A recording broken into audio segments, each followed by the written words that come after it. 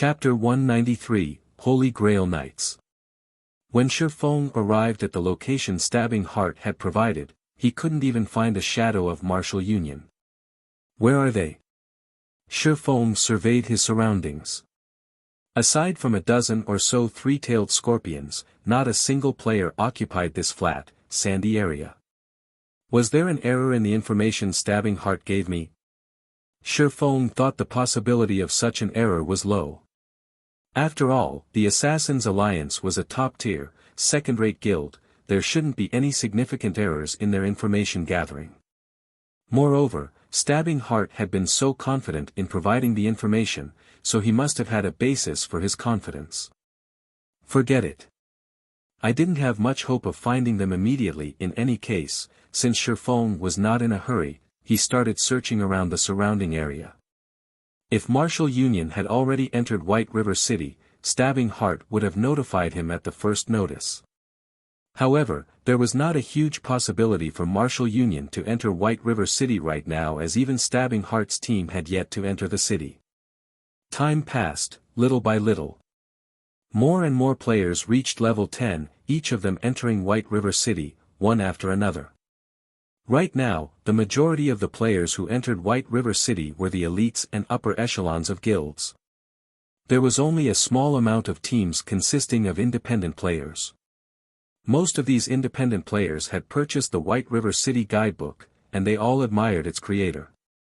Leader, this Shifeng is truly amazing.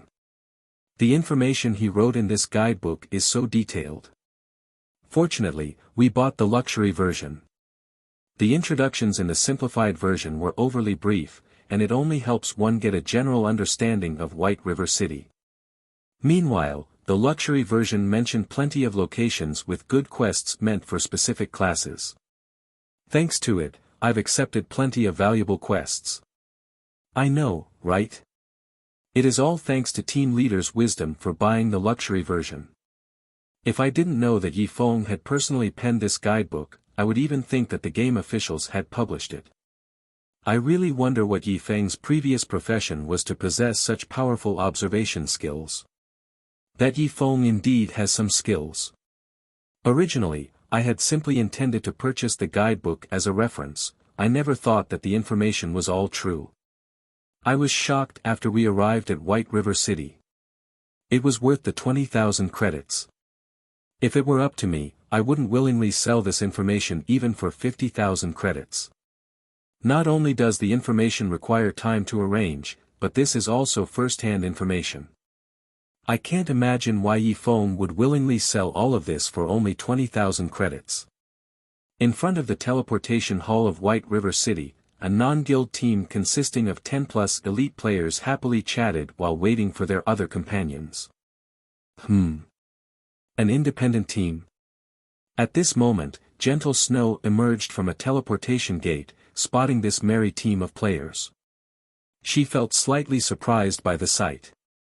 At this time, aside from those elite teams of large guilds, there was even an independent team who had reached White River City. This was an extremely rare sight, and it illustrated this team's strength. I know who they are. 5 years ago, these players were very famous in a relatively sizable virtual reality game. They were known as the Holy Grail Knights at that time. Although they aren't a guild, and their numbers never exceeded 100 players, every member of their team was extremely skilled. Their battle prowess was extremely frightening. Their leader, War Wolf, even had the reputation as the strongest warrior in the game. During those days, not a single guild in the game that dared provoke them.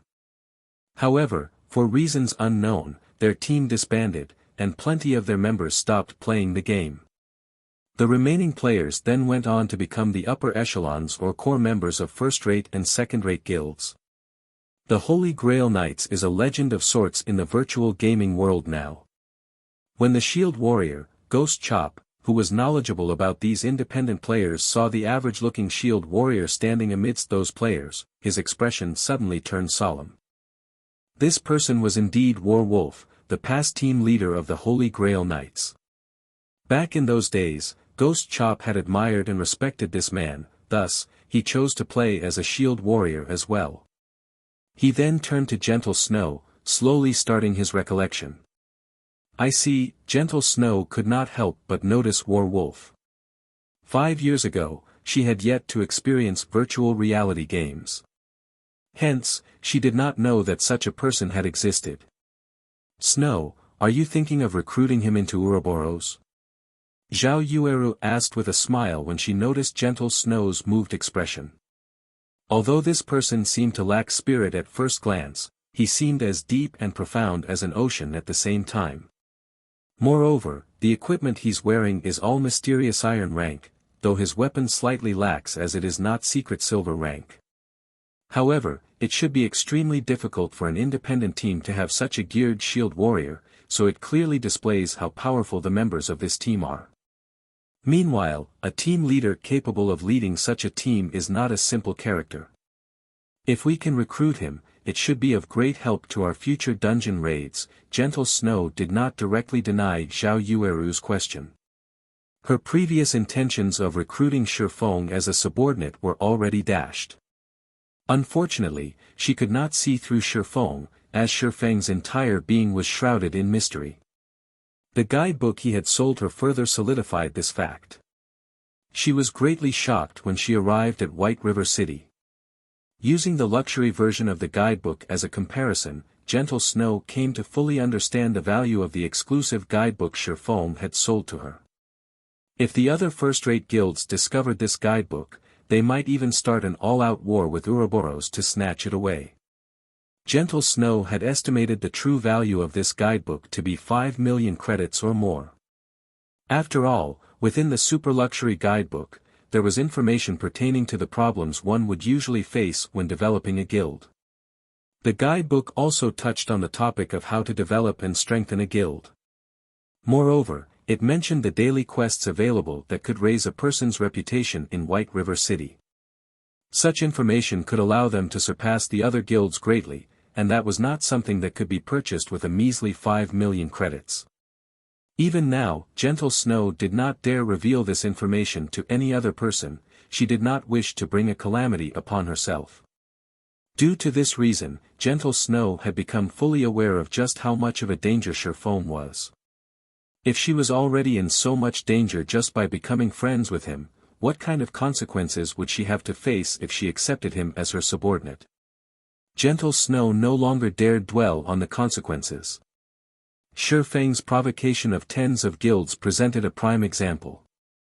Fortunately, they were all unrated guilds as the leveling secret did not hold much attraction to the true major guilds. After all, the upper echelons of these guilds knew many secrets, and they had a great understanding of God's domain. These guilds were much stronger than those half-assed, unrated guilds. There were no bugs in God's domain. Even if there were one, the system would discover and correct it immediately. If there truly were a leveling secret, the only possibility was killing monsters of a higher level or carrying out high-level quests to obtain massive amounts of EXP. Only experts or players with exceptional equipment could achieve the former. As for the latter, it was clearly an unrepeatable situation because such high-level quests would have great limitations and rarity. Not everybody could receive such quests. They might even be rare or unique quests. Thus, all of the rated guilds did not have a particular interest in this secret that was not really a secret. On the contrary, they were much more interested in the White River City guidebook. However, since Shifeng had wisely offered the information for sale, these rated guilds would naturally not look for trouble with Shifeng. They also did not have so much time on their hands, unlike those half-assed guilds. Shifeng belonged to a category of people so intimidating that they possessed few friends. To put it another way, without sufficient strength, friendship with Shifeng was an extremely dangerous endeavor. As for the werewolf before her, there was not much danger in building a friendship with such a person. Moreover, with such great strength, it would be an utter loss not to recruit him. Go. Let's go and strike up a conversation with them. Then, seeing that all the members of her team were already present, she opened her mouth and spoke. Chapter 194, Flame Demon. White Sand Ruins. Martial Union is simply too much. They don't respect any of us independent players at all. When I grow stronger, I'll take revenge on those bastards. Shoo. Shut up. Didn't you see Martial Union kill those other two parties simply for speaking up? We can't do anything about this. We aren't as powerful as they are, so we can only give way and take a step back. If I was a member of a third-rate guild, I don't believe that Martial Union would dare kick us around like they just did. Leader, why don't we just join a large guild? With our current technique standards, we should be able to join a large guild. A guild, is it? Indeed, we should consider it. However, let's talk about this after we enter White River City. The Assassins' Alliance is currently the strongest guild in Red Leaf Town, but when we get to White River City, the Assassins' Alliance would only rank above average at best. There are still a bunch of first-rate guilds we can choose from. One of the six-man party's Martial Union had chased away started a discussion as they searched for a new grinding location. They had experienced, firsthand, the strength and usefulness of a guild. If they did not join a guild, they could only compete with other independent players over locations with scarce resources when these guilds occupied all the valuable leveling locations. Excuse me, but do you know where Martial Union is? Shifeng had been searching the White Sand ruins for quite some time, having no luck of finding any traces of Martial Union. At this moment, however, he had overheard these passing players discussing Martial Union, so he asked them. Yeah, we know it. What business do you have with them? Don't tell me, you're not trying to join Martial Union, are you? The leader of this party nodded. However, when he noticed that Shifeng was an independent player with both his name and level hidden, aside from trying to join Martial Union, what other reason could a player like Shifeng have to look for Martial Union? Hearing that the player in front of them intended to join Martial Union, the other members of the party instantly shot glares filled with killing intent at Shifeng. The rage they had from Martial Union's oppression had yet to subside. If it were not for Martial Union having the advantage of numbers, they would have long since started a fight with Martial Union. From the conversation Shifeng had eavesdropped on before, he knew that Martial Union had bullied these players. Hence, their hatred towards Martial Union should be intense.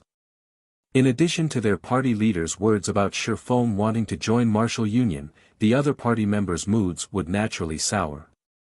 If he dared claim that he intended to join Martial Union, these players might charge at him without hesitation. I'm not trying to join Martial Union. I'm looking for Martial Union because I have some business with them. I wonder if you can tell me their current whereabouts. Here's an inquiry fee of 1 silver coin, Shifeng smiled, taking out a silver coin. To average players, their daily income would, at most, range around several tens of copper coins. Even if these veteran players banded together to form a party, their total earnings would be around 1 to 2 silver coins. Hence, an inquiry fee of 1 silver coin was not a small amount to them. What a rich fellow. The party leader's eyes shone when he saw Shifeng offer a silver coin as an inquiry fee. He then spoke in the party chat, brothers, this is a fat sheep. If we harvest him and earn some money, we might be able to cover the repair fees for all our weapons and equipment. Do we kill him or not? Kill him. Why shouldn't we kill him? This bastard is obviously related to Martial Union. As long as it's someone related, we can't let them off. We'll follow leader's decision. The other party members all voiced their support. It seems that this fellow has a deep connection with Martial Union. Martial Union had badly tormented us few brothers, and rage still fills our bellies. Since you have some connections with Martial Union, and you are so rich, shouldn't you pay us some compensation in place of Martial Union? We don't want a lot, just leave behind 20 silver coins and all of your equipment, then I'll tell you Martial Union's location. How about it? The Guardian Knight party leader said with a cold laugh. With that said, the other party members also started moving forward, their faces carrying cold smiles as they closed in on Shifeng. I said I don't have any connections with Martial Union. I'm only looking for them for some business. Whatever has happened between you and Martial Union has nothing to do with me. If you guys aren't going to tell me where they are, so be it. Please move aside, Shifeng said. This, I understand. However, it is still your fault for mentioning Martial Union to us. If you don't agree to our demands, we can only use you to relieve some stress. Although we don't know your level, it should still be around level 8 or level 9. If you lose a level right now, you will probably lose 1 to 2 days worth of effort. You should think through your options, the party leader jeered, his hands retrieving the gladius and shield from his back. Shifeng couldn't help but laugh when he heard these words. Pitiful people were bound to have a hateful side to them. Although these players endured Martial Union's bullying and oppression, when the tables turned, didn't they act just as Martial Union had?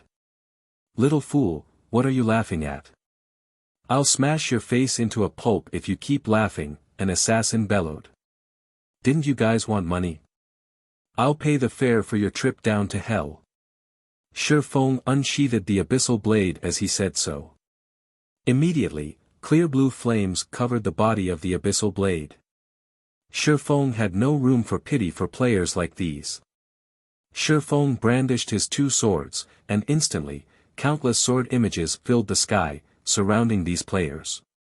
Although these independent players had good techniques and were also relatively powerful in terms of strength, they were simply too weak compared to Shifeng. Before any of them could react, the sword images made pincushions of their bodies. Aside from the Guardian Knight party leader, the remaining 5 party members died within an instant.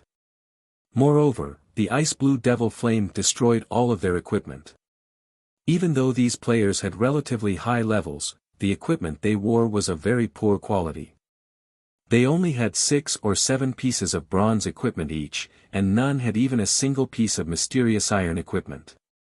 Under the Ice Blue Devil Flame's might, none of their equipment could survive even 1 hit, and it all immediately became nothing more than scrap. So, are you willing to tell me Martial Union's whereabouts now? Shifeng looked towards the party leader, smiling calmly as he spoke. That party leader was dumbfounded. The person before him could actually produce fire all over his body, and his attacks were so fast that none of them could even react. At this moment, the party leader only had one thought about his situation: he had met a demon. Moreover, it was a fire demon capable of controlling flames. I'll speak. I'll speak. Martial Union is at a nearby sunken land to the southwest. There are also plenty of cavities around the area. Very good. You may go now. Shifeng immediately extinguished this party leader's life. He then advanced towards Martial Union's location. By the time these independent players revived back at Red Leaf Town, they immediately filled the skies with their screams of anguish. Not only did they lose a level from dying, but all their equipment had also been destroyed. Not to mention leveling up, they could not even go out into the fields to kill monsters now. Suddenly, a rumor about a flame demon in the White Sand Ruins spread. The rumor stated that the flame demon wore a black hooded cloak, and he revealed no personal information. The demon also had 2 sharp swords hanging from his waist, one was black and the other, white. The rumor also mentioned that if players did not quickly answer this flame demon's question, they would die and lose all their equipment. One wouldn't even have the chance to shed tears of regret when that time came. However, Shifeng, the origin of this rumor, was not aware of any of this.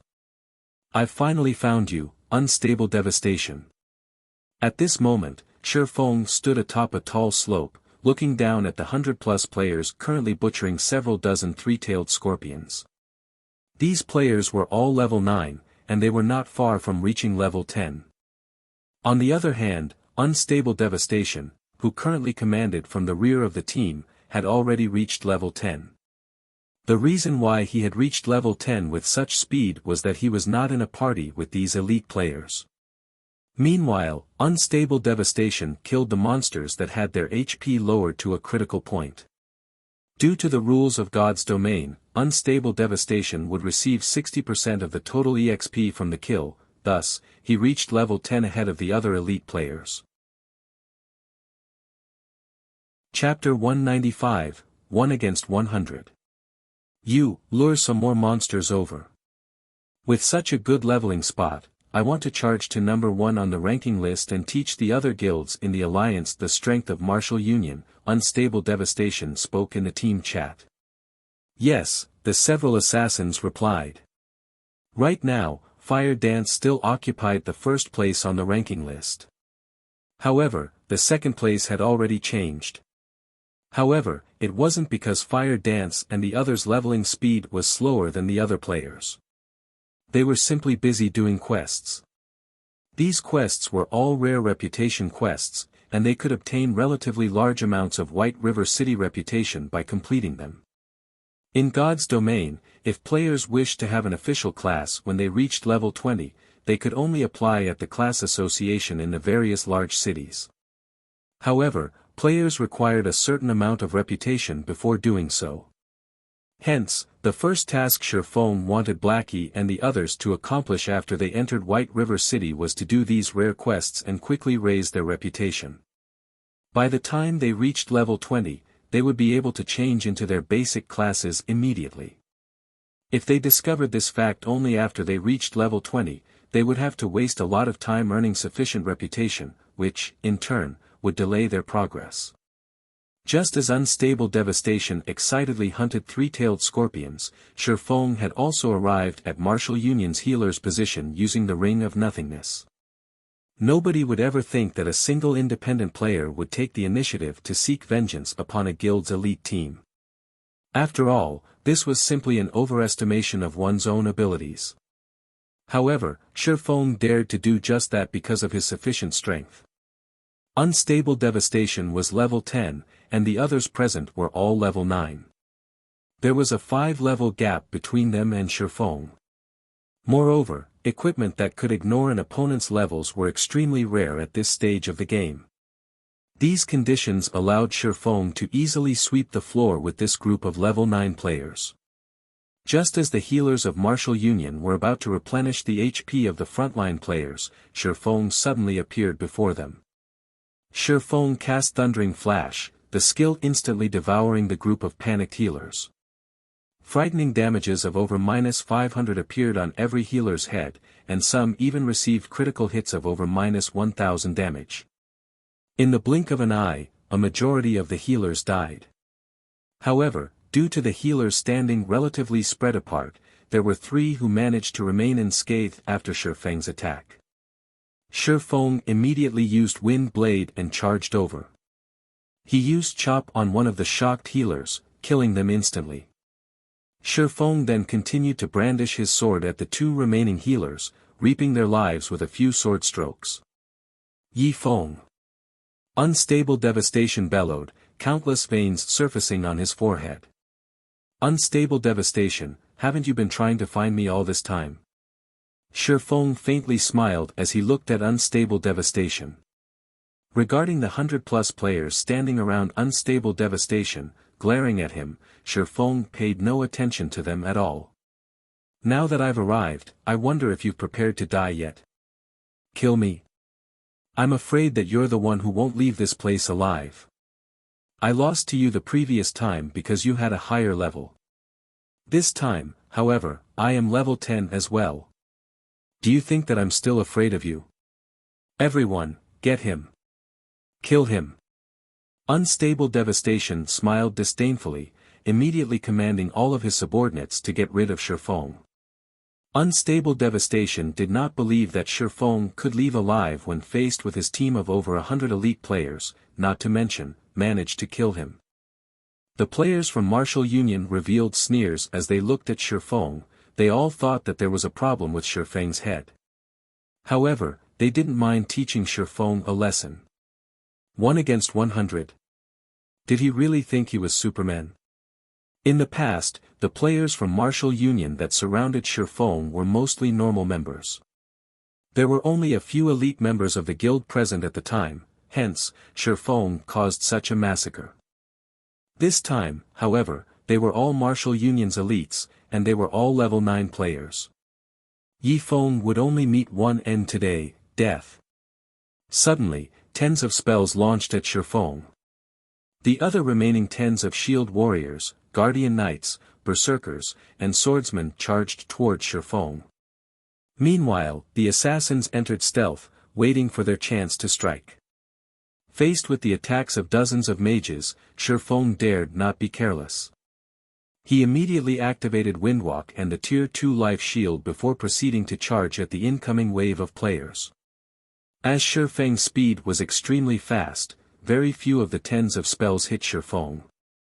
In the end, only 3 or 4 spells actually managed to deal damage to Shifeng. Unfortunately, these spells were all fire-type and ice-type spells such as Fireball and Frost Arrows. With Shifeng's resistances, these spells managed to cause less than -10 damage each. In addition to the life shield absorbing a portion of the damage, the actual damage these spells caused was less than -6 points. All of the mages were shocked. Even if it is a tiny amount of damage, beat him with all you've got. There has to be a limit to his HP. Without any healers, he won't last long. Melee classes, spread out and be careful of his AoE skills. Unstable Devastation was similarly shocked.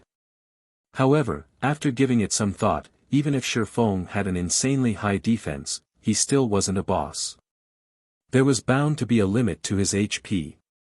Even if they only dealt damage in the single digits, with tens of them continuously attacking, how long could Shifeng last? Watching his HP fall continuously, Shifeng clearly understood that he could not hold on for much longer.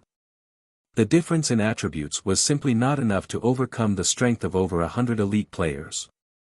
Almost, when the distance between Shifeng and the crowd from Martial Union shrunk to less than 20 yards, Shifeng took out an intermediate frost grenade, tossing it at them.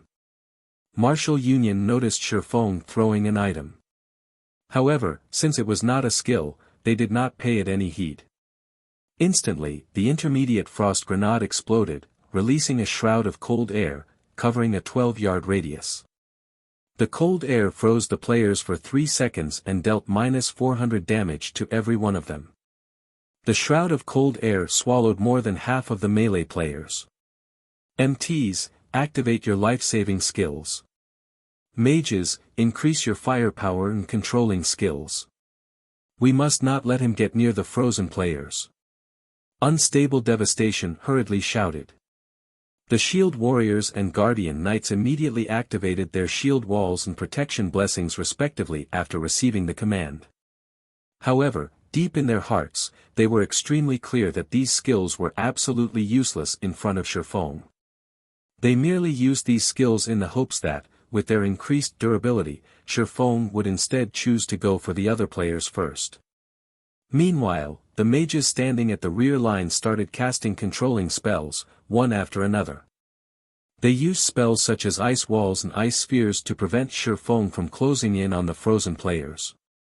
Shifeng simply smiled. Using silent steps, he instantly arrived behind these mages. With the ice blue devil flame covering his entire body, he sent thunder flame explosion blasting down on these mages. The elementalists and cursemancers who were within the range of thunder flame explosion were instantly wiped out of existence. Moreover, those who received critical hits of over -2000 damage also had their equipment destroyed. A few elementalists with quick reactions had immediately activated Frozen Circle, coupled with a blink. They intended to slow Shifeng down as they fled for their lives. Unfortunately, Shifeng reacted even faster than they did. He activated Defensive Blade and Dark Violent Dance. Gaining immunity to the frozen circles, Shifeng waved the flaming abyssal blade in his hand. A streak of deep blue flaming sword aura landed on one of the escaping elementalists 10 yards away, dealing over -1000 damage and instantly killing him. Simultaneously, the 2 summoners in front of him also received damage from the attack, instantly losing over 400 HP. Shifeng then continued with a barrage of attacks. As a result, deep blue flames annihilated the mages within a 15-yard radius. Kill him. Don't be afraid, we have more men on our side. He only has half of his HP remaining. Although Shifeng only had half of his HP remaining right now, Unstable Devastation had lost much of his confidence. Even so, he did not stop sending out streak after streak of frost arrows and fatal shots. However, Shifeng had dodged every one of them. In addition to the sudden appearance of Shifeng's flame transformation and terrifying AoE damage, Unstable Devastation already had the notion of escaping for his life. However, he needed to observe the situation further before he made his decision. Half HP, is it? Shifeng calmly smiled. He then proceeded to take out his next trump card from his bag. Intermediate Recovery Potion. Instantly recovers 800 HP after use. Cooldown, 1 minute. In White River City, players were only allowed to purchase 5 intermediate recovery potions each day, and each bottle cost 3 silver coins. It was an item meant for a crucial time. Shifeng downed the bottle, his HP instantly recovering to full. At this sight, Martial Union's players were instantly afraid. They had sacrificed dozens of players to take away close to half of Shifeng's HP. Yet, Shifeng's HP was full once again. Moreover, the scorching flame that surrounded his body greatly increased his battle prowess. Just by closing in on him, the durability of their equipment constantly fell. Faced with such a situation, their confidence instantly sunk into a bottomless pit. Chapter 196, Devastating Strike. The elites of Martial Union, who had originally looked down on Shifeng, had started to panic now. What did a full HP Shifeng mean? Martial Union's elites already had the experience deeply ingrained into their bodies, so they understood what it meant. Compared to only losing a level after dying, their current situation was far graver. As they had spent all this time grinding monsters, their equipment and weapons durability was almost depleted. If they received an attack from Shifeng right now, that little durability would decrease even further, and their equipment and weapons might even be destroyed. This was much more frightening than simply losing a level. If they lost a level, they could recover it through grinding. However, it would be a different story if they lost the equipment and weapons they currently relied on. They had only managed to collect all these items after much difficulty, and compared to regaining a single level, it would be much more troublesome to recover these items. There was even the possibility that they could not recover these items at all. Yifeng, don't go overboard. It won't be beneficial to either of us if you continue your actions. It is not too late for you to leave this place right now. In the future, we will mind our own business, and we will each walk our separate paths. Although Unstable Devastation felt dissatisfied, Shifeng's strength was simply too frightening. He could only grit his teeth and take a step back in this matter. If he lost everything he had right now, his dreams of rising in Martial Union would also vanish. Overboard? These are your last words? Shifeng laughed at the absurdity. He truly could not understand Unstable Devastation's thought process.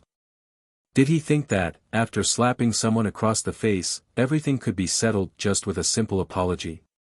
Hearing Shifeng's contempt, Unstable Devastation felt humiliation for the first time. He had already taken a step back, yet, Shifeng reacted so aggressively. However, he could do nothing to Shifeng right now, so he could only watch as his subordinates were butchered, one after another. This sort of helplessness had driven him close to insanity. Unstable Devastation never thought that such a day would befall him. In the beginning, he had a 100% certainty of crushing Shifeng. Now, however, due to a mystical exploding object and an intermediate recovery potion, that confidence shattered. Even if they managed to kill Shifeng today, the elites of Martial Union would receive insufferable losses. Yifeng, you have forced my hand. Let's see which one of us will die first, then. Everyone, attack him together. He already has a super red name. As long as we can kill him, he will drop all of his equipment, and it will be enough to make up for all our losses. Don't be afraid. His HP potion's cooldown is definitely very long. We can exhaust him to death. Upon receiving Unstable Devastation's command, the members of Martial Union went into a frenzy. They used all their skills and techniques to restrict Shifeng while slowly depleting his HP. Meanwhile, Unstable Devastation also reluctantly retrieved a flame-red arrow from his back, aiming and firing it at Shifeng. This was Unstable Devastation's strongest treasure. Originally, he had intended to use this arrow to deal with a Lord-ranked boss. Now, however, he could only use it to get rid of Shifeng. Xiao! The flame-red arrow soared through the air, leaving behind a sonic boom as it shot towards Shifeng's heart. Extremely complicated incantations were carved on the flame-red arrow's body, causing the surrounding fire-type mana to gather around the arrow. It seemed like a consumable item. Shifeng had also noticed this flame-red arrow flying at him. He stopped paying attention to the spells attacking him and immediately used parry to block this flame-red arrow. Boom! Boom! Boom! The moment the arrow collided with Shifeng's swords, it exploded. The force of the explosion instantly sent Shifeng flying. Fortunately, parry had managed to block the attack fully, and Shifeng received no damage from the arrow. Shortly after, Shifeng landed, unscathed. Immediately, he charged towards the mages, resuming his massacre of Martial Union's elites.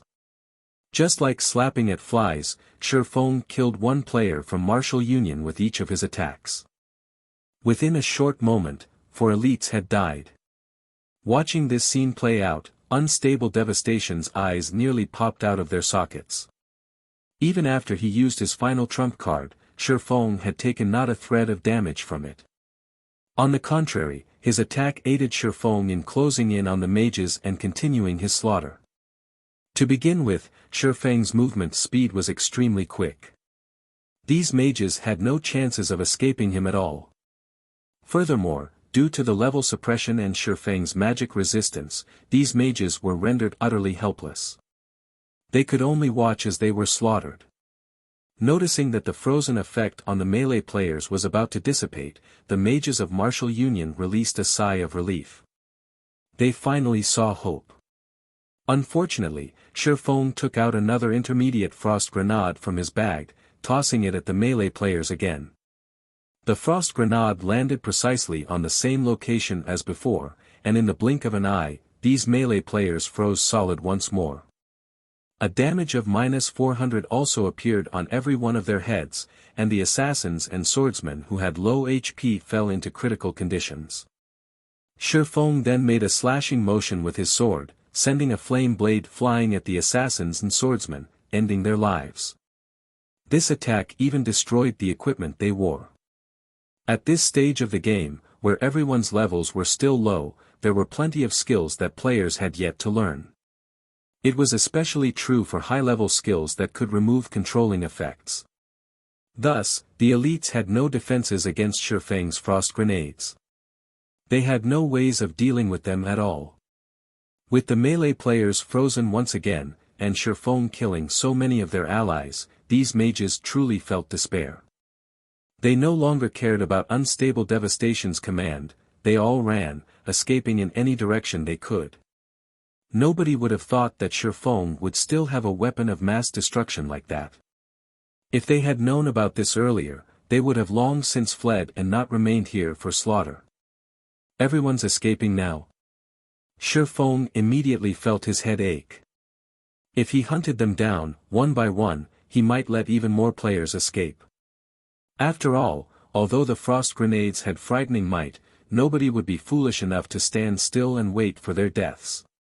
Helpless, Shifeng could only start throwing out basic frost grenades without stop. Although there was a 1-second cooldown, it could freeze a player for 3 seconds. With this, Shifeng could get rid of all these scattered players. With basic frost grenades tossed out, one after another, the sandy grounds turned into a world of ice, while all of the members of Martial Union turned into ice sculptures. Shifeng then used the blazingly hot abyssal blade to end each of their lives. Watching as his teammates died and their equipment destroyed, the remaining players trembled in fear as they were driven to insanity. Some of the players who could not endure the sight even tried to log off from the game immediately. However, players were not allowed to log off during combat. So, they could only helplessly wait as Shifeng walked, step by step, closing in on them. Very quickly, Shifeng had reaped the lives of 100+ elite members of Martial Union, and only Unstable Devastation remained alive now. Unstable Devastation quietly stood still, his mind in a daze. He had even forgotten to resist. Over 100 elite players had died, and all of their equipment was destroyed. These were all of his assets, and right now, it was impossible for him to climb back up in Martial Union even if he wanted to. He no longer had any means to compete with his rivals in the guild. At this moment, Unstable Devastation only had regret filling his heart. All of this had stemmed from his own arrogance. If he had known that Shifeng was so frightening from the very beginning, he wouldn't have dared to become enemies with Shifeng, even if he were beaten to death. Even if he had to become enemies with Shifeng, at the very least, he would have waited until all members of Martial Union had entered White River City. However, it was too late now. Soon after, Shifeng killed Unstable Devastation with 2 sword slashes as well. I'm finally done cleaning up. It should also be about time to bring Blackie and the others down to a dungeon for some equipment upgrades. Shifeng took a look at his surroundings. After confirming that there weren't any members from Martial Union remaining, he used the demon mask to wipe clean his name. He then took out a return scroll, chanting the incantation and returning to White River City. After killing Unstable Devastation and the elite players under him, even if Unstable Devastation wanted to do anything to Shifeng in the future, he would need to wait until these elite members recovered before he could. However, there was no need to concern himself over a matter that couldn't happen for quite a while. Shortly after Shifeng wiped out Unstable Devastation's entire elite team, a large commotion occurred among the alliance of guilds that wished to carry out a crusade against Shifeng. This commotion was a result of Unstable Devastation suddenly declaring his retirement from this small alliance. Unstable Devastation's actions had confused these other guilds. He also refused to speak of anything in the alliance's chat before leaving it. After witnessing Shifeng's fearsomeness, Unstable Devastation didn't dare battle Shifeng any longer. Since Shifeng could kill him at the White Sand Ruins, then he could similarly kill him again and again out in the field. The same went for his team. Unstable Devastation no longer dared think of this matter. He still wished to make a living through God's domain. He was truly afraid of Shifeng now. Hence, Unstable Devastation also expressed his apologies on the official forums. In the future, he swore to no longer participate in any matters relating to Shifeng. As long as he met Shifeng, he would make a circle and do his best to avoid Shifeng. Immediately, Unstable Devastation's actions had sent shockwaves through the White River City region. Chapter 197, Crazy Stone. Although Unstable Devastation was not considerably well known, he was still one of the upper echelons of Martial Union. He was also archenemies with Shifeng, and he had recently revealed one of Shifeng's big secrets. So, there were quite a number of people who knew about him. Nobody would have thought that Unstable Devastation would publicly apologize to Shifeng. Many people were stunned when they read Unstable Devastation's message. Martial Union was obviously a large guild, yet, they had actually submitted to a lone independent player. Although such incidents had occurred before in past virtual reality games, the total occurrences could definitely be counted on one hand. Above all, God's Domain was a game that had just recently released. At this stage of the game, the difference in strength between players would mainly display itself in terms of techniques, and this difference could easily be overcome using the advantage in numbers. Yet, Unstable Devastation had succumbed to Shifeng. It was simply unbelievable. Can someone tell me just what is going on here? Wah! Is this going to be the uprising of independent players? As expected of my idol, Yifeng. What's so great about guilds? Haven't they succumbed to strength all the same? Chaos ensued in the official forums of the White River City region. Unstable Devastation's message was like a small pebble thrown into a tranquil pond, generating ripples that spread out in all directions. As a result, players on the forum posted their own opinions, especially the independent players. No matter which virtual reality game they were in, guild players and independent players would frequently conflict with each other. However, this could not be helped. After all, to surpass others, one must obtain more resources. Naturally, guilds would occupy these resources. Meanwhile, the independent players who lacked strength could only retreat in the face of these guilds. Thus, it created conflicts. Now that an independent player like Shifeng had made a large guild submit to him, this incident received an unquestionably huge response from many independent players. However, to the alliance of guilds that planned a crusade against Shifeng, this matter was just like a bomb filled with peril. Unstable Devastation, the leader who started this alliance and planned this crusade, had actually chosen to withdraw from the alliance. Moreover, he did not even speak a word about this incident. Just what sort of power could cause Unstable Devastation to react in such a way? This incident struck panic into the other guilds of this small alliance. "Brother Zhang, what should we do?" Flaming Tiger quietly asked. Due to Unstable Devastation's shocking actions, the various guilds in the small alliance started feeling insecure. Zhang Luowei fell deep into thought for some time before saying, "Let's not involve ourselves just yet. We'll wait until we are all in White River City before we deal with this matter." However, for him to force a person like Unstable Devastation to submit, I have truly underestimated this Yifeng. Tell Ling Feilong to get in touch with Yifeng, see if he can get Yifeng to join Shadow.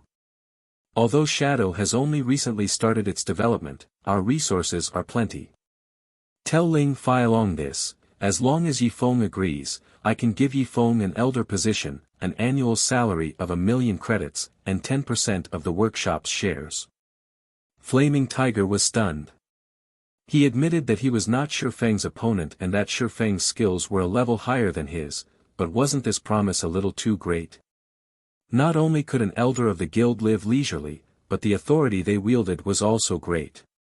Aside from Brother Lan and Zhang Luowei, Shifeng would have the highest authority in Shadow, not to mention an annual salary of 1,000,000 credits and 10% of the workshop's shares. Even Flaming Tiger only had a minimum monthly salary of 20,000 credits. Flaming Tiger simply could not understand why they had to pay such a huge price to recruit Shifeng. However, he did not have a say in this matter, so he could only do as he was told. White River City, Trade Area. After returning to White River City, Shifeng first headed towards the bank. He retrieved 500 stacks of hard stones, intending to sell only a portion of his stock for now. Due to the great increase in the hard stones demand, the price had already reached Shifeng's estimation of 10 silver coins per stack. Although this price would still rise later, it was already close to the limit players could handle. These 500 stacks of hard stones were only a small portion of the hard stones Shifeng owned. Just based on the amount of hard stones that Shifeng had constantly purchased before, his stock exceeded 10,000 stacks. This was also one of the reasons why the various large guilds in White River City could not purchase any hard stones. Shifeng had purchased all of these hard stones when the prices were at their lowest, and he only paid around 30 gold coins for them. However, their current value far exceeded their initial cost. After selling these 500 stacks, it should be about time to bring Blackie and the others to raid the level 10 team dungeon, the Goblin Factory. Shifeng inwardly planned. Although Blackie and Lonely Snow's levels were high, the overall equipment they had was subpar at best. The same went for Shifeng's equipment. However, at least his was the best swordsman set equipment for players level 10 and below. His teammates' equipment, on the other hand, could only be described as miserable. As of this moment, there were already more than 500 players who had reached level 10 and had their names etched on the ranking list of the White River City region. Which was to say, there were already more than 500 players who had entered White River City. A majority of these players were members of well-known guilds. Aside from doing some quests in White River City right now, these players' main objective remained dungeon raiding, as dungeons were the best source for good equipment. Only with good equipment would these players level up with greater efficiency. Hence, plenty of guilds had already started diving into dungeons. White River City was different from towns. God's domain only truly began after players reached level 10 and the city. As for the town life players experienced at the start of the game, it was merely an introduction to life in God's domain. There were plenty of level 10 dungeons throughout the White River City region. The number of level 10 to level 12 party dungeons exceeded 20, and their rating difficulty varied greatly. Meanwhile, 10-man level 10 team dungeons numbered slightly lower, but there were still 12 such dungeons available. As for level 10 large-scale dungeons, there were 3 within the White River City region. As long as one successfully raided one of these 3 large dungeons, they could activate the card set exchange system. The value of card sets would also be at their highest when that time came. Meanwhile, after entering White River City, the normal raiding procedure for players began with the party dungeons to upgrade their equipment. They would then proceed to small-scale team dungeons and finally, the level 10 large-scale dungeons. Right now, many guilds had already started raiding small dungeons and were continuously upgrading their equipment. Eventually, all the guilds in White River City would have only one goal, obtaining the first clear of one of the 3 large-scale team dungeons. A team could only obtain the first clear by clearing the hell mode of the dungeon. Moreover, the first clear of large-scale team dungeons was slightly different from that of small-scale team dungeons. The achievement would not only be announced throughout the White River City region, but it would also be announced throughout the entire Starmoon Kingdom. It was one of the best ways to increase one's fame throughout the Starmoon Kingdom, and it was also a display of a guild strength. Hence, large-scale dungeons were considered the true battlegrounds for the various large guilds. Meanwhile, for these guilds who frequently battled inside dungeons, whetstones would become one of their strategic supplies. This situation would further increase these guilds' need for hard stones, causing the price of hard stones to soar once again. Thus, Shifeng chose to sell his stock of hard stones at this time. Right now, Shifeng was not focused on conquering the large-scale team dungeons. He knew his own limits, and he would not try to compete with those well-known guilds. His goal right now was only to conquer the level 15 small-scale team dungeon, the Demon's Castle. However, regarding strength or numbers, his team was still far from capable of raiding the Demon's Castle. They needed some upgrades before they could rise to that challenge.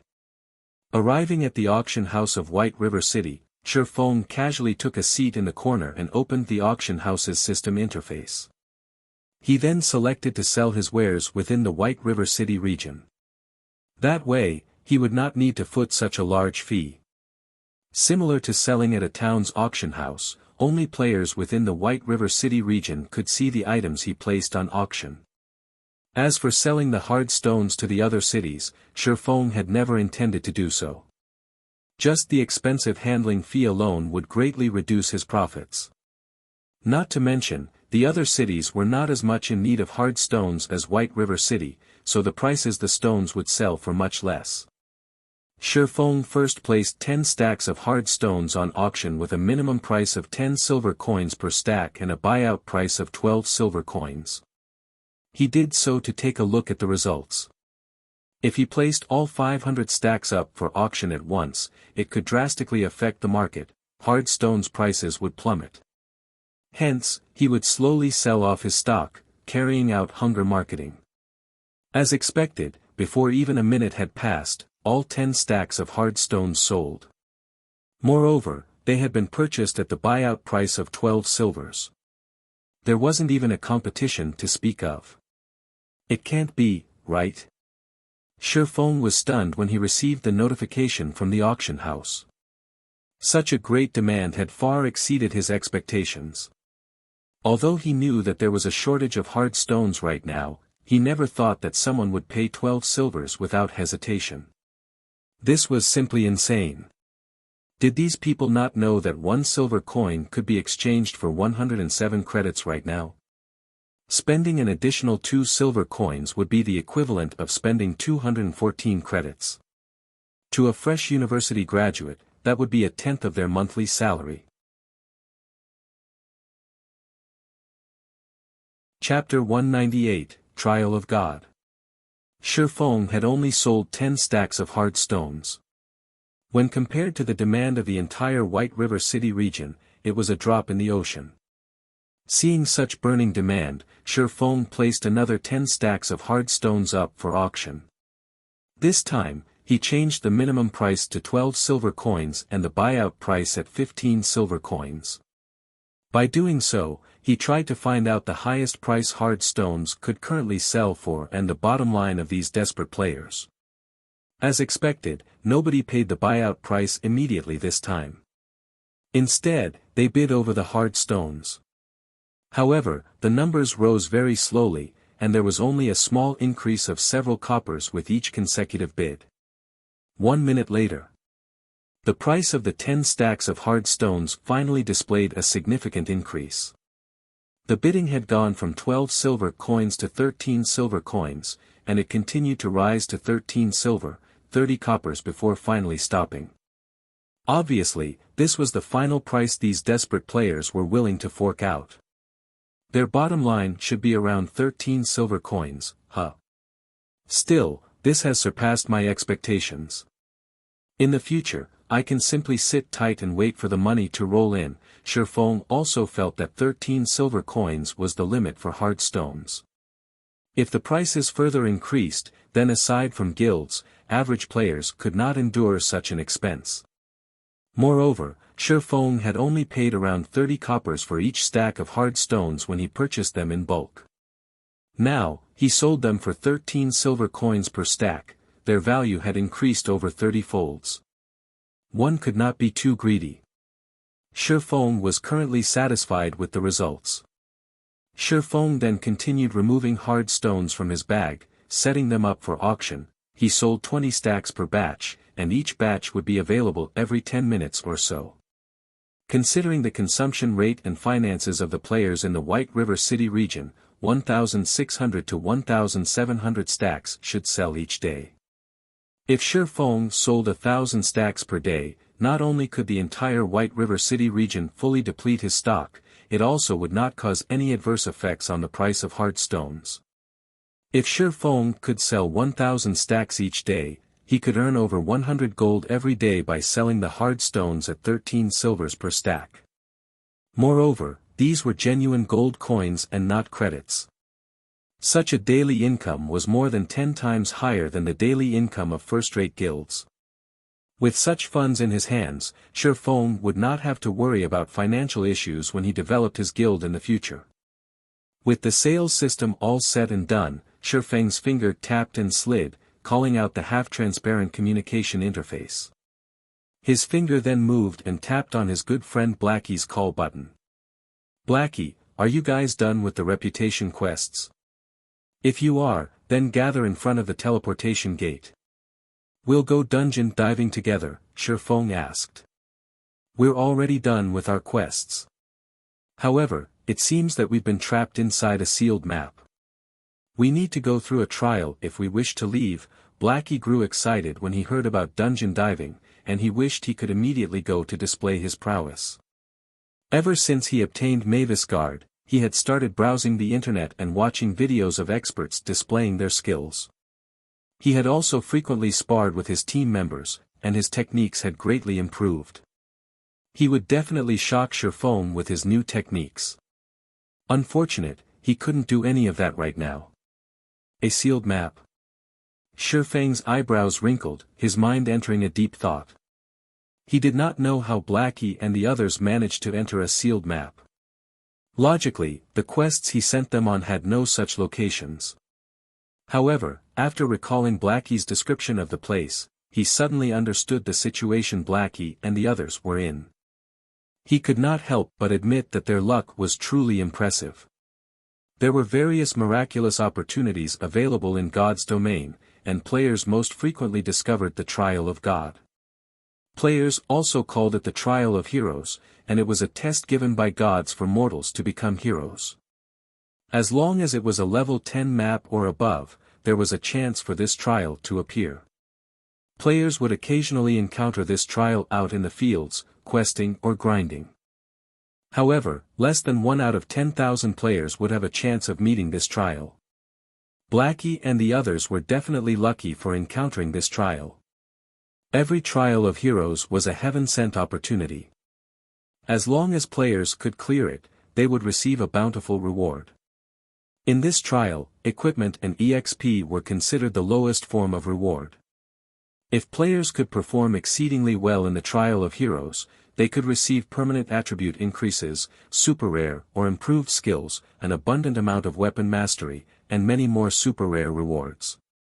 Weapons and equipment could only be used for a period of time, they were like foreign objects.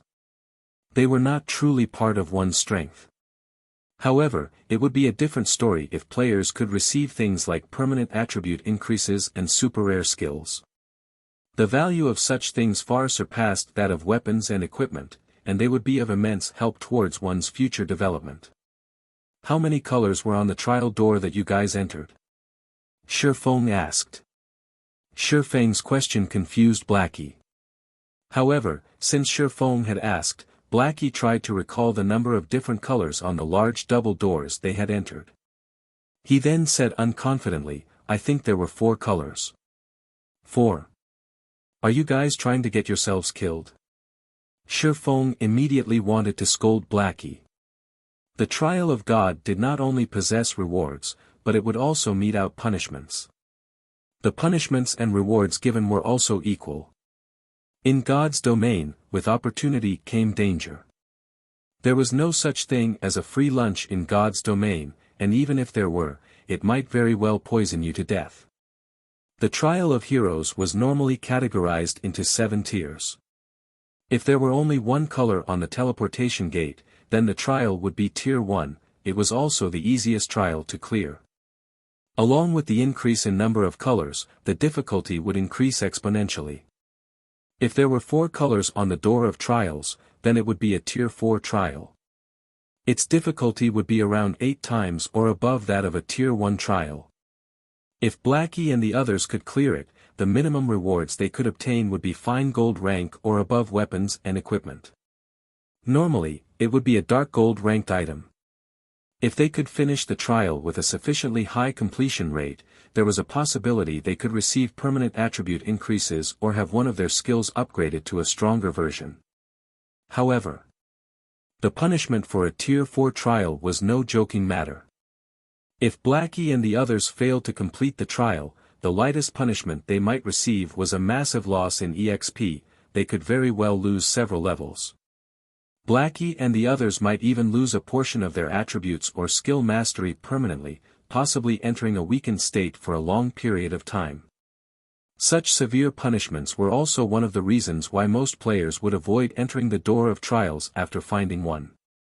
They would instead choose to sell the information to a large guild, making a huge profit. Brother Feng, are we in a very dangerous situation? Hearing Shifeng's panic, Blackie could not help but swallow nervously, his heartbeat increasing in pace. Meanwhile, Fire Dance and the others who stood beside Blackie also became extraordinarily serious after hearing Shifeng's words. They no longer dared belittle this trial. I can only give you guys advice. Act within your capabilities. Do not attempt meritorious deeds, only try to leave in one piece. Don't forget to pass on my advice to everyone in the team. However, Blackie, since you have Mavis Guard, logically, you guys should have a very high possibility of clearing the trial. However, remember not to rush things. Even if you have to waste a lot of time, you must never hurry. The rest will depend on your battle techniques, intelligence, and wisdom. Shifeng then continued to pass on all his knowledge about the trials onto Blackie. As for whether or not they could clear the trial, it would depend solely on Blackie and the others. The tests of the Trial of Heroes had never repeated, so there were no known strategies to conquering one. However, in Shifeng's previous life, after collecting the knowledge and wisdom of many predecessors, he managed to form a strategy that was not an actual strategy, which was to act within one's own capabilities and plan before taking action. One must not rush when carrying out the trial of heroes. Other than that, there was no true strategy for conquering the trial of heroes.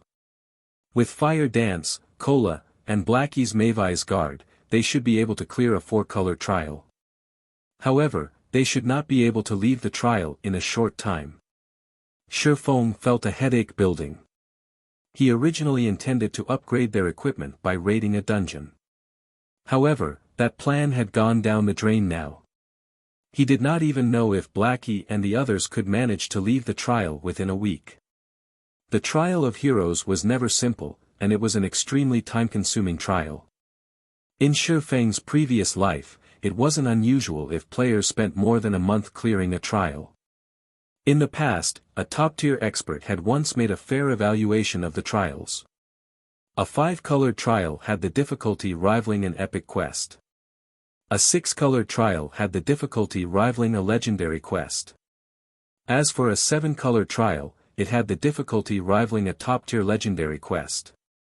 In Shifeng's previous life, even after God's Domain had been in operation for over a decade, there had yet to be a player that could clear a 7-colored trial. Of course, part of the reason was that no true Apex expert had encountered a 7-colored trial. In the past, the highest-tiered trial cleared was a 6-colored trial. Meanwhile, one of the conquerors of a 6-colored trial was the Cleric God, Violet Cloud, one of the publicly acknowledged top 10 cleric gods in God's Domain. Thinking that Violet Cloud was currently with Blackie and the others, Shifeng hesitantly released a sigh of relief. Although Violet Cloud had yet to grow into her prime, her potential could not be ignored.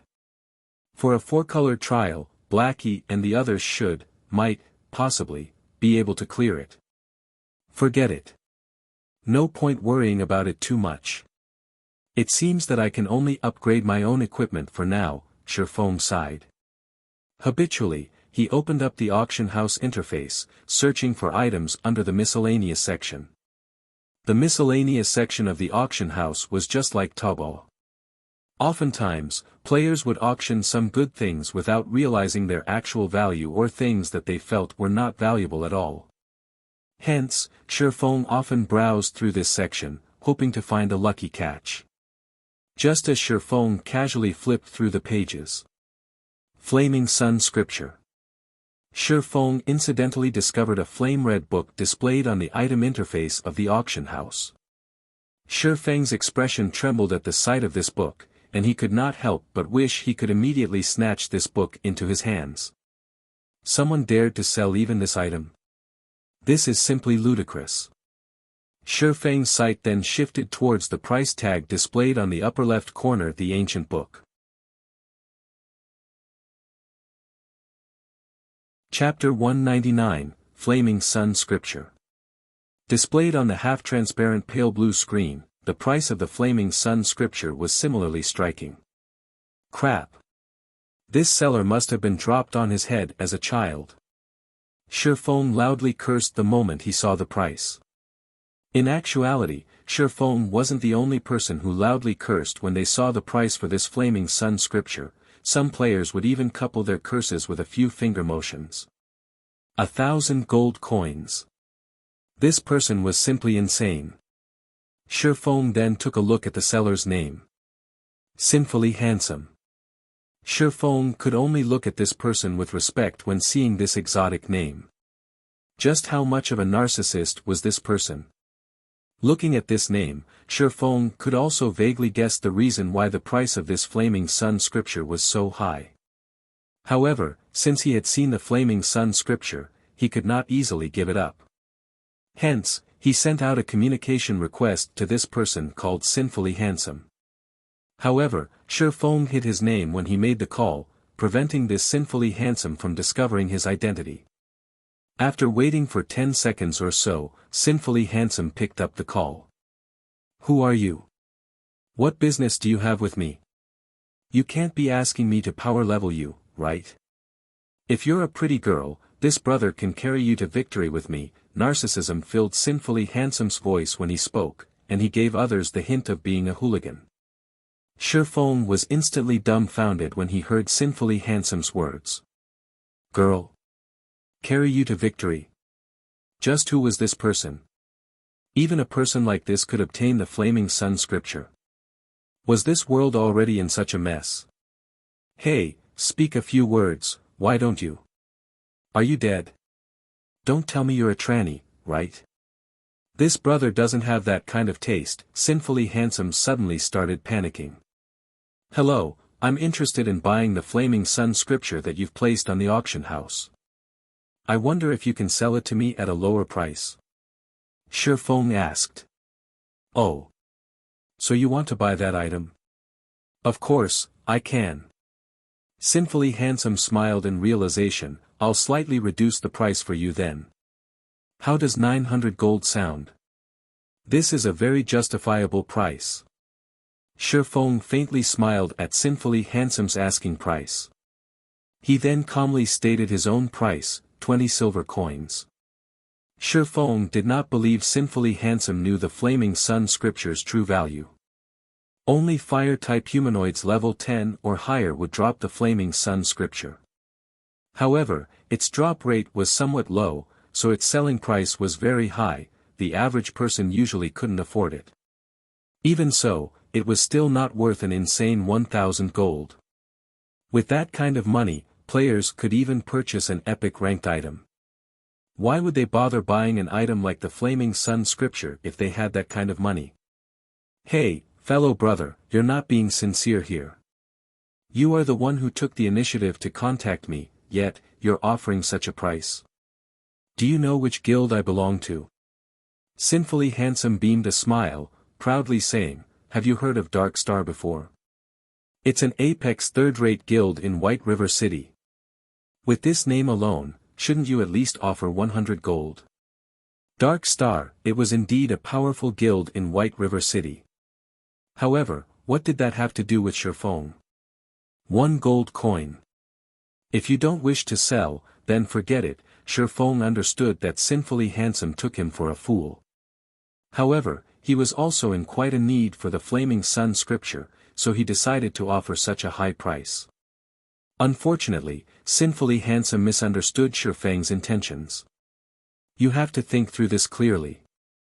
In the entire White River City, only I possess this Flaming Sun scripture.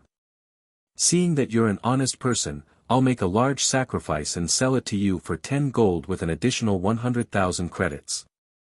If you still don't want it, I can only look for another buyer, Sinfully Handsome confidently said. Goodbye. Shifeng immediately disconnected the call. Sinfully Handsome suddenly panicked when Shifeng disconnected the call. He did not think that Shifeng would be so decisive. At least try to bargain. Watching his 1 gold coin fly out of his grasp, Sinfully Handsome's heart bled with regret. However, he was too embarrassed to contact Shifeng again. Humph. I don't believe that you can so easily give up on this Flaming Sun scripture. Sinfully Handsome snorted. Although he did not know the use of the Flaming Sun scripture, based on its powerful and tyrannical name, it was not an ordinary item. Sinfully Handsome was very sure that Shifeng knew this item's value. However, he did not wish to pay too high a price, so he retreated for the sake of advancing. With this thought, Sinfully Handsome was further assured of the Flaming Sun scripture's value. It was definitely worth more than 1,000 gold coins. Hence, Sinfully Handsome ran towards the auction house, changing the price of the Flaming Sun scripture from 1,000 gold coins to 10,000 gold coins. He wanted to see if Shifeng was willing to beg him for this item. However, when Sinfully Handsome arrived at the auction house, he discovered that there was not only a single Flaming Sun scripture on auction anymore, there were 5 of these books now. Aside from his copy, priced at 10,000 gold coins, the other 4 books were all priced at 15 silver coins. The most inconceivable thing was that the number of Flaming Sun scriptures up for auction continued to increase. In the blink of an eye, there were already 10 copies of the book up for sale. Just what sort of situation is this? Sinfully Handsome's eyes widened, he thought he was dreaming right now. How could there be so many Flaming Sun scriptures? While the quantity of these flaming sun scriptures increased, someone else bought them, one after another. There were a total of 32 copies of the flaming sun scripture offered in the auction house. Among them, Shifeng had bought 30 of them. Only Sinfully Handsome's copy and another copy sold by Nobody Cares for 20 silver coins remained. Sinfully Handsome suddenly thought of something. He then hurriedly opened the trade section under White River City's official forums. As expected, there was an anonymous post stating, buying Flaming Sun scriptures at 14 silver coins per book. Willing to purchase it at 15 silver coins if placed in the auction house. One could often find such purchasing methods in virtual reality games. After all, players had plenty of items that they kept on hand without placing them on the auction house. There were only a scarce amount of players like Sinfully Handsome who would place items of unknown value on the auction house. Shifeng also remembered this fact, and he thought that, by now, there should be quite a few players who have gotten their hands on a Flaming Sun scripture. Ah! My 1 gold coin! Sinfully Handsome wanted to cry. Originally, he thought that the Flaming Sun scripture's value could rival that of an epic ranked item. However, after seeing so many other players possessing this item, Sinfully Handsome immediately realized his mistake. If he had sold his copy for 1 gold coin, he would have made a huge profit. Elsewhere, Shifeng felt great satisfaction after purchasing 30 copies of the Flaming Sun scripture. He would have completely forgotten about this item's existence if he had not discovered the Flaming Sun scripture on the auction house in the first place. 30 books should be enough for my purposes. Shifeng looked at the 30 Flaming Sun scriptures laying in his bag, utterly pleased. Although he had spent 4 gold, 50 silvers, shrinking his assets slightly, the gold coins he possessed would only depreciate as time passed. It was much better if he used those gold coins to profit further. Thus, Shifeng had spent so much money to purchase the Flaming Sun scriptures. In Shifeng's previous life, plenty of players had obtained the Flaming Sun scripture. Unfortunately, none of them knew its purpose. Hence, they sold it at bargain prices. However, there was a ranger who had desperately bought these Flaming Sun scriptures. Even after the prices of the Flaming Sun scriptures rose to 1 gold coin per book, that player still bought them without hesitation, earning the suspicion of many. So, many players started to investigate the Flaming Sun scripture. On one occasion, a party of players met with a ranger who grinded solo at the level 25 map, Flame God's Cave. Moreover, that ranger displayed a shocking scene of killing the boss and elite monsters there by himself. Later on, however, the players discovered that the reason the ranger could grind at the Flame God's Cave alone was all thanks to the Flaming Sun scripture. From then on, the secret of the Flaming Sun scripture was revealed, causing its price to skyrocket. In the end, even when the Flaming Sun scripture sold for 3 gold coins per book, there were still players willing to buy it. Right now, Shifeng had only spent 15 silver coins to purchase each book. He had made a huge profit from this trade. In any case, Blackie and the others still needed a long time before they could return to White River City. Since Shifeng had nothing better to do, he might as well grind the boss at the Flame God's Cave. After all, his current strength was too weak right now. He could complete neither the epic quest, Darkness Descends, nor the unique quest, Demon's Heart. Moreover, there were plenty of important quests in White River City that required a team to carry out. This was the tragedy that befell all solo players. Hence, grinding bosses was the best option available for Shifeng at the moment. Most importantly, the Flame God's Cave was a valuable location specialized in dropping forging designs. These forging designs had made that ranger into a rich man, and he had earned over 600 gold coins from all the forging designs he sold, becoming the envy of countless players. Soon after, Shifeng hurried towards the teleportation gate. He paid a fee of 24 silver coins and teleported to Red Flame Fortress, the nearest teleportation point to the Flame God's Cave. Chapter 200, Flame God's Cave. Red Flame Fortress was located in the middle of the scorching hot canyon, a large volcano loomed behind it. The terrain around this region was extremely hot all year round, and the air was similarly parched and blistering. A gust of wind here was like a wave of heat, and one wouldn't feel a hint of relief from it. Meanwhile, the surrounding environment of the canyon consisted of only scorched, barren earth and mountains. All around, web-like cracks decorated the ground. Just this sight would cause one to lose their appetite. As this was a virtual environment, players could fully experience the scorching heat. Being parched and drenched in sweat were only minor inconveniences, but one's vision blurring? That was a bigger problem. Moreover, battling in such an environment was extremely taxing to a player's stamina. Due to such a brutal environment, many players did not like grinding or questing here. Moreover, the scorching hot canyon wasn't the only level 20 to level 25 map. There were more than 20 such maps within the White River City region. The millions of players within the White River City region could simply choose any one of these other locations to grind and do quests. For example, the cooling lakeside, the shady forest, and such were all good locations. There was no need for them to torture themselves by coming to the scorching hot canyon.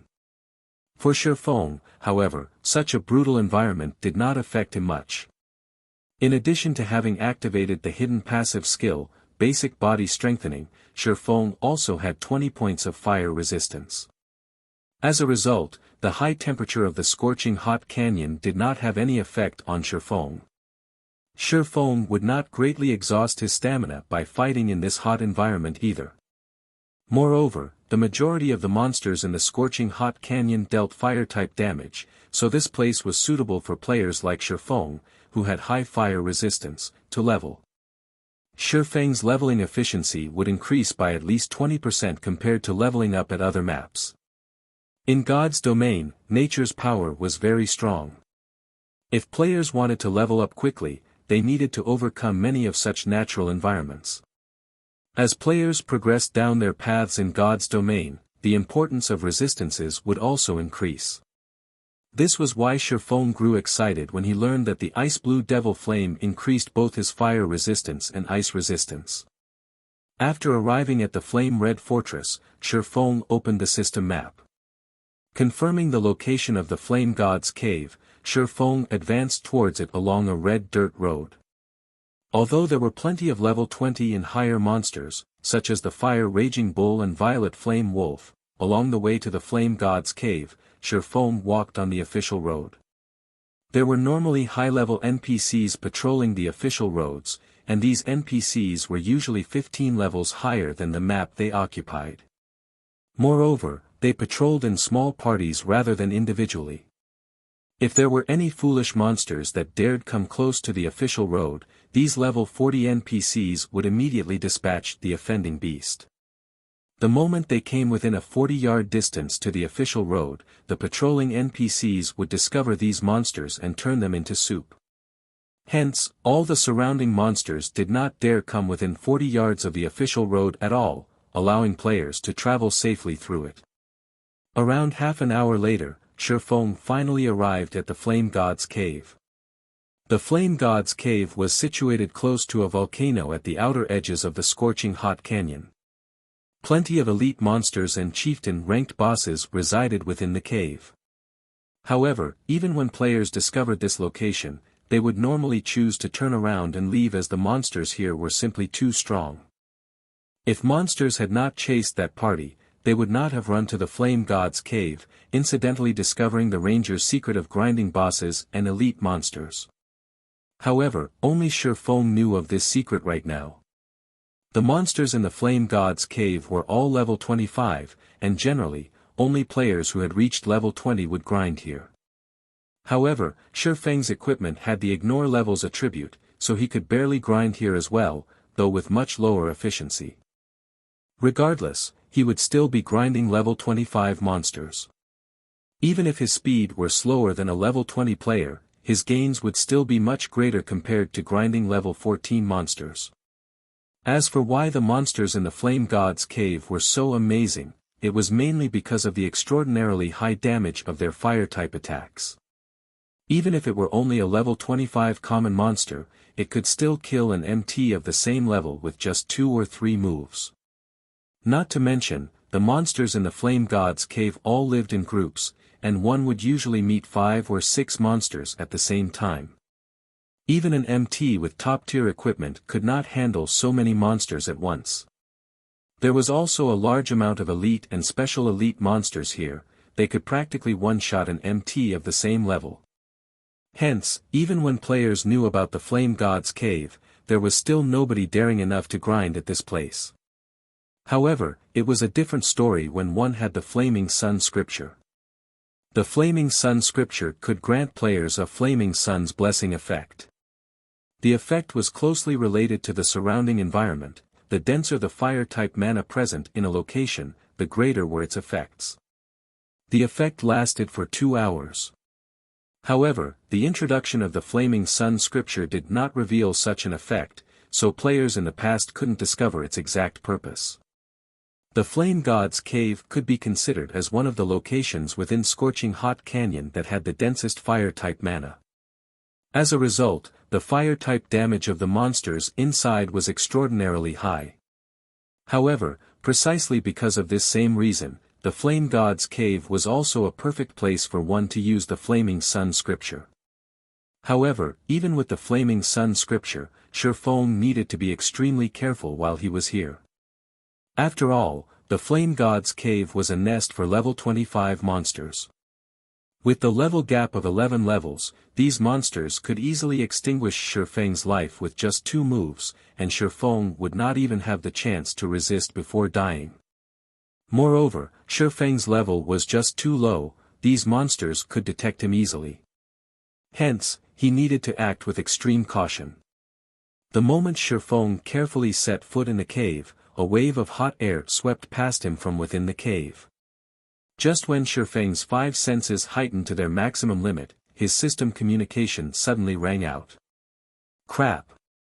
That nearly gave me a heart attack. Shifeng jumped, taken by surprise. He glanced at the system notification. Fortunately, monsters could not hear the system notifications. In the same way team chat worked, only specified players could hear them, while outsiders would remain unaffected. Flying Dragon? Why is he playing God's Domain as well? Shifeng wrinkled his eyebrows at the sight of the caller ID blinking before him. This flying dragon was none other than Shifeng's classmate and the 9th ranked in Jinhai University's fighting competition, Ling Feilong. However, in Shifeng's previous life, Ling Feilong only joined God's Domain long after the game's release. At that time, Shifeng had already become the guild leader of Shadow. For Ling Feilong to join God's Domain in advance, could this be the result of the butterfly effect? Shifeng lowered his head in thought. However, he soon revealed a smirk. In this life, he had not revealed his character's ID to anyone else.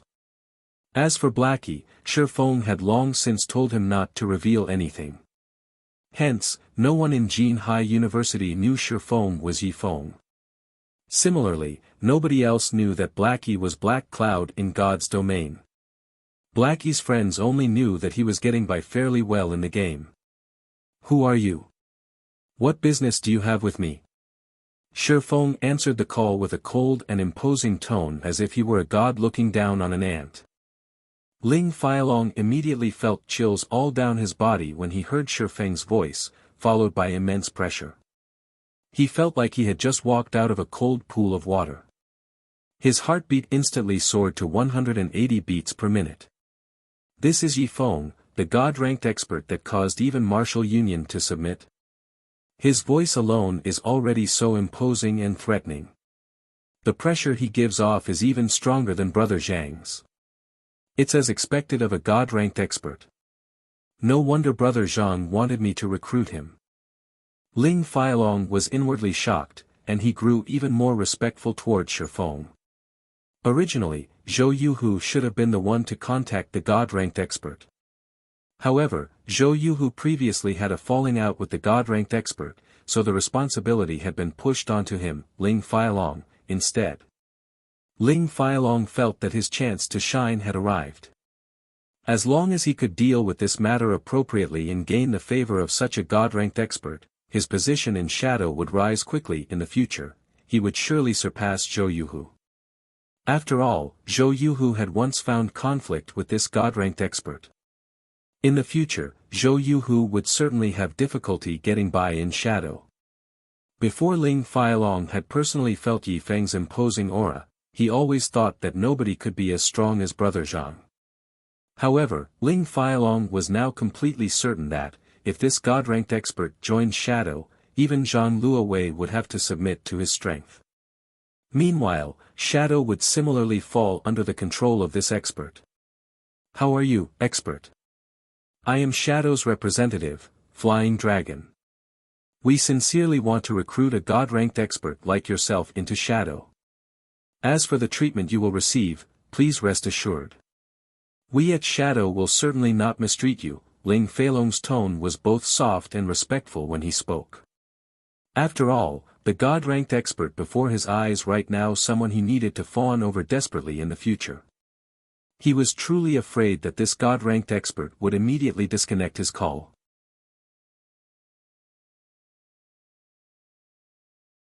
Chapter 201, Scripture's Might.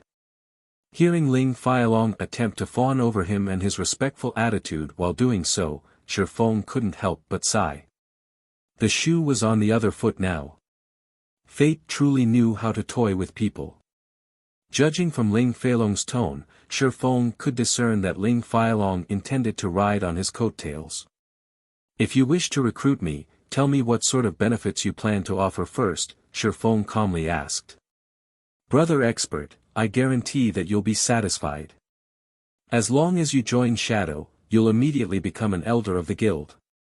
Moreover, our guild has a large backing behind us, and we have plenty of funding, so we can temporarily set your annual salary at 1 million credits. In addition, we'll give you 10% of Shadow's shares. I think you should know the value of guild shares, right? As long as Shadow rises to glory in the future, this 10% will far exceed tens of millions of credits.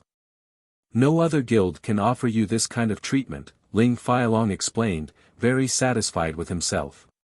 His words even moved his own heart. That was 10% of the guild's shares. Right now, all of the guilds out there only offered high annual salaries when recruiting an expert. None of them would willingly hand over a portion of the guild's shares. Along with a guild's growth, the value of its shares would continuously rise. In addition to God's domain's growth potential, if Shadow properly developed as time went on, this 10% could represent billions of credits or more. Hence, all the large guilds would not simply offer their shares, and instead, choose the wise decision of offering a static salary. Who's making this promise? Shifeng was slightly bewildered. He did not think that Shadow would be so decisive in their actions. In Shifeng's previous life, although he was the guild leader of Shadow, he did not possess any shares of the guild. However, Shifeng had only recently become the guild leader at that time, so he did put too much thought into the matter. In the end, the guild kicked him out. One could say that the shares of a guild were the true proof of one's authority. If Shifeng had 10% of the guild's shares at that time, Lan Hailong would not have dared to casually expel him from the guild and sever all connections with him. Our guild leader made this promise. Of course, with your strength, the position of guild leader will doubtlessly be yours in the future. Ling Failong unwaveringly started flattering Shifeng. Oh. Very well, Shifeng calmly laughed. He then, with a tone as cold as ice, arrogantly said, return and tell your guild leader this, if you want me to join Shadow, then I want 60% of the guild's shares and the position of guild leader. Otherwise, there's no deal. Finished speaking, Shifeng disconnected the call. Of course, he only said those words as a joke to toy with Ling Failong.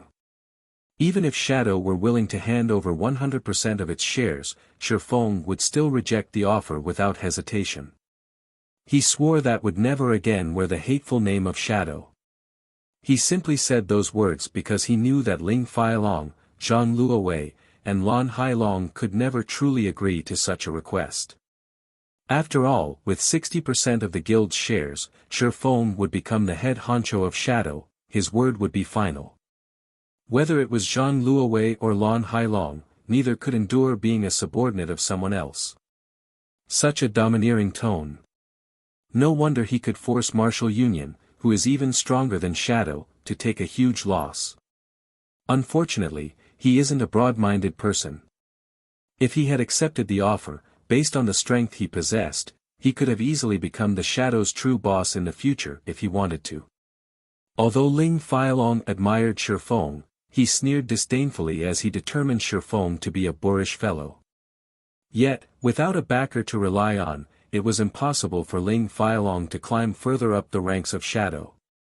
Zhang Luowei trusted Zhou Yuhu much more than Ling Failong. Ling Failong was simply an elite member of the guild in Zhang Luowei's eyes. So, it was imperative that Ling Failong looked for a reliable backer. Meanwhile, a boor like Shifeng couldn't be a better backer. Although 60% of the total shares seemed a little high, if Ling Failong expended a lot of effort, it was not an impossible number to accomplish. It seems that I'll have to rearrange his words before reporting back to Brother Zhang and Brother Lan. At this moment, Shifeng would have never imagined that his casual remark meant to anger Lan Hailong and Zhang Luowei would become Ling Failong's new goal. Inside the Flame God's cave, Shifeng took out one of the Flaming Sun scriptures from his bag. He then opened the book, reading the incantations inside. All of a sudden, the Flaming Sun scripture ignited, emitting dazzling golden flames. As if the fire-type mana within the Flame God's cave had transformed into soldiers, it all charged towards the golden flame, submitting to it. The golden flame was like an emperor among flames. In reality, it wasn't just the fire-type mana that was affected. Even Shifeng's ice-blue devil flame felt restless, giving off the notion of submission. Just what kind of flame is it? Shifeng looked at the bundle of golden flame, his heart filled with curiosity. To cause even the tier 2 ice-blue devil flame to submit, if this flame had a rank, I wonder what tier it belonged to. It should be at least tier 3, possibly tier 4. If Shifeng could absorb this bundle of golden flame, his strength might rise to a whole new level. Unfortunately, this flame was not a mysterious flame, so Shifeng had no way of absorbing it. After a minute passed, the golden flame sank into Shifeng's body after it absorbed a sufficient amount of fire-type mana. Instantly, a new status effect appeared on Shifeng's status bar.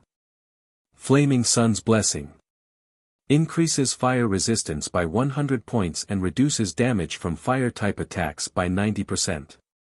All fire-type damage received has a 20% chance to recover an equivalent amount of HP, damage dealt towards fire-type monsters increased by 100%.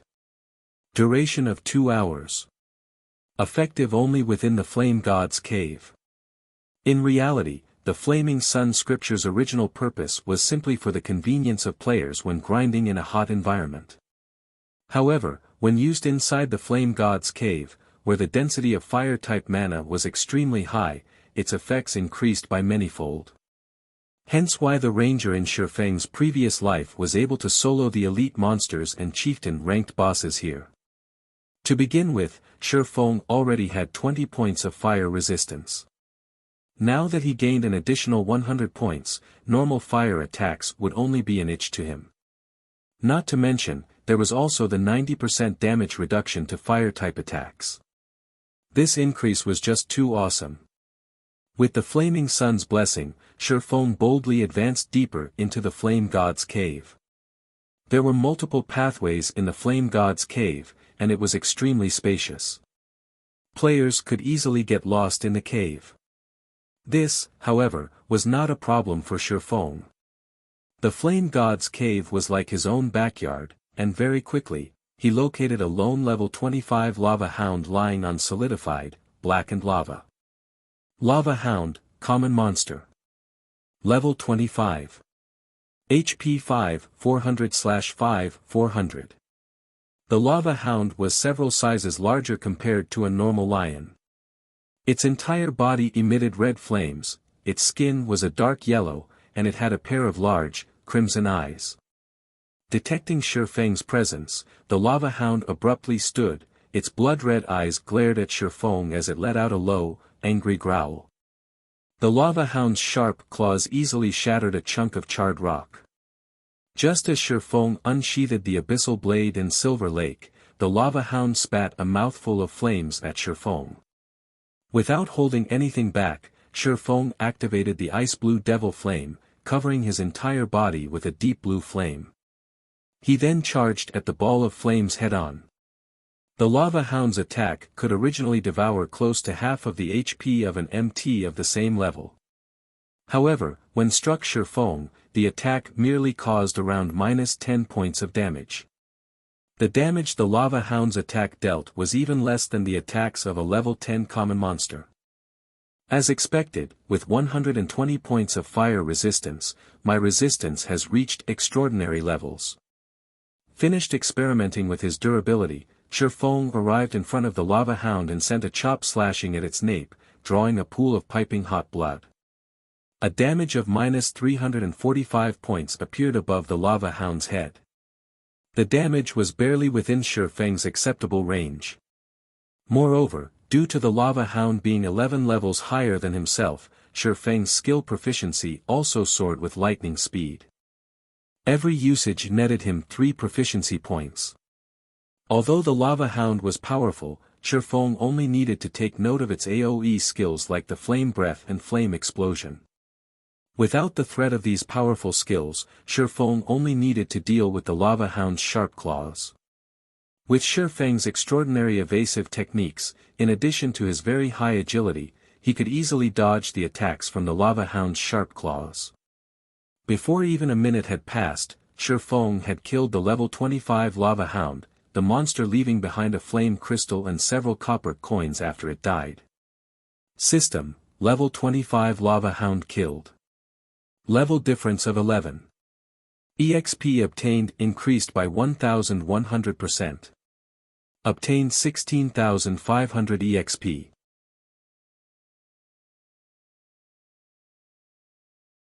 Chapter 202, Scorching Lamia.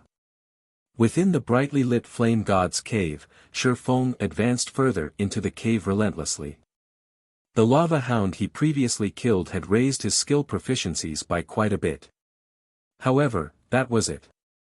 In contrast, the EXP the level 25 lava hound gave was much less. However, this was not strange. After all, the monsters within the Flame God's cave had both high attack power and HP but gave out very little EXP. Under normal circumstances, average players would not grind here at all. However, it was a different story once players had the Flaming Sun scripture. With it, they could easily deal with the monsters in the Flame God's cave. Moreover, the monsters here dropped flame crystals. Flame crystals were the main materials used for crafting basic fire resistance potions. By the time the majority of players reached levels between 20 to 30, they would discover that most party and team dungeons required a high fire resistance. Otherwise, they would have no way of raiding these dungeons. The level 25 large-scale team dungeon, the Flame Nest, for example, without basic fire resistance potions, players would have absolutely no way of conquering it. Yet, this team dungeon had loads of good equipment and items in it. Moreover, out of all the level 25 dungeons, the Flame Nest gave out the most guild reputation. Most importantly, there was a very small chance for players to obtain a Guild Mine certificate and Guild Medicine Garden certificate from the dungeon. These were both items that could allow a guild to develop itself further. Normally, only guilds with their own guild residence would be considered true guilds. Meanwhile, players could establish certain constructs within the guild residence to further aid in the guild's development. Among these facilities, two of the most important constructs were the Medicine Garden and Mine. These two constructs could provide the guild with a fixed amount of herbs and ore on a daily basis, and it could greatly reduce the guild's burden. It could also allow potion makers and forgers to have sufficient resources to increase their lifestyle skill proficiencies. Hence, as long as it was a guild that possessed their own guild residents, they would unhesitatingly raid the flame nest regardless of the price they had to pay to obtain these two certificates. As such, plenty of guilds had tried to raid the flame nest when their players reached between 20 and 30 levels, causing the basic fire resistance potion to become a high-demand product. Even until now, Shifeng had remembered that the basic fire resistance potions at that time had sold for 50 silver coins per bottle. Meanwhile, a single flame crystal sold for 15 silver coins. Thus, even at the cost of 3 to 4 gold coins, players would willingly purchase the Flaming Sun scripture. After all, they could easily obtain 25 to 30 flame crystals by grinding the Flame God's Cave for 2 hours. In the Flame God's Cave, a common ranked lava hound had a 3% chance of dropping a flame crystal, 3 times higher than the drop rate of fire-type monsters outside. Meanwhile, the level 25 elite monsters in the Flame God's Cave had a 100% chance to drop 1 flame crystal and a 10% chance to drop 2 flame crystals. Of course, these monsters would also drop equipment. As for level 25 special elites, they had a 100% chance of dropping 2 flame crystals, a 20% chance to drop 4 flame crystals, and a 10% chance to drop 5 to 7 flame crystals. Level 25 chieftain bosses were even more rewarding.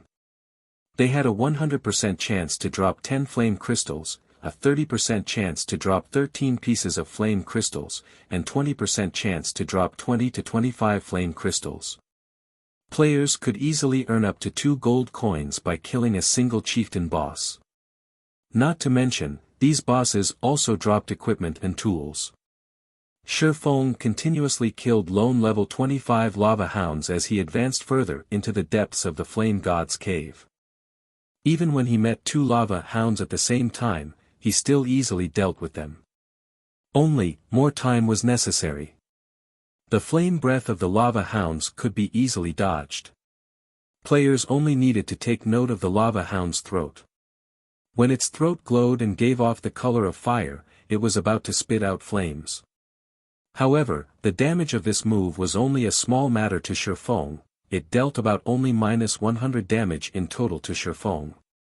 As for the lava hound's other skill, Flame Explosion, it could cause extremely high flame damage to all enemies within an 8-yard radius.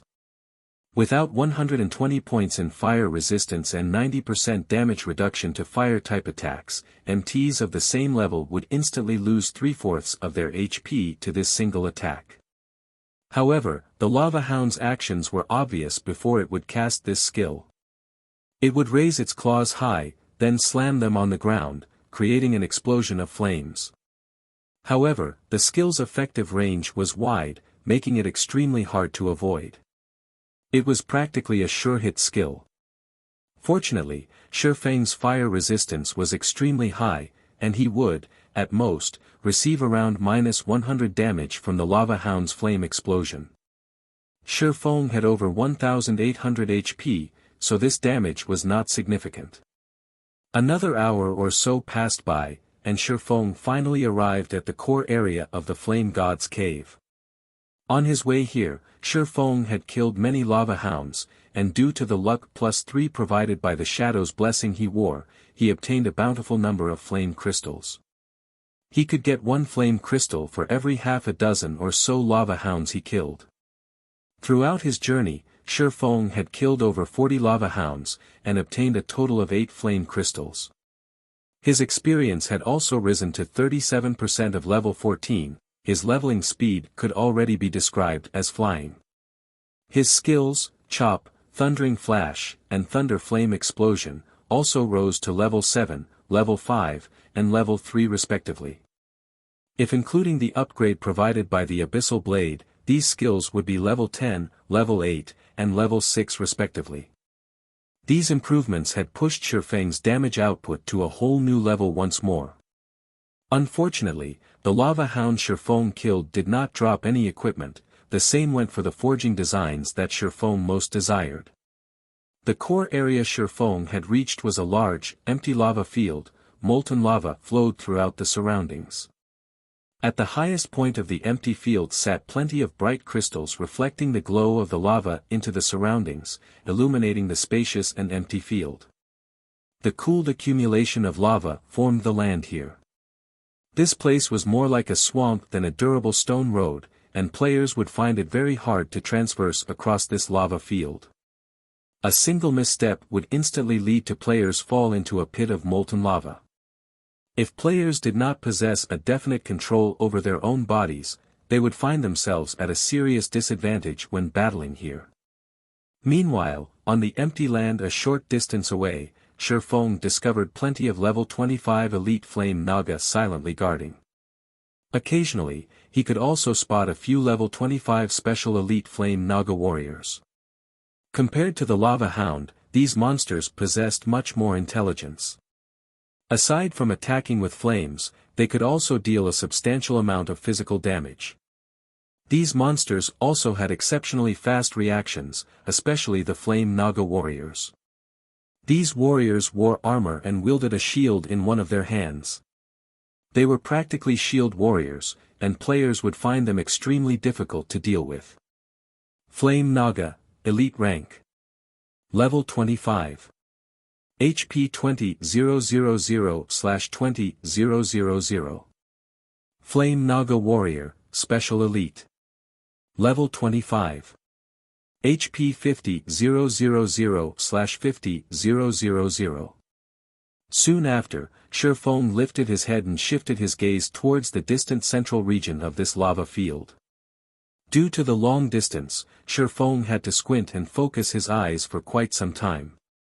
Only after activating his extraordinary vision could he discover a beautiful figure laying atop a stone altar. That was a Lamia. Unlike her Naga brethren, who possessed the heads and faces of a snake, although the lower half of this Lamia body was a snake's tail, her upper body was that of a human's. This Lamia possessed beauty that even women would envy. Her eyes were like red gemstones, giving off a dazzling glow. Her lustrous and seductive black hair was tied into twin ponytails. Exposed to the light of the flames, her delicate white skin shone like supple white jade. The most attractive parts of this Lamia were her elegant temperament and her exotic beauty. The bright silken blouse she wore was especially eye-catching, as it served to accentuate her delicate body and ample breasts further. Just a glance at this Lamia would easily captivate any intruder. It was truly hard to imagine that this delicate and beautiful Lamia was the Scorching Lamia Salou, the level 25 High Lord ranked boss of the Flame God's Cave. Sure enough, the benefits of pioneering a new land are plentiful. I have already found a High Lord rank on this first trip. In Shifeng's previous life, most of the bosses Shifeng had met were chieftain rank, and only rarely could he meet a lord-ranked boss. Only with superb luck could one find a lord-ranked boss. Shifeng's eyes shone as he gazed at Scorching Lamia Salou's attractive appearance, his breathing became slightly hurried. He also grew excited, a never-before-seen resplendent smile appearing on his calm face.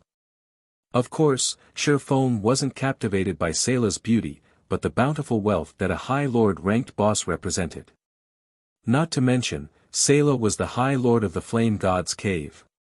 If he could kill her, he wondered just how much EXP and high-level items and equipment he could obtain. If Blackie and the others knew Shifeng's current thoughts and appearance, they would definitely curse Shifeng for being inhuman. Not sparing even a weak and delicate Lamia, Shifeng was practically a beast.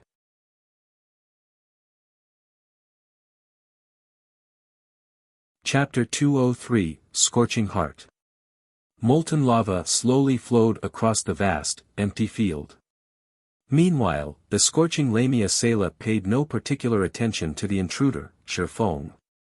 She simply swished her tail, slithering to a pool of lava. With a splash, Salou dove straight into the scorching pool, frolicking with a content expression. If a normal player copied Salou's actions and jumped into the lava pool, they could lose their lives in a given minute. Even if they activated the Flaming Sun's blessing and received an additional 100 points to their fire resistance, they would still lose 300 HP every second they submerged in the lava pool. Taking a good, long look, Shifeng finally decided upon a plan. Scorching Lamia Salou, High Lord rank. Level 25. HP 500,000/500,000. A Lord-ranked boss was not as easy to deal with as a Chieftain-ranked boss. If it were a level 25 Lord-ranked boss, not to mention a 20-man elite team, even a 100-man elite team would still die at the boss's hands. A Lord-ranked boss was simply too powerful. The only way to kill these bosses was to gather thousands of players and use the advantage of numbers to exhaust these bosses to death slowly. Other than that, there was no other way around it. Meanwhile, the Scorching Lamia, who bathed in the lava pool, was even more intimidating than a normal Lord-ranked boss. Without the Flaming Sun scripture, even thousands of players would have zero chances of defeating Salou. On the other hand, Shifeng had a method of dealing with the Scorching Lamia. However, he first needed to clear out the surrounding elite and special elite monsters. Otherwise, he would be similarly helpless against the Scorching Lamia. Let's first lure them slowly and clear them, bit by bit. Shifeng then randomly looked for a solitary flame naga, boldly walking over to it. He did not intend to use any special means to lure these monsters. As Shifeng was only level 14 right now, when faced with level 25 elites, these elites would all charge at him in a craze as long as he came within 40 yards. Hence, he still needed to apply some techniques to lure only one flame naga. Be it a snake-type monster or a naga, both were innately born with exceptional hearing. Hence, players needed to be light on their feet when approaching these naga. If players made even the tiniest disturbance, they would find only their own deaths. Shifeng walked with a strong and steady pace atop the soft and unstable ground, and with relative ease, he attracted the attention of a flame naga. Immediately, Shifeng watched as the flame naga charged at him like a madman. Come, come. Seeing that the naga had taken the bait, Shifeng faintly smiled as he spun around and ran towards a distant rock cliff. The flame naga was well versed in close combat. Meanwhile, its only ranged attack was the raging flame roar, and it belonged to the category of channeling spells. The skill had an effective area of 404 yards, and it needed 3 seconds to channel the skill fully. However, this skill did not pose any threat to Shifeng. On the contrary, melee combat with the flame naga was much more difficult. As the chase continued, although the flame naga was fast, Shifeng was not any slower than it either. The moment Shifeng arrived in front the rock cliff, with no further paths of retreat remaining, Shifeng started climbing up the extremely steep cliff with great ease. When he arrived at the top of the cliff, he stuck out his tongue at the creature as he silently looked down at the flame naga. The flame naga was further incensed by Shifeng's blatant provocation, and it, too, started frantically climbing the cliff. Although Shifeng was not a ranged class, and he could not kite the flame naga, melee battle the flame naga was simply too dangerous. If Shifeng was slightly careless, the flame naga could kill him with just 2 moves. Hence, Shifeng intended to fight from a range. Seeing that the flame naga was about to climb the cliff, Shifeng took out a basic frost grenade from his bag. He then threw it at the flame naga. Ping! Ice fragments scattered, and cold air spread out to the surroundings. The flame naga instantly froze. Due to the flame naga's fear of the cold, the basic frost grenade managed to deal -300 damage to it. However, the flame naga possessed 20,000 HP, so this small amount of damage barely made a scratch. Frozen halfway through its climb up the rock cliff, the flame naga's immobile body fell. 2 stones, protruding from the rock wall, halted the serpentine beast's fall, sandwiching the flame naga's body between the rocks as it hung halfway up the cliff. Be it attacking or dodging, the flame naga would find it extremely challenging to do either from its current position. It could not even carry out the simple action of turning its own body right now. Shifeng smiled at this sight. He jumped down from his elevated position, landing on one of the stones trapping his opponent. He then started attacking the flame naga from behind. It was extremely easy to kill a flame naga that had zero means of retaliating. Shi Feng sent a level 10 chop slashing at the flame naga's back, burning him a scream of pain coupled with a damage of -168 above the monster's head. Shi Feng couldn't help but admit that a level 25 elite was truly amazing. With the level suppression, in addition to the flame naga's superior defense, his attack could not even deal -200 damage even with the damage multiplier from the Flaming Sun scripture. Immediately after, Shi Feng followed up with Thundering Flash, Earth Splitter, Double Chop, and Thunder Flame Explosion. A series of damages appeared above the flame naga's head. However, even with the damage amplification effect inflicted by Thundering Flash, the highest damage Shi Feng had dealt with a single attack was barely over -200 points. Though there was the occasional critical hit of over -400 damage, the Flame Naga had a total of 20,000 HP. Aside from Shi Feng's skills being capable of causing more than -100 damage to the Flame Naga, his normal attacks could not deal over -50 damage. Moreover, Shi Feng had activated the Ice Blue Devil Flames effect before his attacks. Seeing as the freezing effect was about to end, Shi Feng threw another basic frost grenade at the Flame Naga, freezing his target once more. He then resumed his barrage of attacks.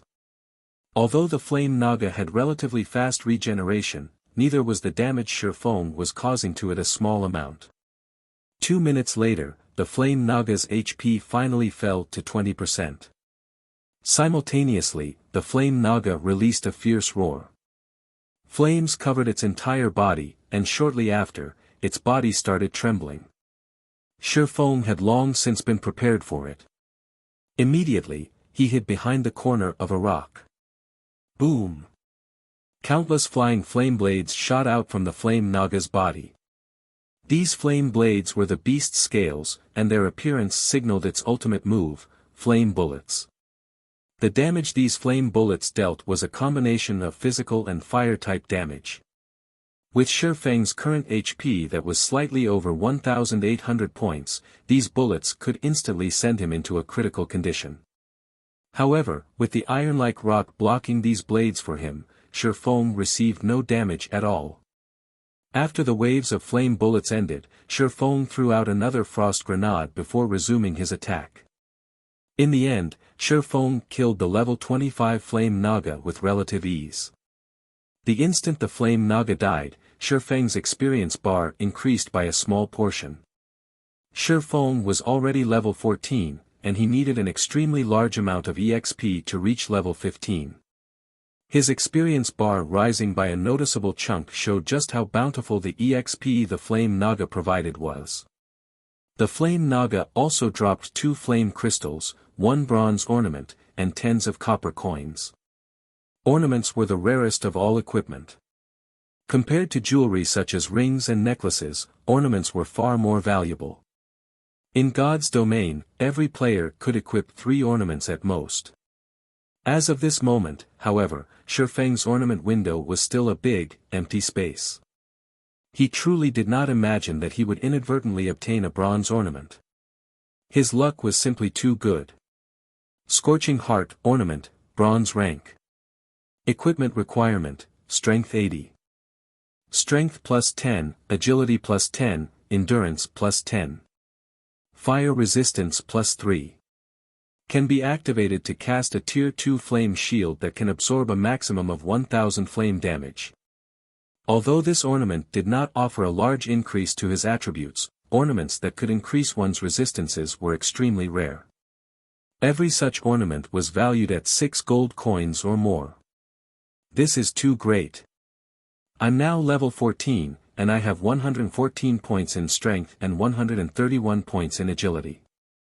If I equip this Scorching Heart, it will increase both my strength and agility by 10 points, just enough for me to meet the requirements of 120 points in strength and 140 points in agility for the Blazing Meteor.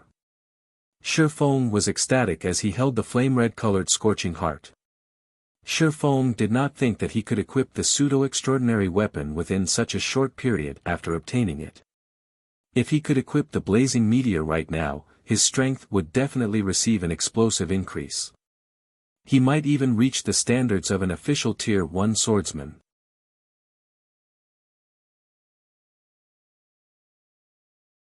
Chapter 204, Battle Prowess of a Tier 1. If he could increase his strength to the standards of a Tier 1 swordsman, he could easily deal with the High Lord-ranked Scorching Lamia. The Scorching Lamia had 500,000 HP, possessing the superior battle recovery of a High Lord-ranked boss. The Scorching Lamia could recover 10,000 HP every 5 seconds. If players did not possess a DPS of 2000, Salou was, essentially, invincible. This was one of the reasons even an elite team of hundreds of players could not exhaust a High Lord to death. Not to mention, the Scorching Lamia possessed frightening attacks and overly powerful skills. If players wanted to raid Salou head-on, it would be no different than seeking their own deaths even with a team of thousands of players. However, it would be a different story if they possessed the Flaming Sun scripture. Previously, before Shifeng obtained the Scorching Heart, he had close to no confidence of successfully soloing the Scorching Lamia. He merely thought of giving it a try. In any case, he would not incur a huge loss. However, he now had some confidence in actually killing Salou. Although Shifeng had never experienced the might of a pseudo-extraordinary weapon, according to Shifeng's estimates, it should grant him the strength of an official Tier 1 swordsman.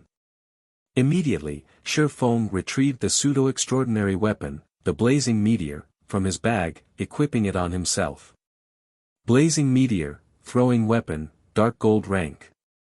Equipment requirement, strength 120, agility 140. Attack power, value is set at player's strength 2. Strength plus 50, agility plus 65, endurance plus 10. Attack speed plus 5. Maximum throwing distance, 45 yards. Ignore levels plus 8. Attack speed increased by 15%. When attacking. 35% chance to ignore target's defense. 30% chance to activate quadruple phantom effect, each phantom causing 50% flame damage. 10% chance to activate knockback effect. 5% chance to activate burning flames effect, dealing 200 flame damage to the target every second for 10 seconds. Stacks up to 5 times. Additional skill, Flame God's Fury. Deals physical and flame damage to enemies within a 403-yard area. Deals 900% damage to the initial target, and damage reduces by 10% with each consecutive enemy hit to a minimum of 500% damage. Cooldown, 3 minutes. The Blazing Meteor was forged by the Grandmaster Forger, Salou. Due to the limit of its materials, it is only a pseudo-extraordinary item possessing strength at the very limit of mortal men. The Blazing Meteor can be reforged into an epic ranked item after gathering epic ranked fire-type materials. User restriction, Yifeng. Unable to be dropped. Unable to be traded. After equipping it, Shifeng's attributes instantly soared. His strength reached 174 points, while agility reached 206 points. He was only a few attribute points away from being able to equip the fragmented legendary ranked item, the Heavenly Dragon's Breath, which required 200 points in strength and 120 points in intelligence. With the improvements provided by the pseudo-extraordinary weapon, Shifeng's attack power with throwing weapons increased to 696 points, while his melee attack power with his right and left hand were 444 and 426 respectively. The base damage for his ranged attacks far surpassed his melee attacks. In addition, due to the Blazing Meteor ignoring +8 levels, Shifeng would no longer face any level suppressions, which would greatly reduce his damage, when dealing with level 25 monsters. As Shifeng's agility attribute reached 200 points, he once again activated one of the hidden passive skills, Basic Disappearance. The passive skill increased Shifeng's movement speed and attack speed by 20% and greatly decreased his stamina consumption during a battle. When he tread water, he could travel a distance of 10 yards with a single leap. His evasion also increased by 10%. With such a boost, Shifeng's confidence increased once more. I can start clearing the place now. Shifeng shifted his gaze towards the distant elites and special elites. Since his ranged attacks were more impressive than his melee attacks now, he would naturally avoid using his previous, inefficient battle techniques. He could simply copy the ranger in his previous life, using the basic kiting method to kill these Naga. That way, not only would the battle be swift, but he could also guarantee his own safety.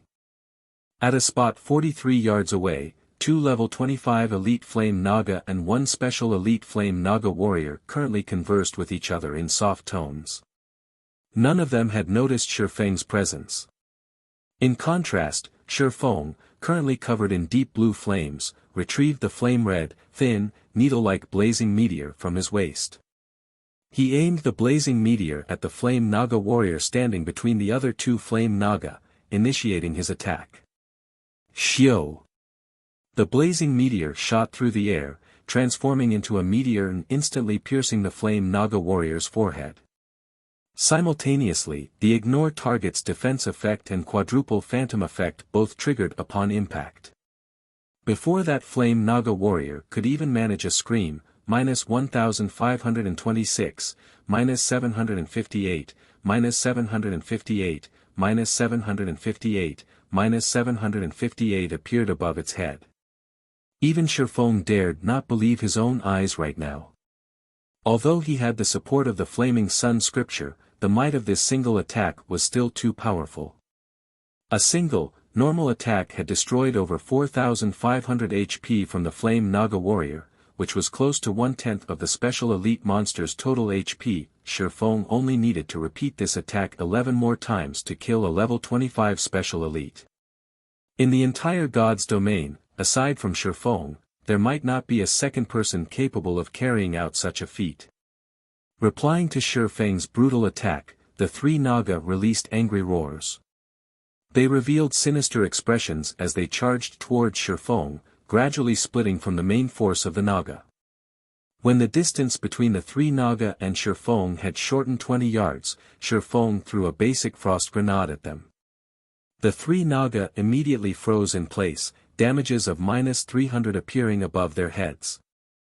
Holding nothing back, Shifeng threw the blazing meteor at the 3 Naga relentlessly. The blazing meteor's effects constantly triggered, each attack dealing over -1000 damage, while the occasional critical hit dealt over -2000 damage.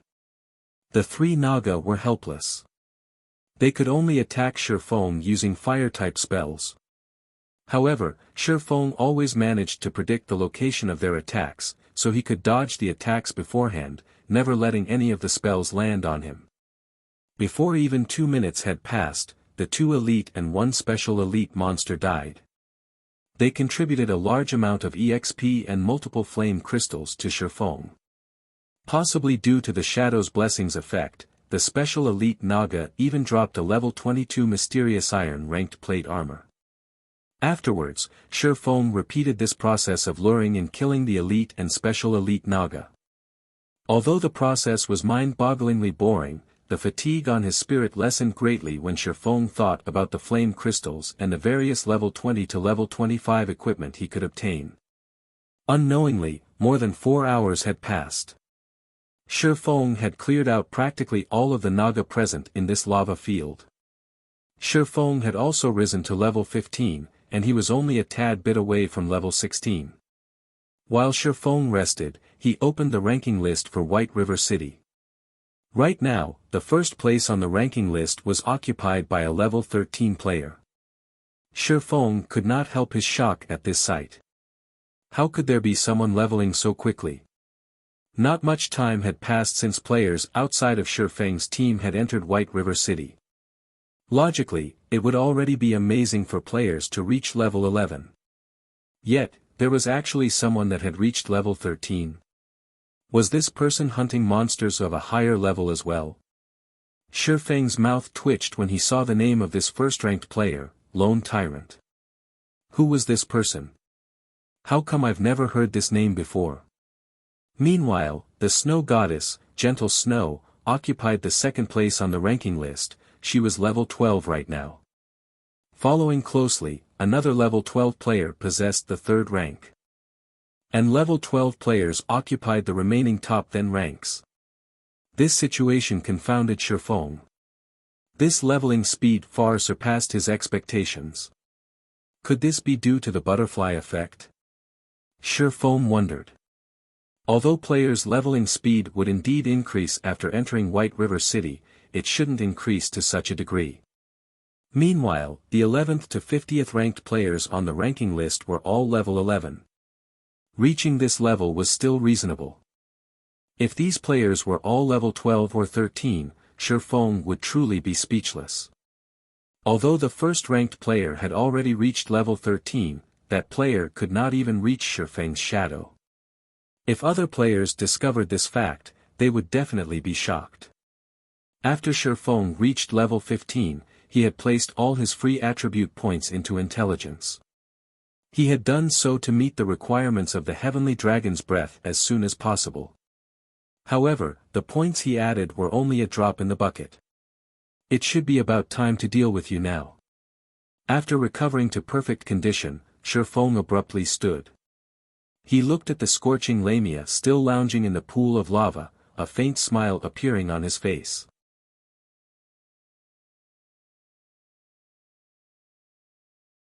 Chapter 205, Queen's Rage. Just when Shifeng contemplated raiding the delicate and weak-looking scorching Lamia, the entire White River City region flew into an uproar. The cause was no other than the White River City region's ranking list. A level 13 player actually held the first place. What is this? I've only managed to reach level 10 and enter White River City after much difficulty, yet, there is already a level 13 player. What did this bastard eat growing up? I know, right? That lone Tyrant fellow previously ranked in the 10s, but he had suddenly shot up to first place, surpassing even the Snow Goddess. Lone Tyrant is from a guild called Dark Star. Isn't that a third-rate guild? How could they be so strong as to surpass the Snow Goddess? The official forums were already in a fiery uproar over this matter, and the previous issue relating to Shifeng had become forgotten history. Inside the level 10, 10-man team dungeon, the Dark Crow Cave. A black-feathered crow with a 6-meter-tall body lay motionless on the ground, a pile of items sitting by its side. Among these items, there were pieces of level 10 mysterious iron set equipment. There were even 2 secret silver-ranked items and a large number of rare materials. Meanwhile, standing beside this black-feathered crow was a fairy.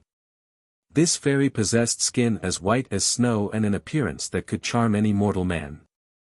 Her body was the very definition of absolute perfection. However, this fairy's eyes possessed a penetrating gaze with a boundless and intimidating chill. This woman who seemed to transcend mortal men was none other than Gentle Snow. System: Ouroboros has cleared the hard mode of Black Crow Cave. Rewarding 300 guild reputation. Snow: someone's reached level 13 already. They're a lot faster than we are. Why don't we stop dungeon diving and resume leveling up? Possessing a similarly devilish body, Zhao Yueru pouted as she spoke, displeased. After going to a level 12 monster area while they were only level 9, they quickly discovered that they could constantly improve their battle prowess. Although it was extremely difficult to kill those monsters, in the beginning, they rose swiftly after experiencing many near-death situations and long periods of research and self-reflection. With their battle techniques having greatly improved, they felt that killing monsters 3 levels higher was no longer just a pipe dream. They also felt that they could achieve the feats Shifeng had displayed in the past, similarly obtaining an effortless victory over a great number of players. After arriving at White River City, they immediately picked up the daily reputation quests. They then looked for an extremely good leveling spot, grinding there for a period. However, due to their equipment being slightly outdated, they decided to raid a dungeon to upgrade their equipment, making preparations to obtain the first clear of one of the level 10 large-scale team dungeons. Otherwise, a player from a measly third-rate guild wouldn't have surpassed them. Ignore him. Compared to levels, the first clear of a large-scale team dungeon is far more important. Moreover, after exceeding level 15, it won't matter, even if we manage to clear the hell mode of a level 10 large-scale team dungeon. Our equipment should be close to ready now, so let's start with obtaining the first clear of a level 10 party dungeon. When Gentle Snow noticed Lone Tyrant's name occupying the first position on the ranking list, a calm smile appeared on her pure and untainted complexion. Gentle Snow's team members revealed excited smiles when faced with Gentle Snow's decision. They could finally display their prowess for all to see.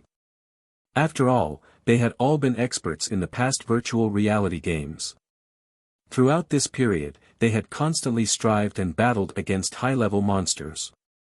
During their breaks, they would research the videos of experts, especially Shifeng's battle footage. Although the video was short, it held great significance.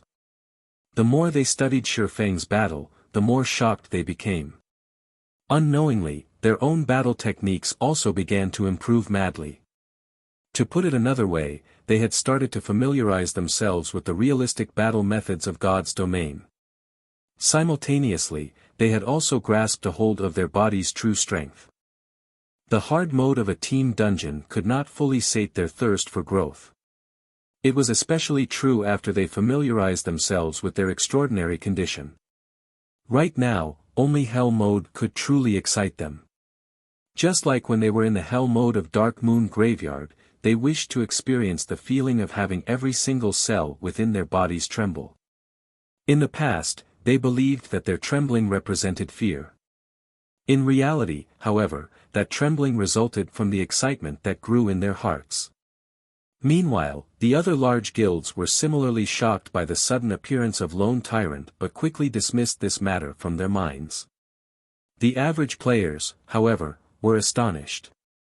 This incident had allowed the apex third-rate guild, Dark Star, to firmly establish a foothold in White River City. Even the second-rate guild, the Assassins' Alliance, was a step behind them. None of the top 10 players on the ranking list belonged to the Assassins' Alliance. Contrary to expectations, the Assassins' Alliance had 3 members ranked within the top 30. One of them was the guild leader, ranking 18th. The second person was Stabbing Heart, who ranked 26th. Finally, the Assassins' Alliance's top elementalist ranked at 29th. Yet, to the majority of the players within the White River City region, having such a rank was no different than having no rank at all. The fame of having such a rank was worlds apart from that of being in first place. Flame God's Cave. At this moment, Shifeng had lured the level 25 High Lord ranked Scorching Lamia to a corner absent of any lava. Half of the Salah's amazing prowess relied on the presence of lava.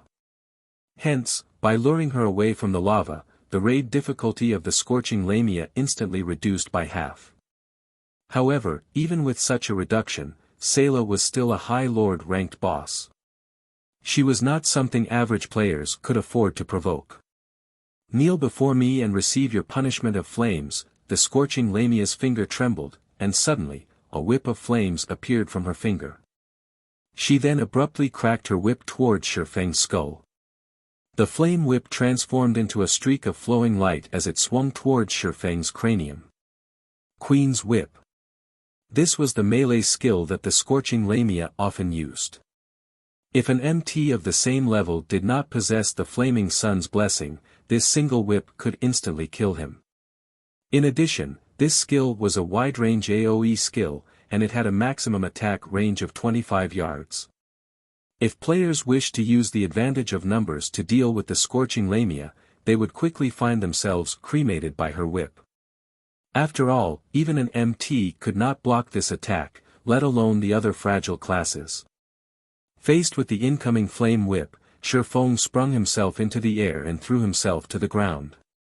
Although he easily avoided the flame whip, the whip's flaming trail still singed Shifeng, dealing slightly over -70 damage. However, Shifeng took this chance to pull quite a distance away from the Salah. He then jumped and twisted his body in the air, throwing the blazing meteor at the Scorching Lamia. A red glow shot forth, accurately piercing the left arm that the Scorching Lamia was about to lift. The attack activated the rarely seen burning flames effect, immediately causing -754 damage and inflicting a negative status effect that caused -400 flame damage per second for 10 seconds. Simultaneously, the attack also interrupted the rhythm of the Scorching Lamia's next attack. Despicable human. I will capture you and make you my pet. Rage surfaced on the Salau's beautiful face. Immediately, she swung her tail with all her might. Her speed abruptly soared, instantly shortening the distance between Shifeng and herself. Almost, Shifeng took a look at the surrounding environment, abruptly halting his steps. He then turned to face the Scorching Lamia, throwing a basic frost grenade at her. Hard, iron-like rocks surrounded their current location, not a single drop of lava was visible. This terrain would greatly limit the Scorching Lamia's most powerful skill, Queen's Rage. This skill allowed her to command the surrounding lava, transforming it into a wave that engulfed everything in its path. Even if Shifeng had 123 points of fire resistance, he still couldn't endure this fierce move. The Queen's Rage was the Scorching Lamia's ultimate team-wipe skill. Aside from the Queen's Rage, Shifeng also needed to be careful of the arrows from the Scorching Snake Lady's bow, as this attack caused a combination of physical and flame damage. The Flaming Sun's blessing did not provide any physical damage reduction. Hence, Shifeng could, at most, take 2 hits from her arrows before saying goodbye to his life. Hence, he needed to treat them with care.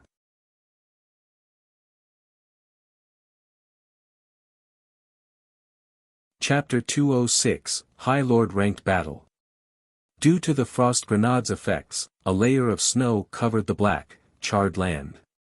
Meanwhile, the Scorching Lamia's tail had frozen to the ground, her motions halted as a result. A hint of fury surfaced on her beautiful countenance. She raised her right hand, pointing a finger at Shifeng. Immediately, a large gathering of violent fire-type mana collected at her tender, jade-like finger. This was one of Salau's skills, Flame Burst. Flame Burst had a 2-second cast time, and it was a continuous attack skill that caused extremely high fire-type damage to the target. It could practically instant-kill a top-tier MT with full HP, and even if that MT possessed the Flaming Sun's blessing, he would still receive a ton of damage.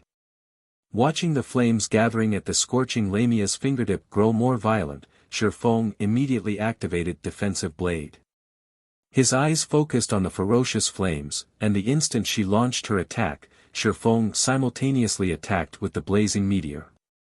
He intended to interrupt, or at least delay, the Scorching Lamia's assault. In God's domain, players could dodge spell attacks. However, they needed an accurate grasp on the timing of the attack. Otherwise, whether dodging a second too late or too early, the attack might land on its target. As casting spells would provide the caster with a lagging advantage, the caster could gain a clear grasp of their target's movements before launching their attacks. If players dodged before the spell released, they would become an easier target. Hence, the best time to dodge a spell was the moment the spell was released. However, once a spell discharged, it would travel to its target with blinding speed, making it extremely challenging to dodge. Of course, if players had very fast movement speeds, they could utilize that speed to their advantage, preventing the enemy caster from getting a firm lock on them. When faced with the High Lord ranked Scorching Lamia, however, it was beneficial to have such thoughts. Shifeng sent attack after attack with the blazing meteor, causing a series of damages of -743, -1502, -751, and -749. Although the damages looked awesome at first glance, to Salau's 500,000 HP, they were just a drop in the bucket. The Scorching Lamia also had a frightening battle recovery, so in reality, Shifeng did not cause any significant damage to her at all. However, as he had triggered the knockback effect of the blazing meteor, Shifeng managed to interrupt the casting time of the Scorching Lamia's flame burst. I will burn your soul with the flames of God. The Scorching Lamia's smile was imposing. At this moment, the tip of her jade-like finger suddenly shone with a dazzling light, illuminating the entire cave. the temperature within the cave also increased by several folds. The light on Salou's finger was like a miniature sun. Suddenly, streak after streak of searing, white flames shot out from the scorching Lamia's fingertip. One streak after another, the flames bombarded Shifeng like a heavy machine gun. The instant Salou launched her flames, Shifeng used his evasive maneuvers. However, he was still a step too late. In the blink of an eye, one of the flames struck him, robbing the defensive blade of one of its limited charges. Although the first streak hit its target, Shifeng dodged both the second and third. The flames scraped past Shifeng's clothes, striking the rock wall behind him. Boom! Boom! The wall, which was normally as hard as steel, was as soft as water when struck by the white flames. Not to mention easily piercing through the rock wall, the flames even formed a 1 meter wide and 10 meter deep tunnel into the rock wall. What was even more shocking was that the tunnel seemed polished. The walls of the tunnel were smooth and sparkling, giving it a metallic sheen. This was the result of those molten white flames. If Shifeng had not used the defensive blade to block that attack, he would have evaporated out of existence. Although this was not the first time Shifeng had encountered this attack, he would still feel his heart skip a beat each time he witnessed this frightening power. This was the strength of a High Lord. A battle with a High Lord ranked boss was no ordinary battle. Instead, it was a superhuman battle that could cause the destruction and reformation of the surrounding terrain. When the bombardment ended, Shifeng had exhausted the remaining charges on the defensive blade. However, the Scorching Lamia had halted her steps for quite a while now. Due to Shifeng constantly throwing frost grenades at her, Salou could only take out her bow and attacked with her fire arrows. Compared to the flame burst, these fire arrows were much easier to dodge. Shifeng managed to attack with the blazing meteor while simultaneously dodging the fire arrows, steadily depleting the Scorching Lamia's HP. However, Salou was no fool. She, too, knew how to dodge. Only, due to her frozen body, very rarely did she manage to dodge or block against an attack. 98%. 95%. 93%. 91%. Over an hour had passed, and Shifeng didn't even know how many times he had thrown the blazing meteor. In the meantime, the Scorching Lamia's HP gradually decreased, finally reaching 80%. During this time, the Scorching Lamia had cast up to 9 flame bursts and Queen's Whips, but Shifeng defended against all of them with either defensive blade or parry. At one point, a flame burst nearly killed Shifeng. Fortunately, he quickly used an intermediate recovery potion, replenishing much of his missing HP.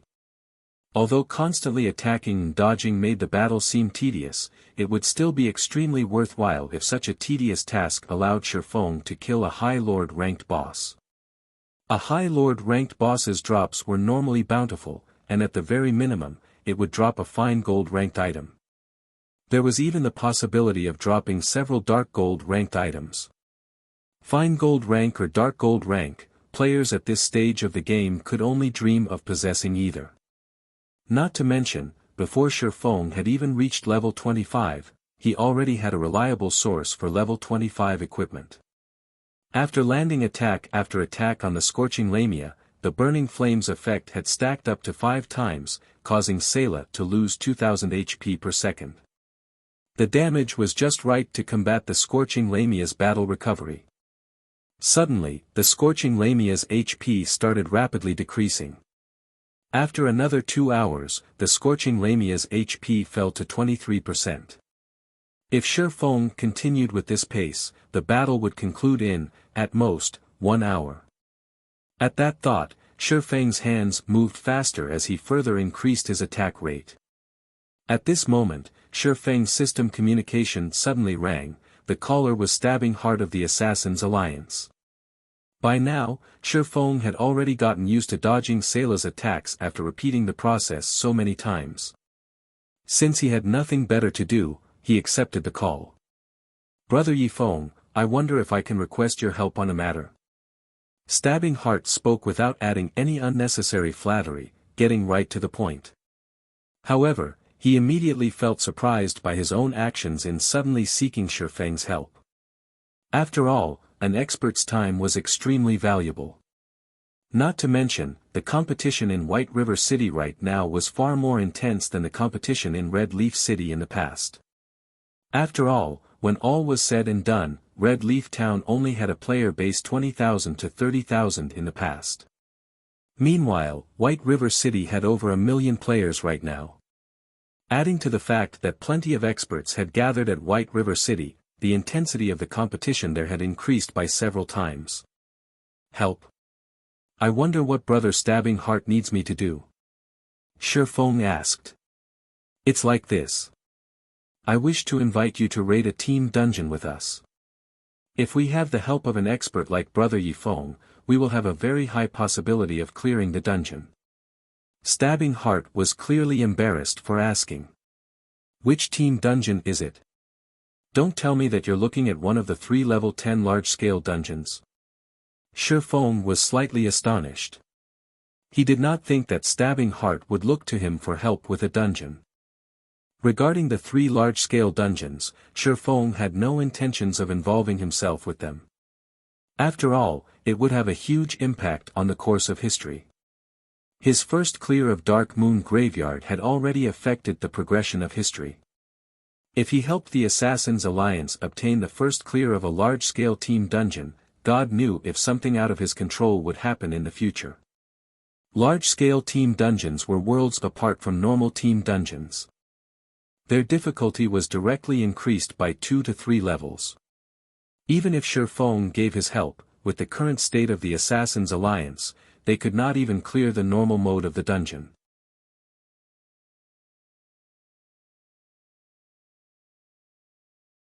Chapter 207, Killing the Queen. Shifeng did not want this timeline to develop out of his control.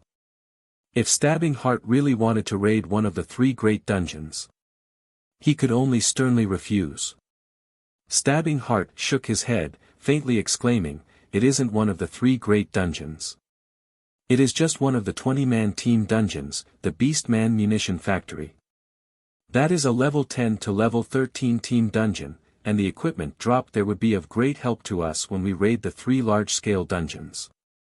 Although we've already cleared the normal mode of that dungeon, the hard mode is simply too difficult.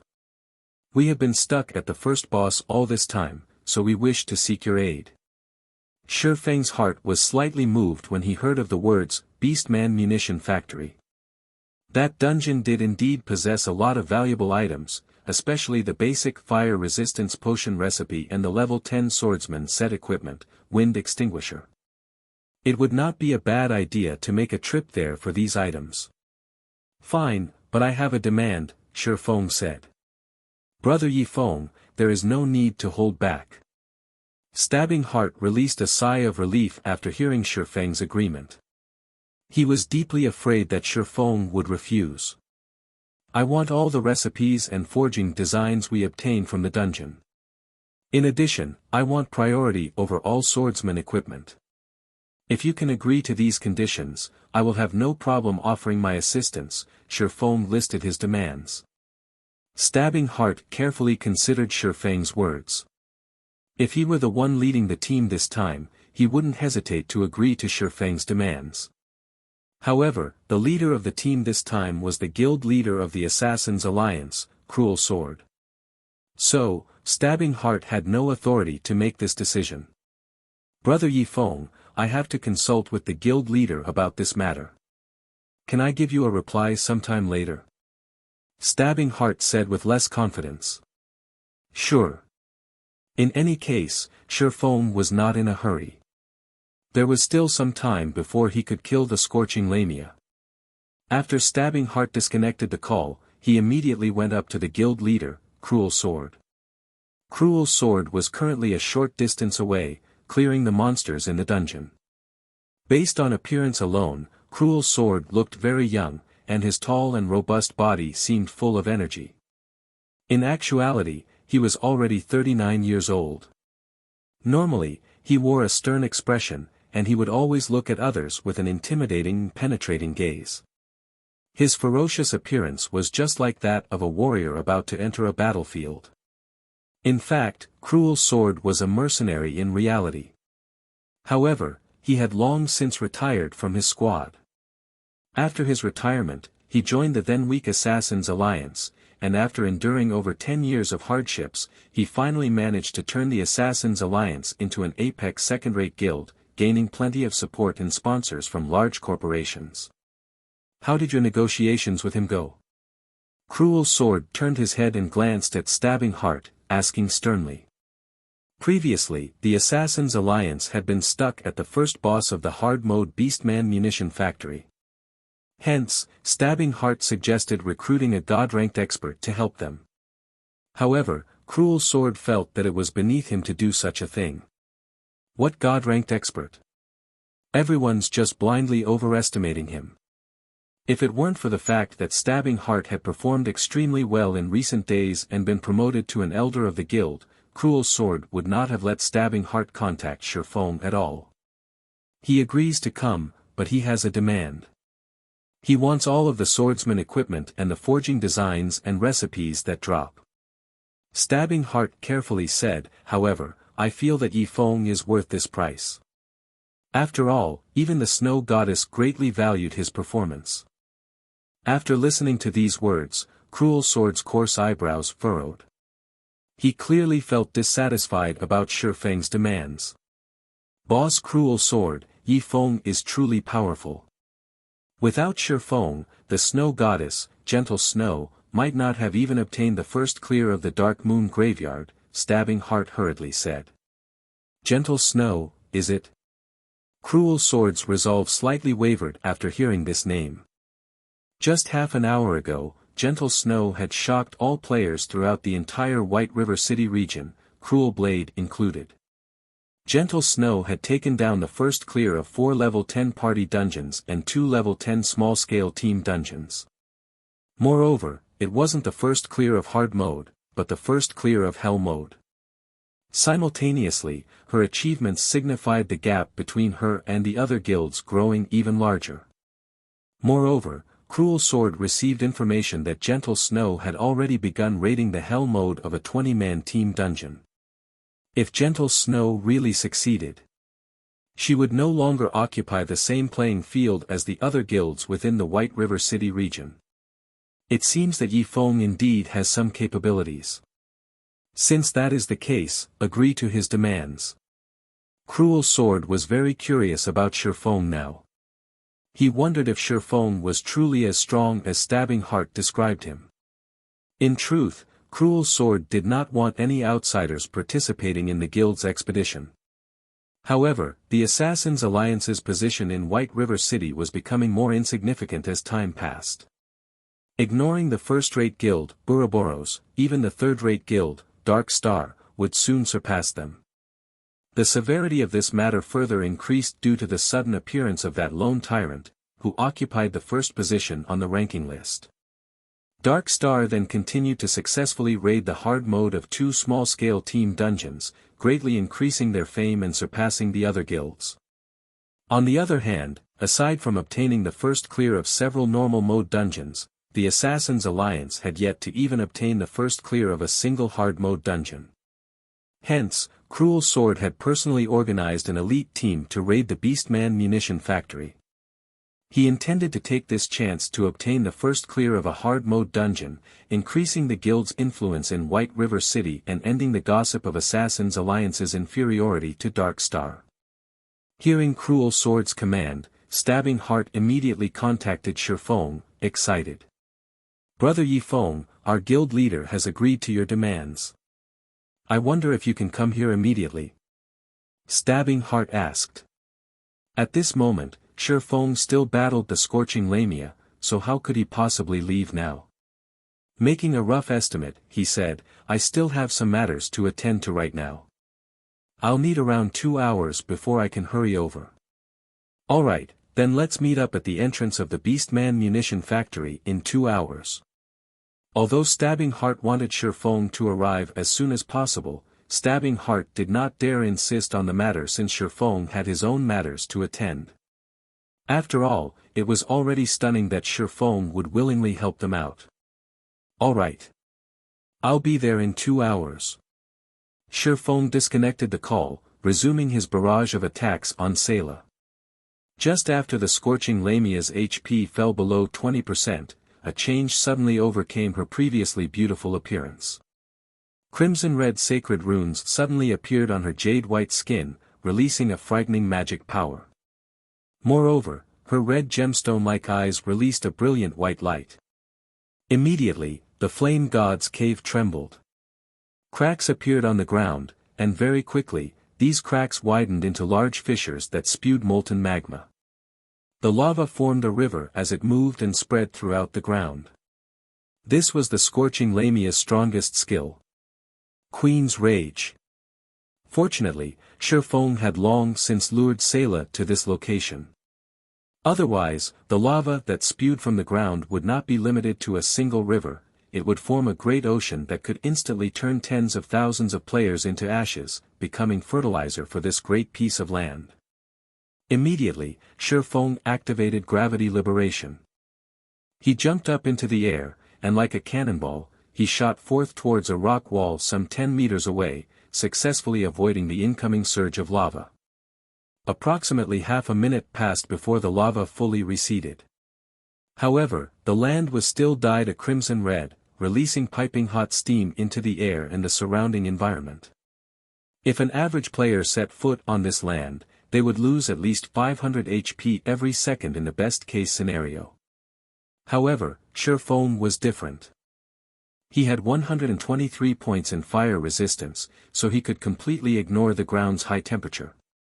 After he landed, he immediately resumed his attacks on the Scorching Lamia. It was extremely exhausting for Salou to cast Queen's Rage. So, after using the skill, she would enter a period of weakness. During this period, she would not have any attack power remaining, and it was the best time for Shifeng to kill her. If Shifeng waited for the land to recover its normal state, the Scorching Lamia would have also recovered from her weakened state. In addition, her HP would also recover to 30% or above. The Scorching Lamia in a weakened state stood no chance against Shifeng. The blazing meteor caused over -1,500 damage to Salou with every strike, with the occasional critical hit causing over -3,000 damage. 18%. 16%. 14%. 12%. By the time the Scorching Lamia had broken away from her weakened state, she only had 10% of her HP remaining. In the end, the Scorching Lamia entered a berserk state, and her damage increased by several folds. However, with Shifeng's frost grenades controlling her movements from beginning to end, Salou could not display her frightening might in melee combat at all.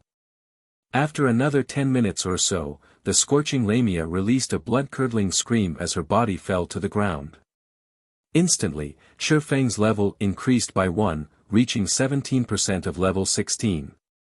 The bountiful EXP even shocked Shifeng. Shifeng then heard the sound of an explosion, and a large amount of flame crystals, equipment, and items appeared in place of the Scorching Lamia's body.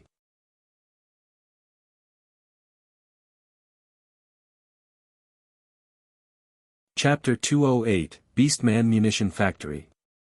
It really is great to have the Shadow's blessing. Shifeng's eyes slightly twitched as he looked at the shining loot scattered across the ground. It was the first time he truly felt fortunate about the 3 points of luck. It seems that I should get more equipment that increases the luck attribute in the future. I can use it specifically when killing bosses.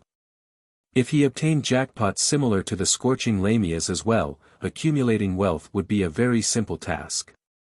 In God's domain, the term jackpot only applied to boss monsters, since bosses would give out more loot than usual.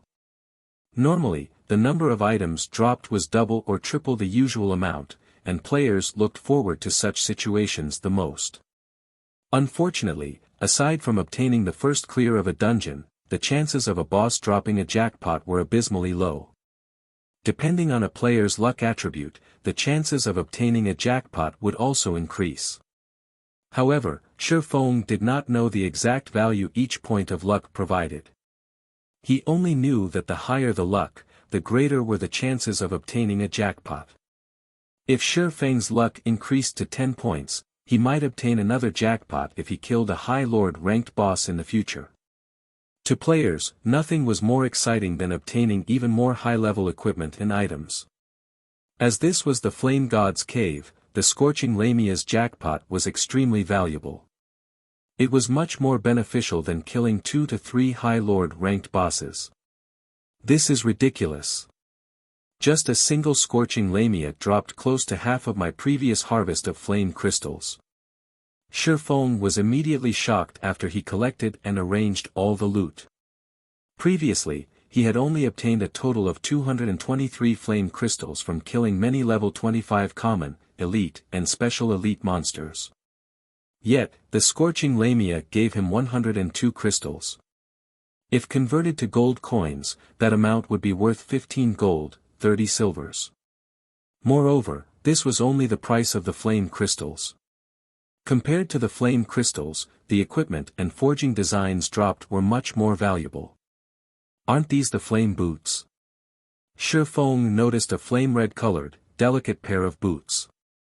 There were 3 gorgeous flame crystals embedded into each side, giving the boots a dazzling appearance. Flame boots, plate boots, dark gold rank. Level 25. Defense plus 175. Strength plus 21, agility plus 30, endurance plus 15. Movement speed plus 8. Fire resistance plus 5. Additional skill dash. Flame rush, increases movement speed by 100% for 10 seconds. Cooldown, 2 minutes. Just the value of this piece of equipment exceeded 20 gold. In addition, Salou also dropped a dark gold ranked shield. Light of Day, shield, dark gold rank. Level 25. Equipment requirement, strength 130. Defense plus 665. Block rate, 41%. Defend skill level plus 2. Strength plus 34, agility plus 10, endurance plus 32. Maximum HP plus 15%. Additional passive skill dash. Guardian Heart, reduces incoming damage from the front by 20%. In addition, all damage received reduced by 10%. Not to mention a shield, equipment meant for MTs was usually abnormally expensive. Moreover, the attributes of this shield were extremely beneficial. If sold, its minimum price would be at least 40 gold. Aside from those 2 dark gold ranked items, there were 7 secret silver ranked items. 3 of them were level 25 mage equipment, 2 were level 25 healer equipment, 1 was level 25 leather armor, and the last was a level 25 two-handed axe. Every piece could sell for at least 3 gold coins.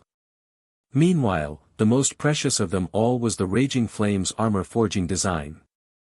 This was also Shi Feng's first time seeing this item. Shi Feng was immediately stunned when he read the introduction of this forging design. The Raging Flames armor was a level 25 secret silver ranked plate armor. Although its base attributes were ordinary, it was a very valuable item. It specifically catered to MTs when dealing with fire-type monsters. One could say that the Raging Flames armor was the best level 25 secret silver ranked breastplate. If utilized properly, the value of this forging design could exceed 100 gold. However, flame crystals were necessary to craft the Raging Flames armor. In addition, it also needed a rare secret silver ranked ore, resulting in a high manufacturing cost. However, it would be greatly desired once forged. In particular, when it was used in the level 25 large-scale team dungeon, Flame's Nest, it would be frighteningly effective.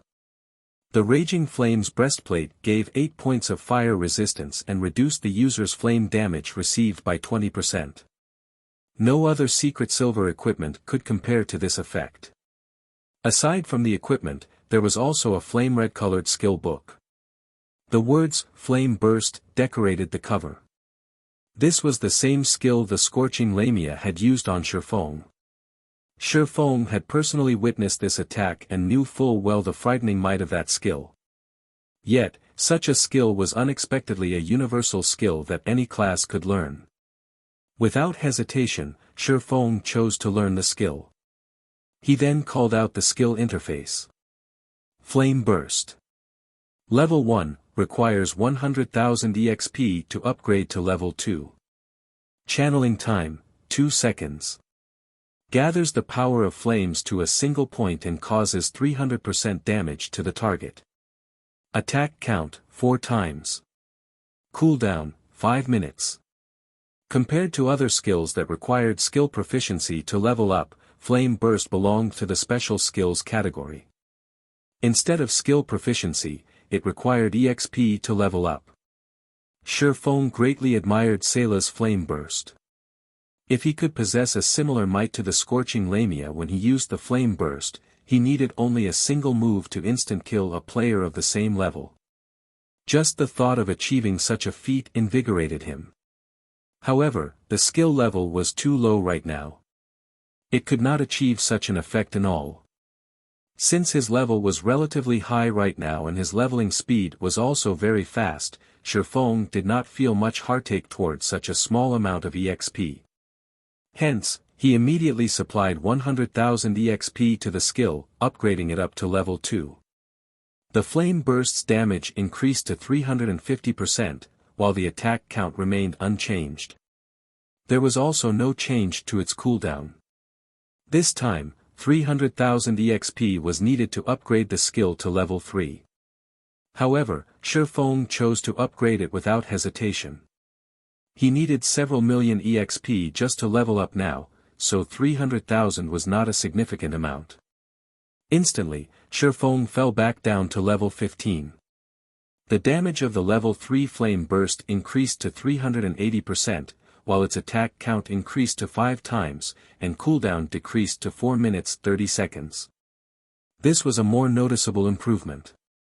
Meanwhile, it now required 800,000 EXP to upgrade to level 4. Yet, Shifeng still chose to upgrade it. The damage of the skill increased to 400%, attack count remained at 5 times, and cooldown decreased to 4 minutes. The skill needed 2 million EXP to upgrade to level 5 this time. Shifeng similarly upgraded it to level 5 without hesitation. The damage of Flame Burst increased to 420%, attack count increased to 6 times, and cooldown decreased to 3 minutes 30 seconds. As a result of such a huge increase, however, Shifeng had fallen to level 14. If he wanted to upgrade the skill to level 6, he needed to supply 4 million EXP. Even if he dropped back down to level 0, he could not raise Flame Burst to level 6. It seems that I can only wait until after level 20 before upgrading the Flame Burst again. Shifeng felt it was unfortunate. However, a level 5 Flame Burst was sufficiently amazing already. It was certainly a very useful trump card. Shifeng had spent quite a sum of money on his trip to the Flame God's cave this time. Not to mention using more than 2 stacks of basic frost grenades, he also used the Flaming Sun scripture. However, with such an astonishing harvest, the losses he incurred were negligible. There's still some time left. I'll get some rest before heading to the Beastman munition factory. Shifeng called out the system clock, discovering that he still had some time before the appointed time. Seizing this chance, he could get some repairs done to his equipment and store his loot into the bank. He would return to the Flame God's cave again in the future when he had the time. The boss of the Flame God's cave had a respawn time of 2 days. In other words, Shifeng would return to the Flame God's cave to kill its boss once every 2 days. Not only could he level up quickly by doing so, but he could also obtain plenty of high-level equipment. This place was sacred ground for players. It was no wonder the ranger, who was the first person to discover this place, made a huge earning.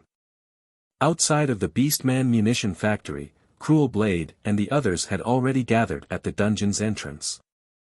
They currently discussed their strategy to raid the dungeon. During the time they spent waiting for Shifeng, they challenged the dungeon twice more. However, the end result was still the same. Obtaining the first clear of a hard mode team dungeon was much more difficult than they had imagined. Although they had managed to clear the hard mode of a 10-man team dungeon, some other guild was already a step ahead of them by the time they cleared it. Right now, only the first clears of 20-man hard mode team dungeons were available. However, the hard mode of a 20-man team dungeon was obviously more difficult compared to a 10-man team dungeon. No matter how much thought they put into it, they could not come up with any methods to clear the dungeon. They could only wait for Shifeng's arrival at the dungeon's entrance. This was also a good chance for the team to get some rest. Although Stabbing Heart had continuously recommended Shifeng, Cruel Blade did not place much hope in him. After all, the Assassins' Alliance was an apex second-rate guild. Experts were a dime a dozen within the guild. Meanwhile, they had gathered 20 experts to raid the Beastman munition factory, but they still died under the first boss feat. What difference would an additional, independent player with good techniques make? Guild leader, someone's coming, one of the guild's scouting assassins suddenly spoke in the team chat.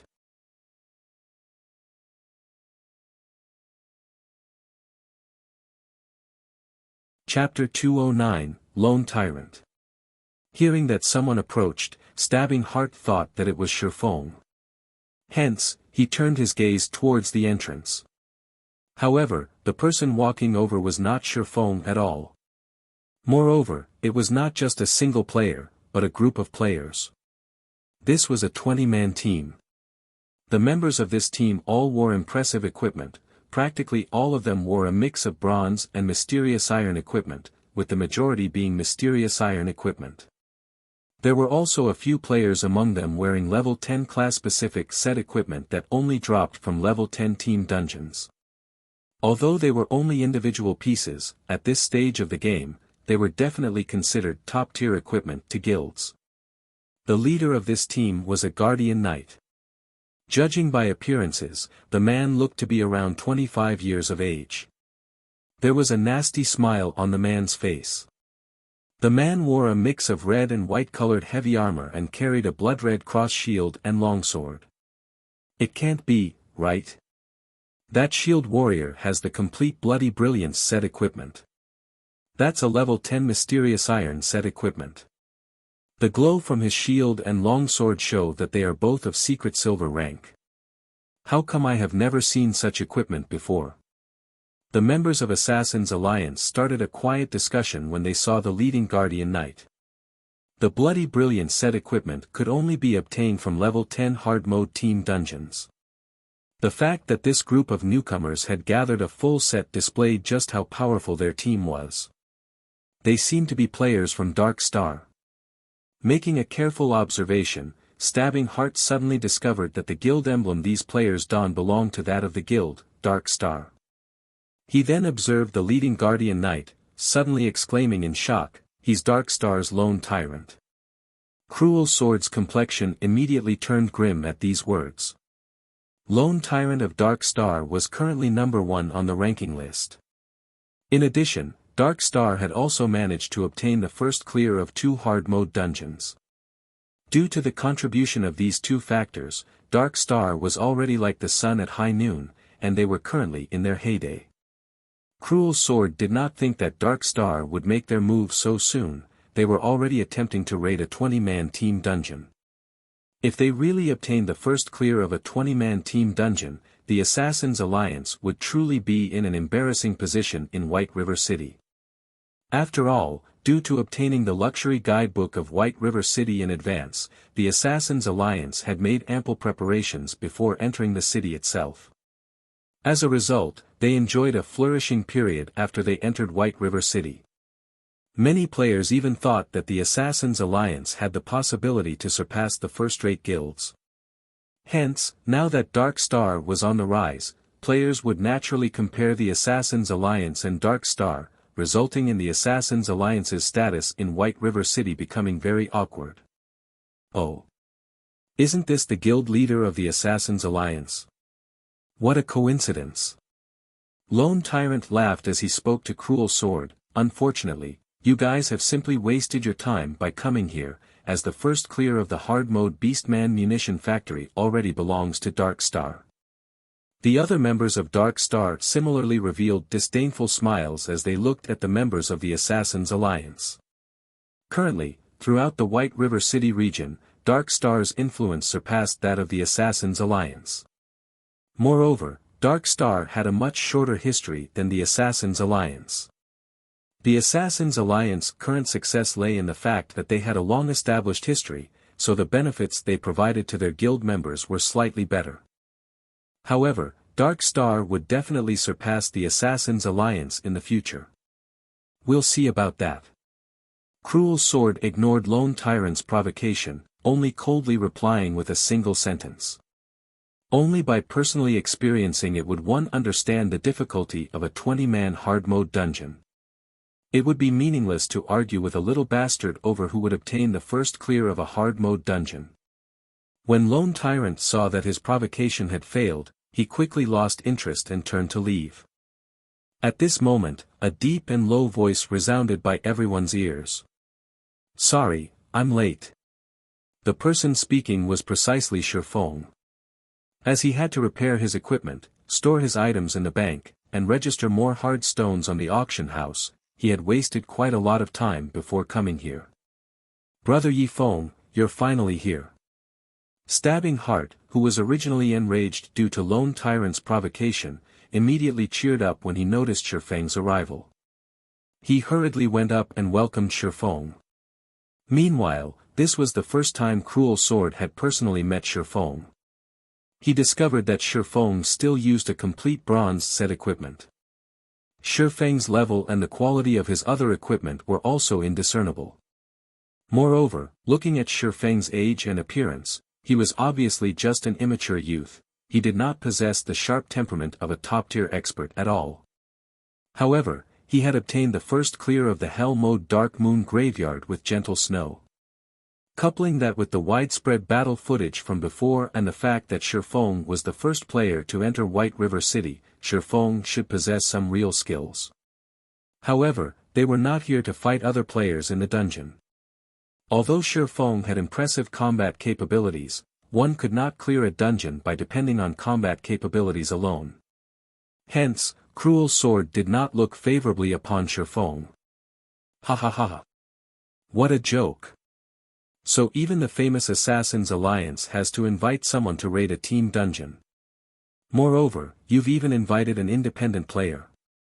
It seems that the Assassins' Alliance only amounts to this much.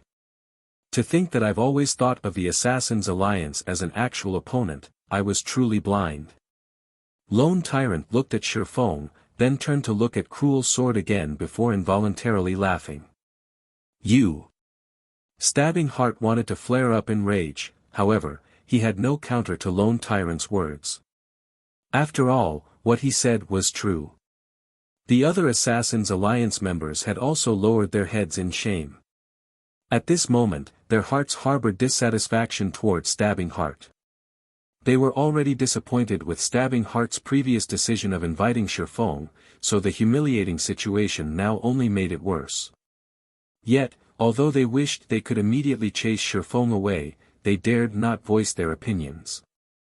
After making fun of the Assassins' Alliance, Lone Tyrant's gaze shifted toward Shifeng. Pretending to be surprised, he sneered and said, "And here I thought the Assassins' Alliance had invited some amazing person. Isn't this Yifeng, the first player to enter White River City and the previous first place on the ranking list? I am truly sorry about this. I never imagined that you would be so easy to surpass, so I accidentally snatched away your first position." "Oh. That's not right. Why can't I find your name within the top 100 of the ranking list? It seems that there is a limit to a person's good luck. Without any real strength, one would quickly be surpassed by others. Isn't that right, little brother Yifeng?" Although Lone Tyrant could not see Shifeng's current level, he did not think that Shifeng was anything amazing. Otherwise, why would he choose not to display his level? There was only one possibility for such an action, and it was because he was too shameful to show his level. Shifeng was clearly the first player to enter White River City, yet, a majority of players surpassed him in levels. So it was very logical that he would choose to hide his level in shame. Brother Yifeng, let's just ignore him and enter the dungeon. Afraid that Shifeng would grow angry and leave, Stabbing Heart hurriedly dragged Shifeng away from the players of Dark Star. The players within the White River City region have constantly used the Assassin's Alliance as a comparison to Dark Star. Previously, I had felt proud of this matter, but now, I can only feel embarrassment. Please don't associate Dark Star with you all anymore in the future. We really can't bear this sort of shame. Lone Tyrant did not care much about an expert who was already past his prime. He shifted his gaze once more to Cruel Sword, mocking him. An apex second-rate guild? Pah! They aren't even comparable to a third-rate guild. The Assassin's Alliance has truly declined. If I were them, I would have long since killed myself to avoid the embarrassment. They have actually allowed a lucky noob to join their team. Did they think that, by doing so, they could obtain the first clear of the hard-mode Beastman munition factory? Who are they trying to kid? How could you say such a thing? This is known as birds of a feather flocking together. A trash of a guild would naturally seek out a trash player to aid them. If this situation happened in our guild, we would have long since expelled such noobs from the guild.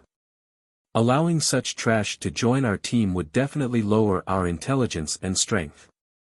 Hey, you've got that wrong. In reality, the Assassin's Alliance is so powerful that they are not afraid of having a noob as a team member. They could still clear the hard-mode Beastman munition factory with no problems, even with such a member on their team. This is definitely something Dark Star can't dream of comparing with. The relationship between Dark Star and the Assassin's Alliance had long since been similar to that of fire and water. Now that there was such a good opportunity, the members of Dark Star took this chance to ridicule the Assassin's Alliance. Immediately, the atmosphere on the Assassin's Alliance's side became abnormally depressing. The players from the Assassin's Alliance all resentfully glared at Stabbing Heart. Contrary to expectations, however, Stabbing Heart did not feel any heartache due to these hateful gazes. Instead, he felt apologetic to Shifeng. Originally, Dark Star merely directed its ridicule at the Assassin's Alliance. Now, even Shifeng had been dragged into this matter. At this moment, Shifeng could no longer stomach this situation. If this situation continued, they would have no chances of raiding the dungeon, and he did not wish to lose the opportunity. After all, he planned to obtain the wind extinguisher set equipment and basic fire resistance potion recipe from this trip.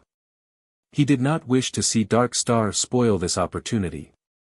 Having no better choice, Shifeng stood out from the crowd.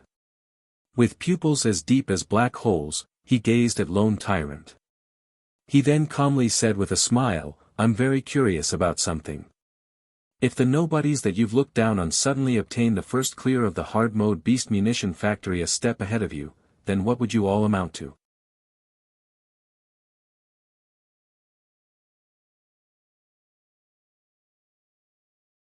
Chapter 210, Eye-Opener. Shifeng's words struck Lone Tyrant and the others. Immediately, the atmosphere became incomparably tense. Neither side spoke a single word, and both sides stood on the cusp of lashing out right now. However, nobody intended to make the first move. After all, everyone present understood that, if they took action right now, it would lead to an all-out war between the two guilds. Regardless of who won and who lost in this confrontation, both sides would take heavy losses. Hence, be it Cruel Sword or Lone Tyrant, neither wished for such a situation to occur. As both sides could no longer endure the stifling atmosphere. Getting the hard modes first clear ahead of us. With trash like you. Lone Tyrant's complexion abruptly turned cold. With a ridiculing smile, he spoke with contempt, "Good, very good. Let everyone see the truth, then. I really want to see if your strength is as good as that mouth of yours." After he finished speaking, Lone Tyrant led his team into the Beastman Munition factory. Moreover, they chose to immediately start with the dungeon's hard mode without warm-up or preparation. They clearly wished to prove to Shifeng and the Assassins' Alliance just how wide the difference between them was. Why are they trying to act so bold? They will suffer defeat when the time comes. Stabbing Heart curled his lips, revealing a cold smile. Without personally experiencing the 20-man hard mode Beastman Munition factory, one could not truly gauge the difficulty of the dungeon. Otherwise, they would not have sought Shifeng's help. They had only chosen this method as a last resort. After all, the Assassins' Alliance was in a precarious position right now, and they were in dire need of a breakthrough. Hence, they had to obtain the first clear of a hard mode dungeon. That's right. Dark Star is nothing. They'll cry with regret once they enter the dungeon. Guild leader, let's hurry and enter. We must teach those bastards from Dark Star the strength of the Assassins' Alliance. That's right. Guild leader, we must get the first clear this time. The players from the Assassins' Alliance wiped away their depression from before. They all cracked their knuckles as their thirst for battle grew. Shifeng remained silent as he listened to everyone's enthusiasm with a faint smile on his face. However, due to Shifeng's actions, the guild leader of the Assassins' Alliance, Cruel Blade, viewed Shifeng in a new light. Cruel Blade considered that Shifeng might not just be all talk. Due to Shifeng's provocation, the team's originally downcast mood underwent a complete change. Right now, everyone was indignant over the injustice they had received rather than depressed, and they immediately wanted to charge into the dungeon and slaughter the boss within. They wanted to obtain the first clear of the hard mode dungeon, letting the players from Dark Star witness their might. However, Shifeng did not give much thought to Cruel Sword's renewed opinion of him. After all, he had been a guild leader in his previous life as well. If one wanted to increase the unity of a team, they only needed one thing. They needed an enemy. In fact, Lone Tyrant was already an enemy of the Assassins' Alliance. Shifeng merely poured some oil on the already burning fire, further raising their fighting spirits. Naturally, high fighting spirits were only a mental boost, and it would not help the Assassins' Alliance to clear the dungeon. If the Assassins' Alliance wanted to clear the hard mode team dungeon, they still needed some other key elements. However, Shifeng did not reveal this fact. He merely quietly joined the Assassins' Alliance's team, entering the Beast Munition factory with Cruel Sword and the others. The Beast Munition factory was a dilapidated weapon manufacturing factory. Hence, the terrain inside the dungeon was not particularly complicated. Players only needed to walk down a single path to reach the boss. There were a total of 3 bosses throughout the dungeon. Although the number was low, each boss was extremely powerful. In 20-man hard mode team dungeons, the bosses were all high chieftain rank. Every one of them had powerful skills, and it was a normal occurrence for these bosses to instant kill an MT. If a team were not familiar with these bosses' skills, failing to grasp the timing of their attacks fully, it would not be strange for a team to team wipe over 10 times. In comparison to these bosses, however, players would have a much easier time clearing the elite monsters within the dungeon. I think that everyone should know what to do by now. However, since this is Brother Yi Feng's first time entering this dungeon, I'll give you a short explanation on what you should expect later on. Your task is to go all out, dealing damage, while simultaneously evading the skills of the elite monsters. On another note, the monsters here have very high attack power, and they deal a ton of damage, even to the MTs. Moreover, these monsters are immune to crowd control skills. Hence, healers will be under a lot of pressure. They will have no time to heal anyone other than the MT, so you need to be careful not to pull aggro, Cruel Sword explained patiently. Alright, that's it for my explanation. Let's first use the 4 elite monsters guarding at the entrance as practice for our coordination. Finished speaking, Cruel Sword directed 2 of the team's MT to charge at the 4 axe-wielding level 10 elite Beastman warriors. Beastman Warrior, Elite Rank. Level 10. HP 50,000/50,000. As this was a dungeon, the monsters in here had both their HP and attack power greatly increased. They were much stronger compared to the level 10 elite monsters out in the fields. One of the two MTs was a shield warrior, while the other was a guardian knight.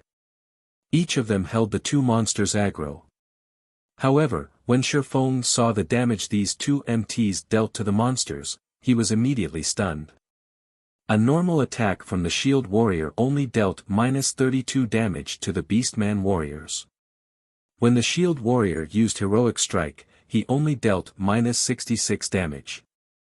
Meanwhile, the guardian knight fared even worse than the shield warrior. The guardian knight's normal attack only dealt -24 damage, while his divine strike only dealt -51 damage. Both of these MTs were level 10 players, and both of them wielded mysterious iron weapons.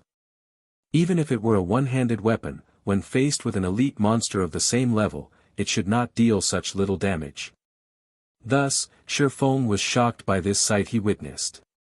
Although the two MTs took care to evade the attacks of the monsters, they were very clumsy. As a result, the number of attacks they received exceeded the number of times they dodged. Moreover, each time they received an attack, they needed to retreat a few steps before they could stabilize themselves. The only fortunate thing was that the damage they received was not high. They received around -300 damage from each attack. Meanwhile, each MT possessed around 2,400 HP. With two monsters attacking each MT simultaneously, each MT received a rough total of -600 damage, a quarter of their total HP. This situation resulted in the healers suffering. However, Shifeng was similarly shocked when he discovered that both MTs possessed around 2,400 HP. What the heck? Isn't their HP a little too high? They both couldn't have only added their free attribute points into endurance, completely ignoring strength and agility, right? However, this was the only explanation that made sense. It explained why, even though both MTs were clearly gaming experts, they required so much effort just to dodge an attack and why their damages were so pitiful. In contrast, a level 10 assassin, who similarly used a one-handed weapon, could deal over -100 damage to an elite monster like the Beastman warrior. They could even deal over -200 damage if they used a skill.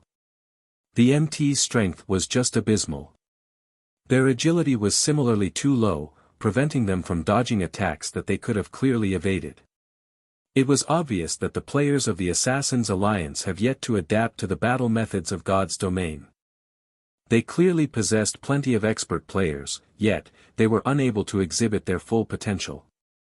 It was no wonder the Assassin's Alliance became an obscure existence during the early stages of the game. Only after half a year had passed since God's Domain's launch did they gain some achievements. If the Assassin's Alliance battled the boss of the Beastman Munition factory like so, Shifeng would be surprised if they didn't team wipe. It was truly a wonder as to how they managed to clear a 10-man hard mode team dungeon. I wish to say something, is that alright? Shifeng looked at Cruel Sword, asking softly. Although the Assassin's Alliance now possessed Lone Tyrant as a great enemy, the members of the team still had negative opinions of Shifeng. They only kept their mouths shut due to his relationship with Stabbing Heart. However, if Shifeng dared push his luck, they would not sit idle. Speak your mind. As long as it benefits the dungeon raid, we will not reject it. Cruel Sword had managed to discern Shifeng's capabilities somewhat. He could somewhat understand why Gentle Snow would take a fancy to Shifeng. After all, Shifeng indeed possessed strength. Can we replace the two MTs? Shifeng asked, holding nothing back.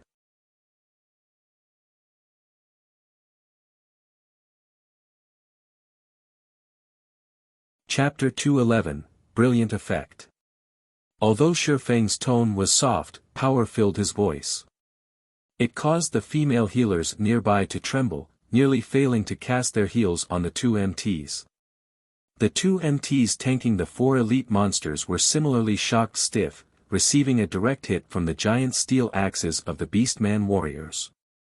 Damages of over -400 points appeared above both MTs, and the two retreated close to half a dozen steps before they managed to stabilize themselves.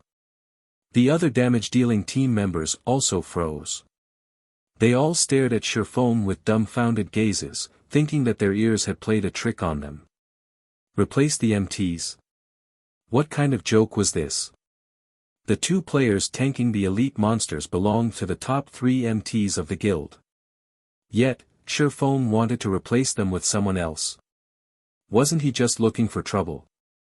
Shurfeng's decision would be understandable if the two MTs had made an error while luring the monsters, or lost the monsters' aggro. However, neither of the MTs made such mistakes. So, why should they be replaced? Did they do something wrong?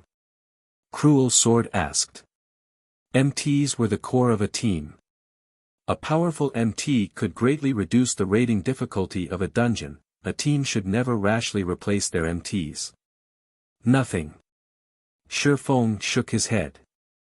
Indeed, the two MTs did not make any mistakes up until this point. However, not making any mistakes did not necessarily mean that everything was fine. Capable of holding aggro and taking blows, if this were a normal virtual reality game, there would be no problems if the MTs of a team could perform these two tasks. However, God's domain was different. Just carrying out these tasks was still not enough to secure a victory for the team. Since there are no problems, why should we need to replace the MTs? Cruel Sword wrinkled his eyebrows. The two MTs in question were furious right now, clearly displaying their displeasure. Shurfong was just someone they had invited, yet, he dared criticize such powerful MTs like themselves. Wasn't he being too arrogant? Their ability to evade attacks is just too poor. To put it bluntly, they are taking too much damage. When they face a boss, even 4 healers will not be sufficient to keep them alive. Moreover, their damage output is too low. In a boss battle, even 1% of HP could decide victory or defeat. I'm guessing that, when you guys faced the first boss of this dungeon, aside from having insufficient damage, your healer's mana ran dry as well. In the end, the result was a complete team wipe, Shurfong said with a smile. Listening to Shurfeng's words, the two MTs immediately fell speechless. Cruel Sword was also awestruck. Clearly, he had not mentioned the matter of their team wiped to Shurfong before. Yet, Shurfong correctly guessed each detail of their previous encounter. Everything Shurfong had just said was clear and logical, and Cruel Sword agreed that he needed to make some changes. I wonder if Brother Yifeng has any suggestions on how we can improve. What kind of MT do we need? Cruel Sword earnestly sought Shurfeng's guidance. The other members of the Assassin's Alliance were no fools either. They had discerned the meaning behind Shurfeng's words. As a result, the dissatisfaction they felt towards Shurfong in their hearts lessened greatly, while respect slightly grew. Each of them perked up, focusing Shurfeng's wise opinion. It's very simple. Look for 2 Guardian Knights who have allocated their free attribute points in the ratio of 2 strength, 1 agility, 2 endurance.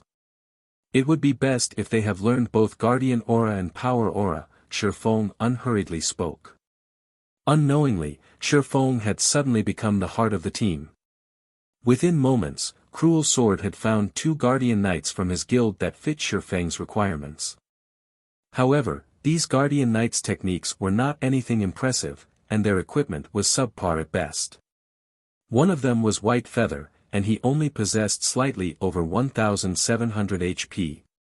The other Guardian Knight was called Water Lake, and his HP was just over 1,800 points. Furthermore, the two's defense was lower than the previous MTs by more than 200 points, they were on completely different levels. However, Shurfong saw nothing amiss after examining the two's equipment. The remaining problem would be their techniques. Shurfong then continued by explaining to the 2 Guardian Knights how they should battle the elite monsters and how they should dodge attacks. As for how much of his explanation they actually understood, that would depend on their own comprehensive abilities. Following which, Shi Feng instructed one of the Guardian Knights to activate Guardian Aura, increasing the defense of the entire team by 20 points. He then instructed the other Guardian Knight to activate Power Aura, increasing the strength of the entire team by 5 points. Shi Feng also switched his title to Might of 1,000, greatly increasing the attributes of the entire team. As a result, the HP of the two Guardian Knights almost reached the 2,000 HP threshold. The team's jaws dropped when they witnessed the brilliant effect brought about by Shi Feng's Might of 1,000 title, increasing all attributes by 10%. This was an outstanding weapon for dungeon raiding. Such an increase was the equivalent of raising every team member's equipment by an entire rank. With such a brilliant effect, they had far more confidence in dealing with the bosses of the dungeon. Hence, everyone started clearing the elite monsters with great excitement. When they first started out, everyone still felt skeptical about Shi Feng's decision to replace the two MTs. It was simply illogical to replace their previously powerful MTs with weaker ones. However, shortly after the two Guardian Knights began tanking the elite monsters, they immediately discovered that there was a massive difference. Although the Beastman warriors dealt around -450 damage to the two Guardian Knights with each hit, these Beastman warriors only managed to land 1 out of every 3 attacks. In comparison, the previous two MTs would receive 2 out of every 3 attacks, taking an additional -150 damage every 3 attacks. With such a glaring difference in damage, the burden on the healers greatly lessened. Moreover, as they faced more battles, the two new MTs gradually evaded with better efficiency, taking fewer hits as a result. This had allowed the healers to expend less of their mana, thereby increasing their endurance. By the time they arrived before the first boss of the dungeon, Karur, the healers no longer felt any pressure in healing the two Guardian Knights. They even had time to attend to the other team members. Karur was a large and ferocious beastman. He was twice as large as a normal beastman, and his body was fully covered in steel-like, scarlet muscles. On his back, Karur carried a mammoth magical saber that was as long as he was tall. Meanwhile, Karur himself was a level 12 high chieftain ranked boss with a whopping 450,000 HP. Brother Yifeng, I wonder if you have any ideas of how to best raid this boss. When facing with Karur once again, Cruel Sword's thoughts started growing heavy. After all, Karur had already team-wiped them multiple times. MTs should hold aggro properly, while everyone else should evade Karur's skills. That should be it, I guess, Shi Feng casually spoke after giving the question some thought. Everyone in the team immediately sent contemptful glares at Shi Feng. Wasn't this just a bunch of nonsense? Wasn't that obvious? Alright, MTs, take action. You two should take turns tanking the boss. Whoever's HP falls to a critical state should immediately back off and let the other tank. As for everyone else, try to use your attacks to assist the two MTs, Shi Feng instructed. Shortly after, the two Guardian Knights charged at Karur. According to Shi Feng's knowledge, the hard mode Karur only had 2 moves. One was the Blade Storm. It was a skill that turned Karur into a tornado, causing -600 damage per second to all enemies within a 12-yard distance. The skill had a duration of 20 seconds. The other skill was Avatar Slash. When Karur used this skill, he would immediately vanish from everyone's sight. He would then randomly reappear behind 3 to 5 players, attacking them and causing -500 static damage. Simultaneously, he would inflict players with a damage amplification effect, causing them to take 10% more damage for 2 minutes. To make things worse, this effect stacked. With these 2 skills at Karur's disposal, the boss prevented players from turning this raid into a prolonged battle. Otherwise, once the damage amplification effect stacked so many times, Karur's Avatar Slash could instant kill any player. At that time, there would be no way for the battle to continue. Hence, there was only one requirement when facing Karur: resolve the battle in the shortest time possible. The longer the battle dragged on, the more difficult it would become. Taking the lead, the Guardian Knight, Water Lake, brandished his sword, sending a punishment at Karur's head. The attack only caused -126 damage. Compared to the elite monsters from before, Karur's defense was clearly a notch higher. Moreover, such a small amount of damage was practically negligible in the face of Karur's massive 450,000 HP. By contrast, as Water Lake failed to dodge Karur's counterattack, the boss's saber sent him flying. A frightening damage of -1,134 points appeared above Water Lake's head, instantly devouring over half of his total HP.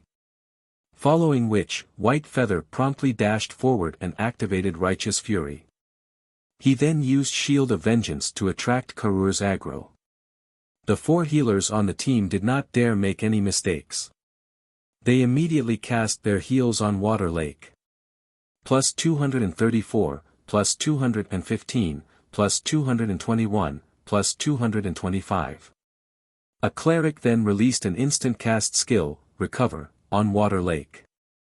Every 3 seconds for 15 seconds, the target would recover 70 HP, simultaneously. A druid also used Life Bloom on Water Lake, recovering 43 HP every 2 seconds for 12 seconds. Immediately, Water Lake's HP recovered to 90%. He then returned to his position on the front lines, coordinating with White Feather to tank the boss.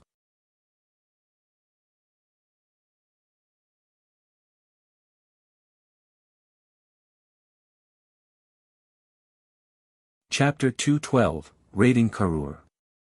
By taking turns attacking Karur, the 2 Guardian Knights quickly established a strong hold on Karur's aggro.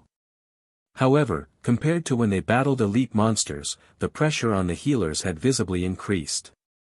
Moreover, both Water Lake and White Feather were clearly unfamiliar with the boss's attack patterns. Their movements were somewhat stiff when dodging attacks. Right now, they could only dodge every other scent at them. Even so, compared to the last time the Assassin's Alliance had raided Karur, the healers were having a slightly easier time keeping these MTs alive. The healer's mana consumption made this obvious. Originally, Cruel Sword still worried that the 2 Guardian Knights could not manage. However, based on the results before him, it was clearly an unnecessary thought. The healers managed themselves with perfect order right now, unlike the several raids before where they had to cast their heals desperately, without caring about any proper order. The 4 healers couldn't even catch their breaths unless they wanted the previous 2 MTs to die instantly. In reality, such failures were very common. In God's domain, level 10 players had a large threshold to overcome. The levels before level 10 were merely an adaptation period.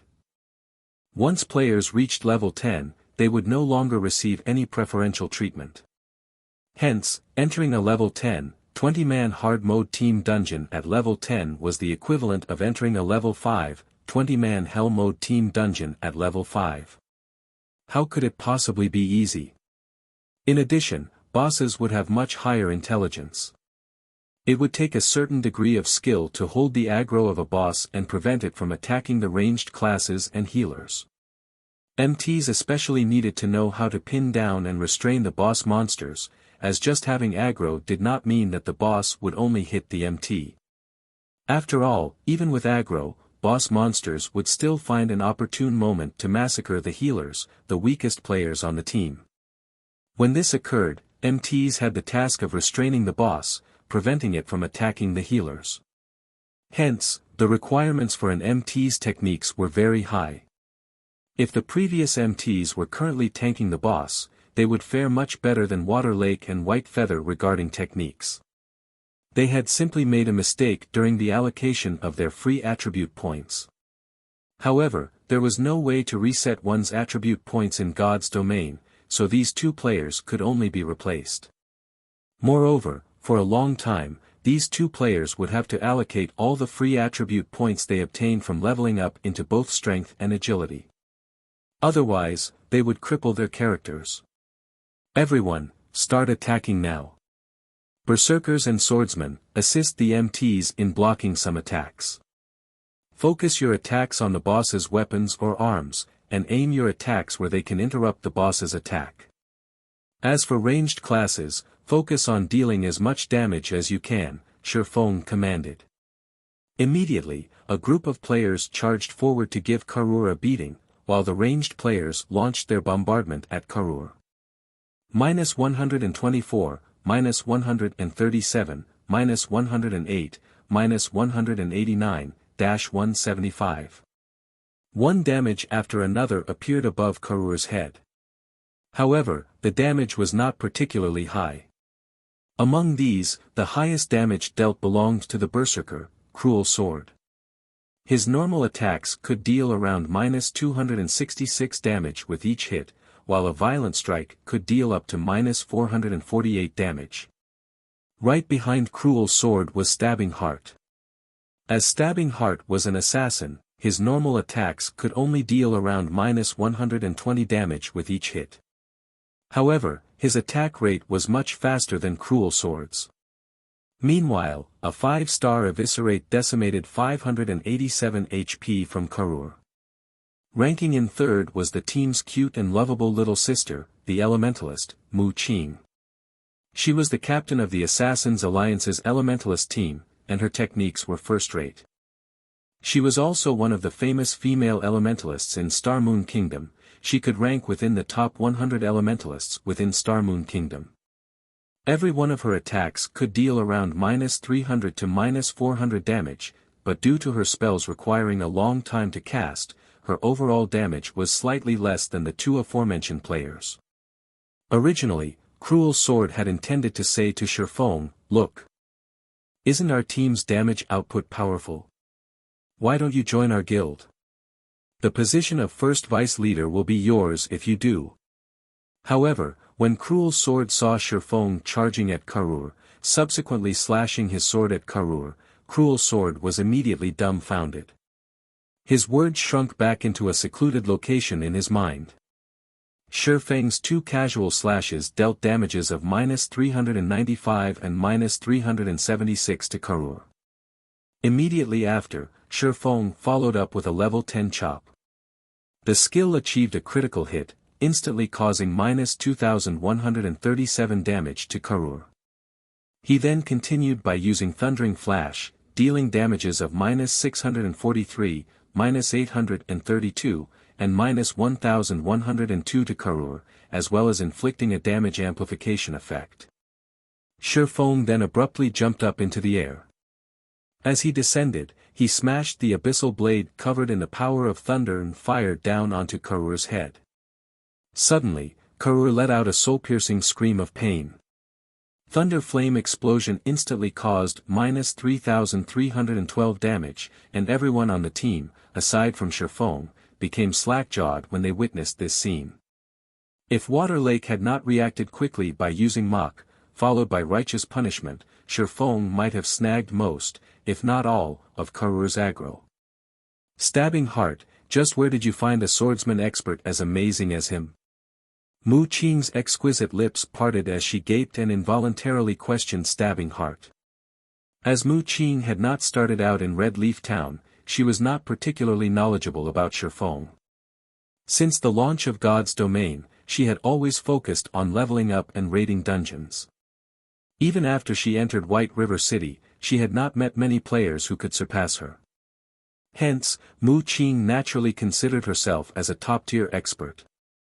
However, Shifeng had utterly shattered that belief. The highest damage she could deal was only around -700 points, and that was when she achieved a critical hit. Meanwhile, Shifeng could casually deal over -700 damage with a single hit. Right now, he had even dealt over -3,000 damage to a high chieftain-ranked boss. Mu-Ching felt extremely embarrassed to think that she actually thought of herself as a top-tier expert. What a joke. Hee, isn't this Big Brother amazing? Shortly after I started playing God's Domain, I discovered Brother Yifeng's prowess. With such a massive damage output, the first clear of this hard-mode dungeon will definitely be ours this time. Stabbing Heart gleefully said. After all, he was the one who had invited Shifeng to this raid. Now that Shifeng performed so valiantly, shocking everyone on the team, Stabbing Heart felt extremely proud. Scram! You're not Yifeng, what's there to be proud of? If you have the ability, then show me that you can deal over 1000 damage. Mu Qing glared at Stabbing Heart. Little sister Mu Qing, you think too highly of me. How can I compare to brother Yifeng? He is the publicly acknowledged God-ranked expert of White River City. His damage alone can trump over a dozen players. I would be satisfied if I had even a third of his damage. Stabbing Heart smiled bitterly. Shifeng was a great expert just like Gentle Snow. He and Shifeng were on entirely different levels, so how could he compare to Shifeng? Previously, the players who still had some complaints about Shifeng now had none. Shifeng was simply too amazing. Not only were his attacks incredibly powerful, but the timing and techniques he applied to interrupt the boss's rhythm continuously were also praiseworthy. Every time one of Shifeng's swords attacked Karur, his other sword would simultaneously strike at Karur's saber, shifting the boss's attack slightly. This situation allowed the two MTs to dodge Karur's attacks with far more ease, greatly reducing the burden on the healers. At this moment, everyone finally understood what a true swordsman was.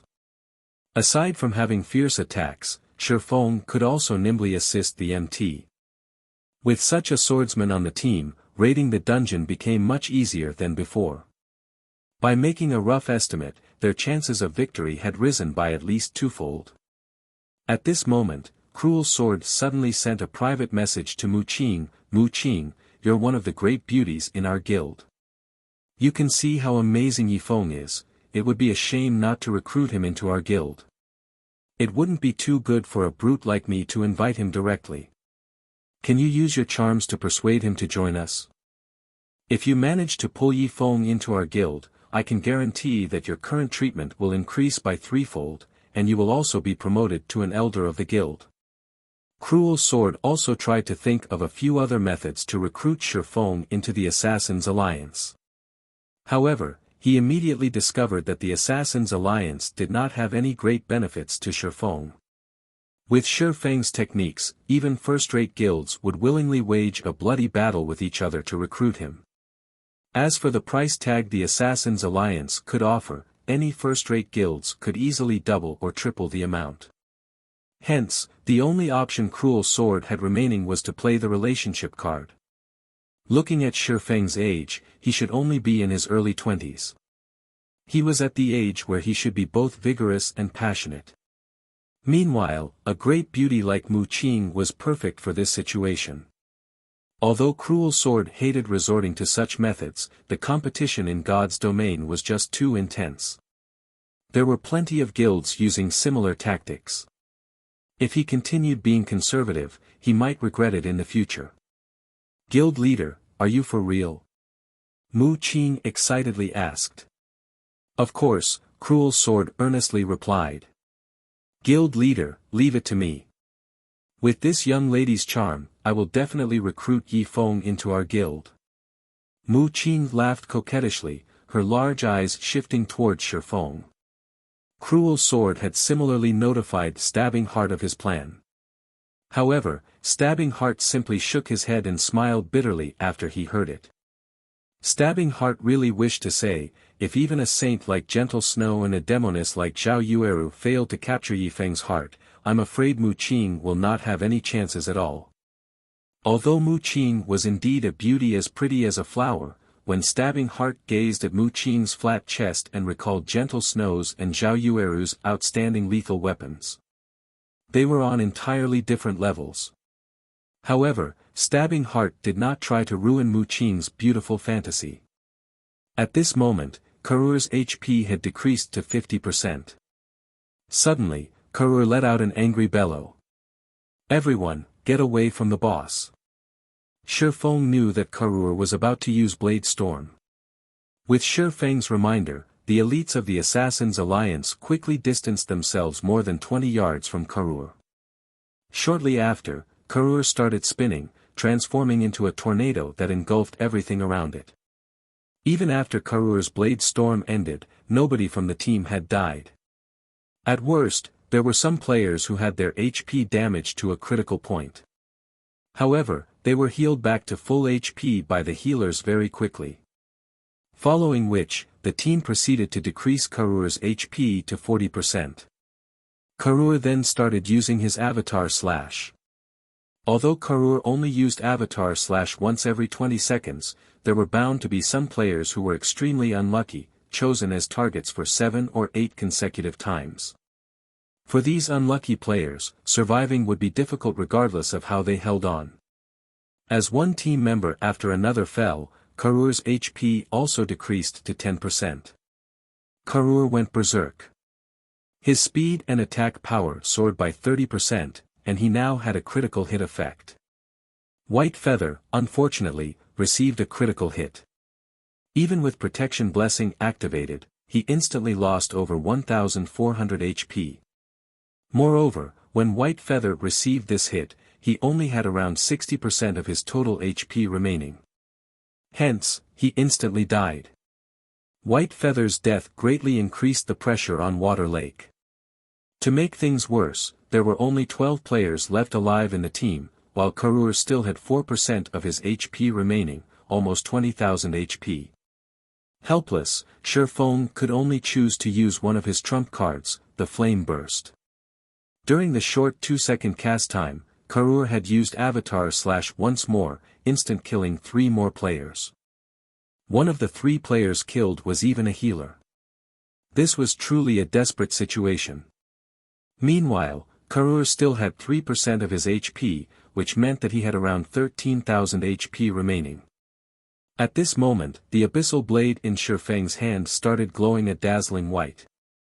The white glow surrounding the abyssal blade shone like a miniature sun, its presence alone raised the surrounding temperature by several folds.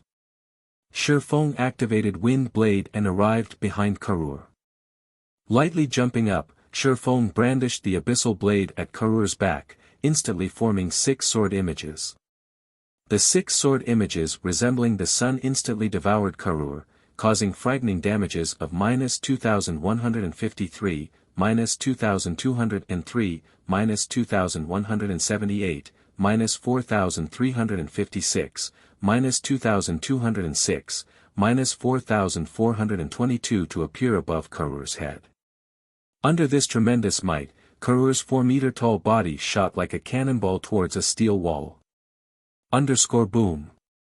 An indentation in the shape of Karur immediately formed on the steel wall.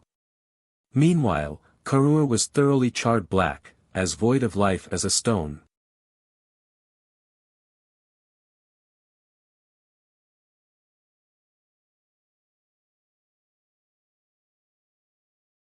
Chapter 213, Dark Warlock Salou. Karur is down. We won. What was that skill? How could it be so frightening? The surviving members looked at the charred Karur, all involuntarily gulping a mouthful of saliva. The scene Shifeng displayed before was simply unheard of. It was as if the thing he brandished was not a sword but a miniature sun. Even when standing at a distance of over 30 yards, they could feel the scorching temperature through the pain and burning of their skin. Meanwhile, the damage Shifeng had dealt was even more shocking. Of his 6 last strikes, not one had dealt lower than -2,000 damage to the High Chieftain ranked boss. Among them, there were even 2 that achieved a critical hit, causing over -4,000 damage. It was the first time they had seen such a powerful skill. Stabbing Heart Jaw also hung open. Although he knew that Shifeng was amazing, he never imagined that he would be this amazing. Cruel Sword was also awestruck.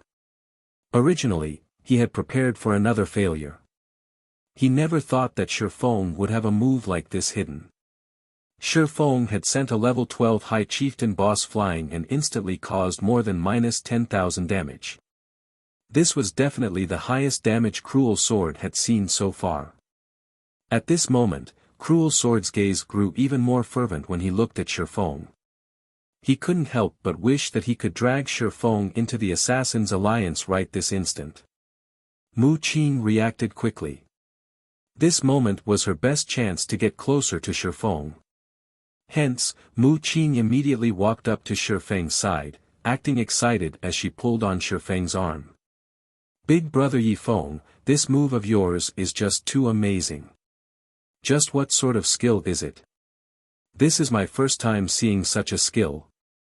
Mu Qing eyed Shifeng as she spoke in a soft and supple tone, her slender eyelashes constantly fluttering. Admiration filled her gaze, and her expression was fragile, invoking any man's protective instincts. Flame burst. It's a universal special skill that any class can use.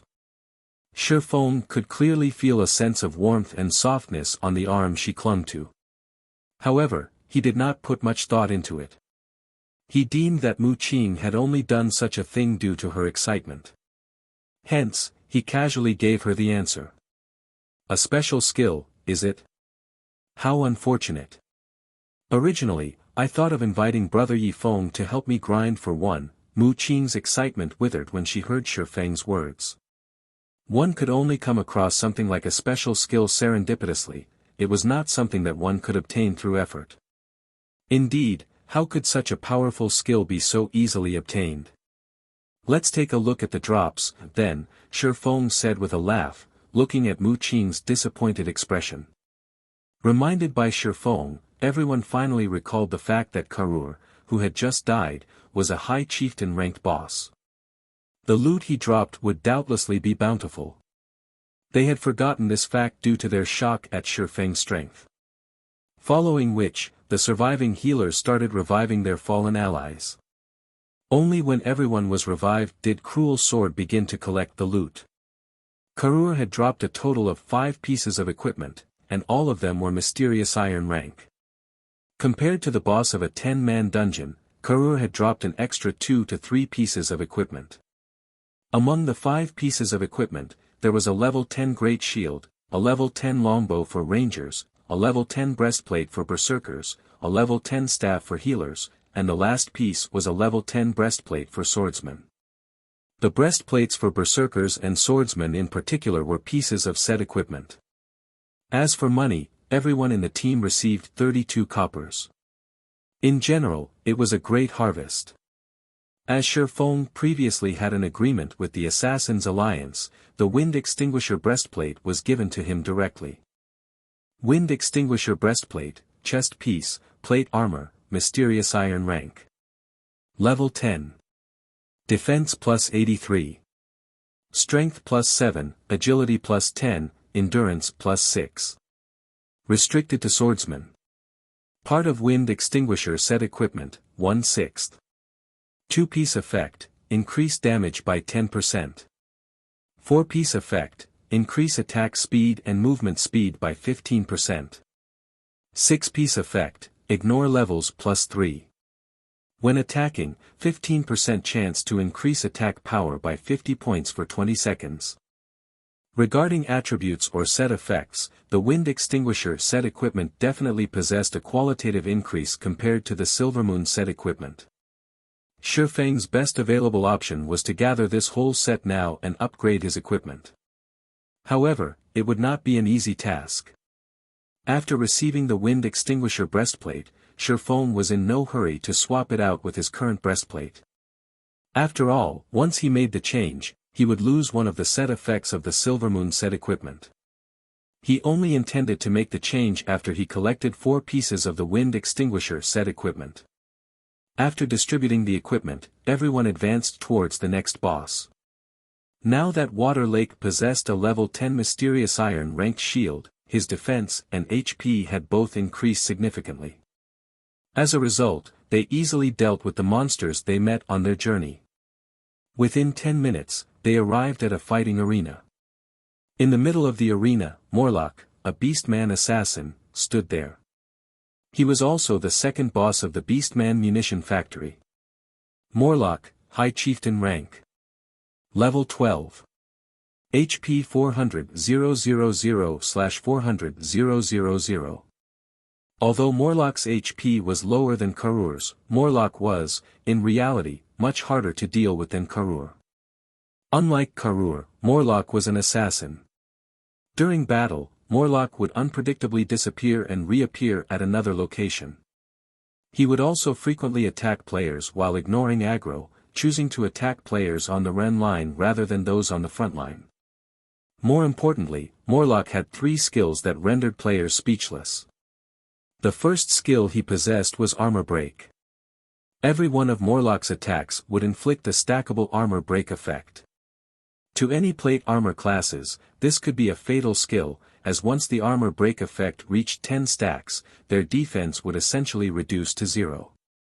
Even if it were an MT that possessed over 2000 HP, Morlock could still kill them with just 2 to 3 hits. Before the healers could replenish the MT's lost HP, the MT would have already succumbed to Morlock's stunning attack speed, dying helplessly. The only fortunate aspect for players was that the armor break effect only had a short duration of 30 seconds. Players raiding Morlock only needed to swap out their MTs when the effect stacked up to 5 times. Morlock's second skill was Killing Feast. When activated, Morlock would attack all enemies within an 8-yard radius a total of 16 times. Throughout the duration of this skill, Morlock would enter a state of invulnerability. Moreover, Morlock would carry out these 16 attacks very quickly. He would finish all 16 attacks in just 2 seconds. If, when Morlock activated this skill, there were only the 2 MTs within range, these 2 MTs would die with a 100% guarantee. Thus, players needed to share the burden of this attack. This would also place an extreme pressure onto the healers. Morlock's third skill was called Vanish. When activated, Morlock would randomly ambush a player. If the ambushed player were a cloth armor class, then, without question, that player would die. Only players that belonged to a plate armor class would have any hopes of surviving Morlock's ambush. At this moment, everyone in the team looked toward Shifeng, intending to obtain his opinion on how to deal with this second High Chieftain boss. Contrary to their expectations, Shifeng did not tell them any strategies to raid the boss. Instead, he instructed 1 healer and 2 MTs to test the waters. Otherwise, he might have to explain how he obtained his strategy. After making a few tests, Shifeng started explaining his strategy for the initial stages of the boss fight. In reality, the plan was very simple. All plate armor classes would become tanks during the early stages of the raid, taking turns tanking Morlock. After all, Morlock's damage was not particularly high. It would only become powerful after the armor break effect stacked so many times. So, as long as one belonged to a plate armor class, they could withstand Morlock's damage. Naturally, it was the same when dealing with Morlock's Killing Feast. In short, players only needed to surround and beat up this boss. After 8 minutes passed, Morlock, the second boss of the Beastman Munition factory, fell. The main reason for Morlock's fall was because Shifeng was simply too strong. Shifeng had practically tanked Morlock by himself. Shifeng was extremely nimble when dodging Morlock's attacks, and Morlock could very rarely land an attack on him. This, in turn, resulted in a decrease to Shifeng's damage output. With a stable tanker like Shifeng, the healers enjoyed a rather easy time throughout this raid. They could spread their attention towards other members of the team, allowing everyone to have an easier time dealing with the boss. Problems only arose when Morlock used Vanish and appeared behind a cloth armor class. These unfortunate players could only curse their own bad luck as they accepted their deaths.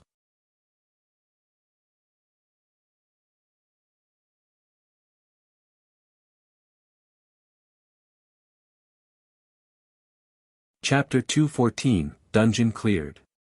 After Morlock died, he dropped a total of 4 pieces of mysterious iron equipment. Everyone received a share of 34 copper coins and a large amount of EXP. Meanwhile, Shifeng obtained a pair of wind extinguisher leg guards, increasing his collection of the wind extinguisher set equipment to 2 pieces. Everyone on the team looked at each other with a smile after they had killed Morlock, a high chieftain-ranked boss, with such ease.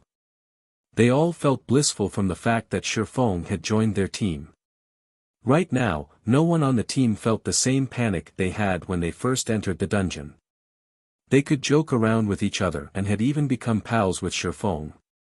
Occasionally, they would even ask Shifeng to teach them a few battle techniques. While Shifeng gave out casual pointers, the team members' admiration for Shifeng gradually grew. Under Shifeng's casual guidance, many players in the team exhibited noticeable improvement. Soon after, everyone arrived at the final throne room. Here, they met the final boss, the Dark Warlock Salou. Dark Warlock Salou, High Chieftain rank. Level 12. HP 500,000/500,000. Elsewhere, while Shifeng and the others had arrived before the final boss, Dark Star's lone Tyrant still tangled with the first boss of the Beastman Munition factory, Karur. As of this moment, Lone Tyrant and his team had already experienced 3 team wipes. Moreover, Karur's avatar slash had caused all 3. They had not improved one little bit since their first battle. Lone Tyrant grew hysterical at this situation. He did not know why a 20-man dungeon would have such a huge increase in difficulty compared to a 10-man dungeon. After pondering for a long time, Lone Tyrant discovered the reason for their failures. This boss needs to be dealt with as quickly as possible. However, our overall damage simply isn't enough to finish him. Unless the team's equipment is further upgraded, the possibility of clearing this dungeon doesn't exist. Do we really have to go and upgrade our equipment before trying again? Lone Tyrant wore a hesitant expression as he glared at Karur. Due to his previous boasting, he was now stuck between a rock and a hard place. However, Lone Tyrant suddenly came to a realization. If the damage of his own team were insufficient to deal with Karur, then the Assassin's Alliance, who had poorer quality equipment, would have even less of a chance of killing Karur. At this moment, the team from the Assassin's Alliance must certainly be stuck at the first boss as well. When Lone Tyrant thought about this, his mood immediately lifted. He decided to reflect on their raiding strategy, giving the boss another try. Meanwhile, in the magnificent throne room of the Beastman Munition factory, the Assassin's Alliance had already investigated the Dark Warlock Salou's skills. Aside from Dark Arrow being Salou's most basic attack, Salou was immune to all controlling effects. Salou also possessed 2 killing moves. One of them was a skill called Shadow Wound.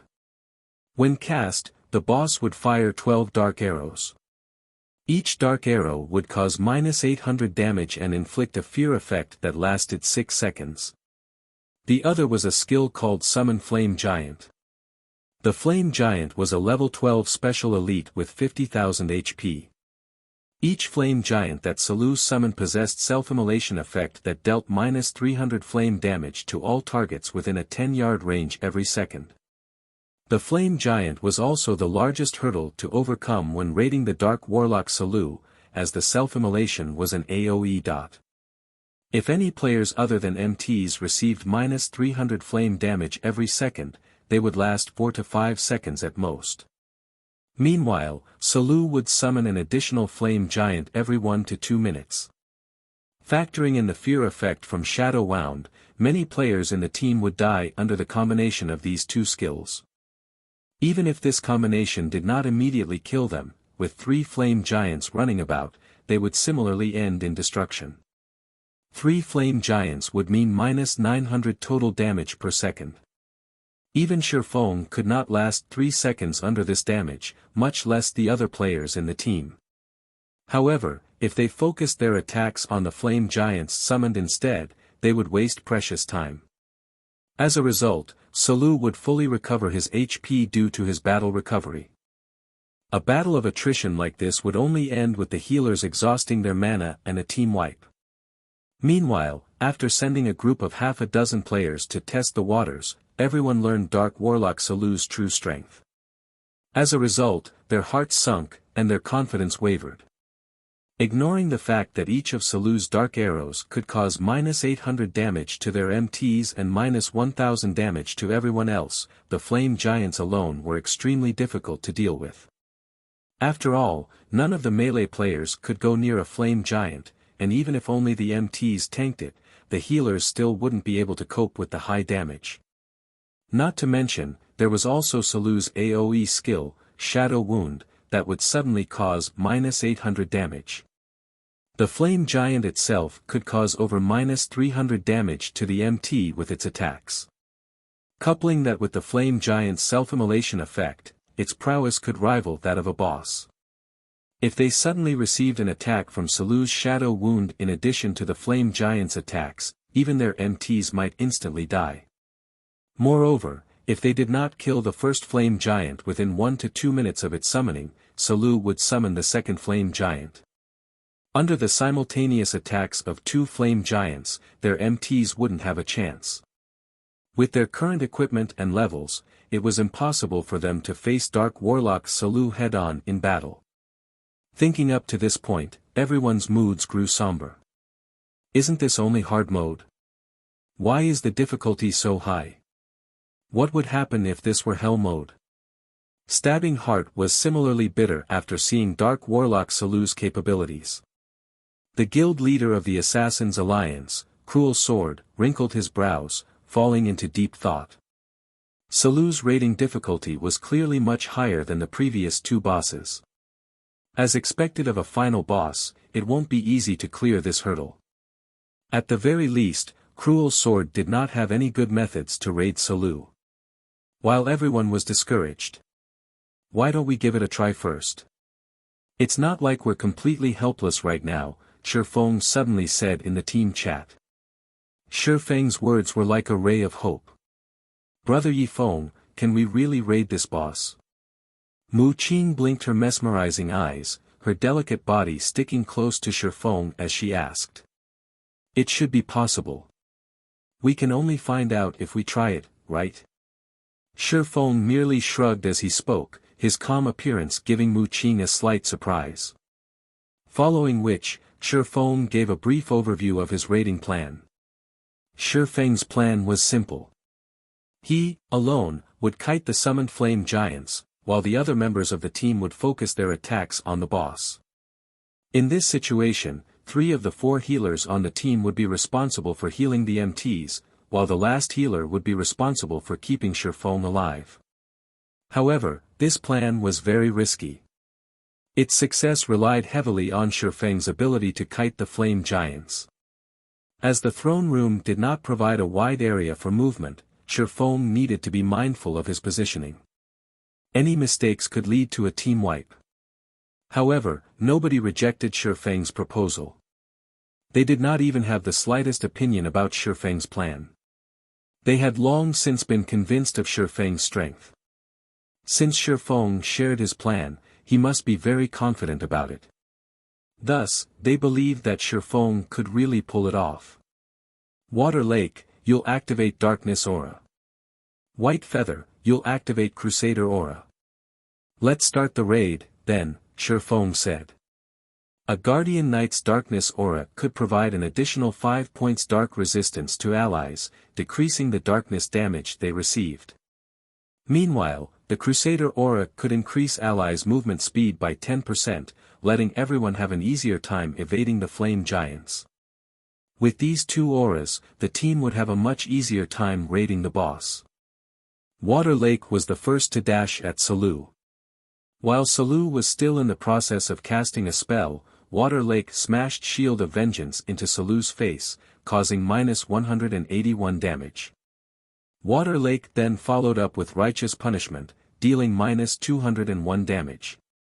However, neither of these attacks had interrupted or delayed Salou's chanting, and shortly after, a streak of dark light skewered Water Lake through the chest, causing -800 damage to him. A moment later, 3 healing lights landed on Water Lake's body, recovering over 700 HP of his HP. After Water Lake solidified his grasp on Salou's aggro, Shifeng instructed the other players to initiate their attacks. After a moment, Salou pointed his staff towards the sky. A large, azure-green fireball descended from the sky, crashing into the throne room.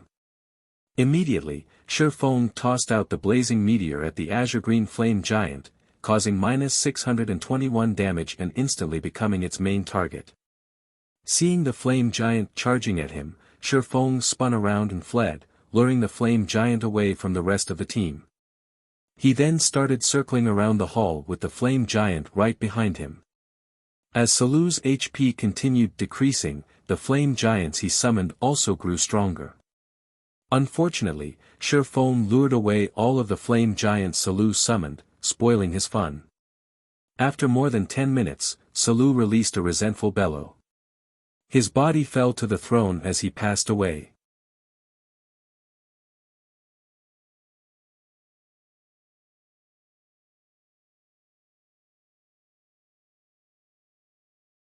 Chapter 215, Basic Fire Resistance Potion. From beginning to end, Shifeng had lured a total of 9 flame giants, kiting them around the throne room.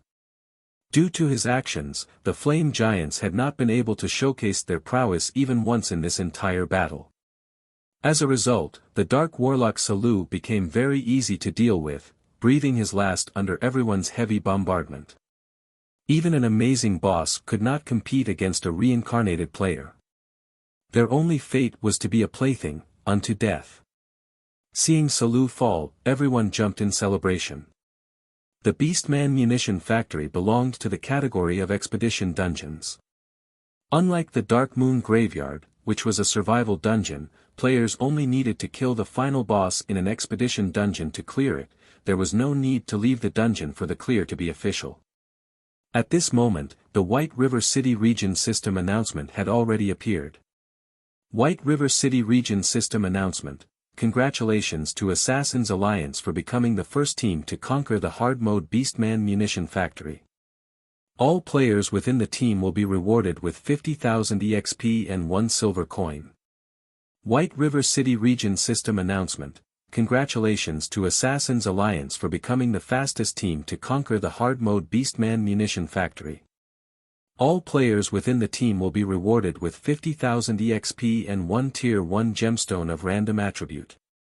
As it was not the first clear of Hell mode, the main god system would not be so generous as to reward them with reputation points. Normally, players would only receive EXP for obtaining the first clear of hard mode. Also, the race for team dungeons was categorized into 2 types, hard mode and hell mode. Normal mode was not taken into consideration as no time challenge existed. Normally, the main god system would implement a clear time for team dungeons. The clear time set by the system depended on the type of team dungeon and its difficulty. Meanwhile, the hard mode Beastman Munition factory's clear time was set at 3 hours. The main god system would usually set the clear time at a very high bar. Only if players had achieved the standard of an elite team, determined by the main god system, would they have a chance to clear the dungeon in this set amount of time. Meanwhile, under Shifeng's command, the Assassin's Alliance had only spent 2 hours and 22 minutes to clear the hard mode Beastman Munition factory, surpassing the estimated time. This proved that the team's strength was already above the standards of a normal elite team. However, everyone on the team knew full well that this achievement was all due to Shifeng's contributions. After a round of mad celebration, everyone finally welcomed the most exciting moment. They began examining the item drops of the Dark Warlock Salou, the final boss monster of the Beastman Munition factory. Compared to the previous 2 bosses, the loot from Salou was far more bountiful. Salou had dropped a total of 7 items. Among them, 5 were level 10 mysterious iron-ranked helmets, each being a part of a set equipment for different classes. With great luck, Salou even dropped a basic fire resistance potion recipe. As for the final item, it was a secret silver staff meant for elementalists. Elemental Scepter, Staff, Secret Silver Rank.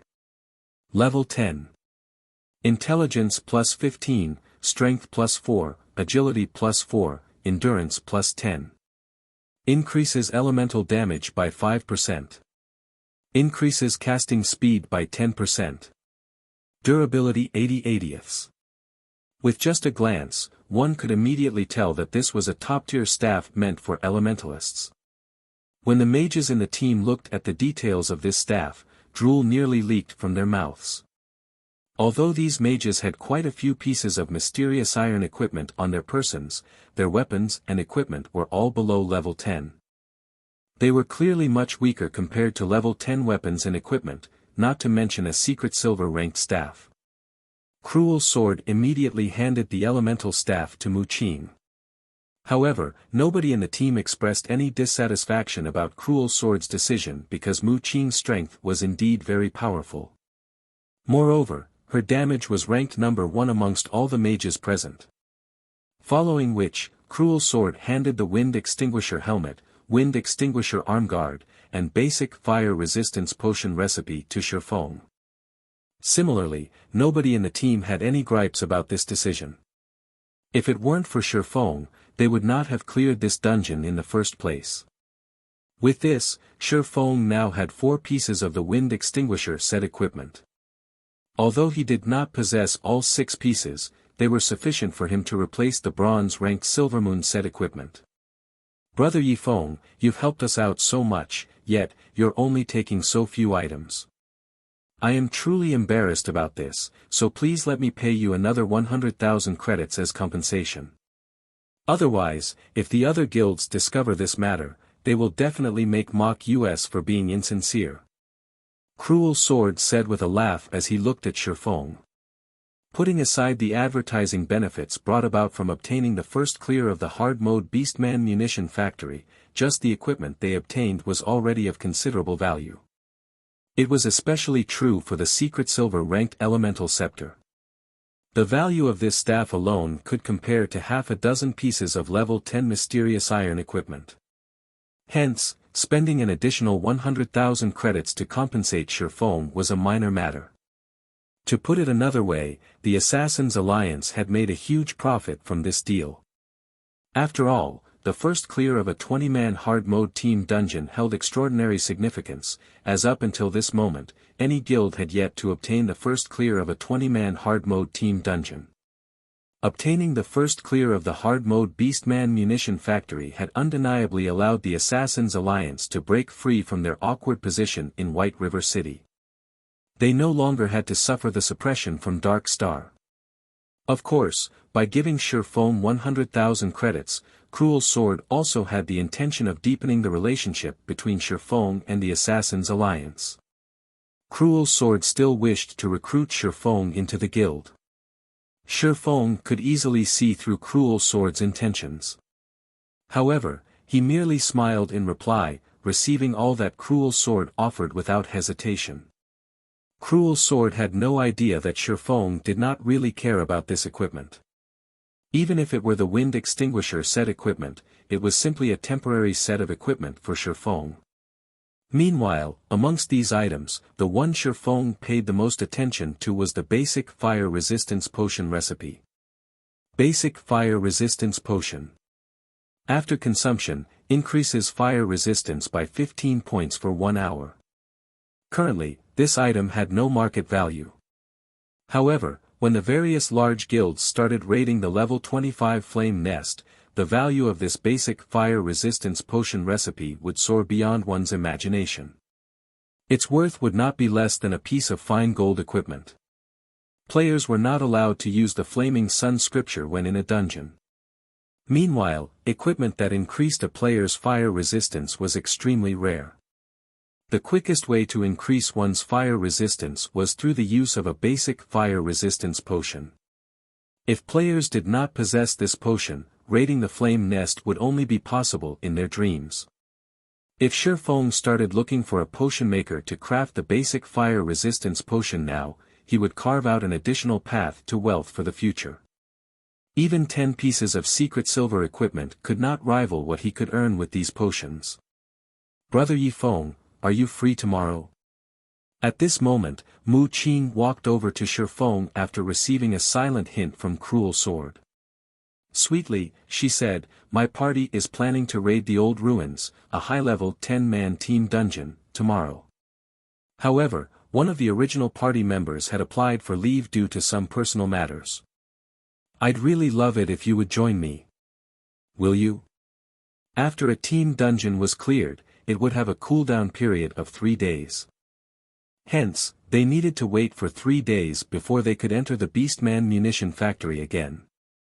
Standing to the side, Cruel Sword inwardly clapped his hands at Mu Qing's performance. Relationships needed care and gentle nurturing. Although he could tell that Shifeng had no particular interest in Mu Qing, with increased interactions, who was to say would happen in the future. I still have something that I need to do tomorrow. Let's find some other time to go dungeon diving. Shifeng could naturally tell what Mu Qing was trying to do. However, he simply waved his hand and tactfully rejected her. Although the old ruins was a high-level team dungeon, there was nothing there that could rouse his interests. He would only waste time by going there. Now that he had changed into the 4 pieces of wind extinguisher set equipment, his attributes had greatly increased once again. He should be able to attempt the continuation of the epic quest, Darkness Descends, now. Mu Qing's innocent eyes flashed with a hint of disappointment. She did not think that her charm, which had only brought her success so far, would fail against Shifeng.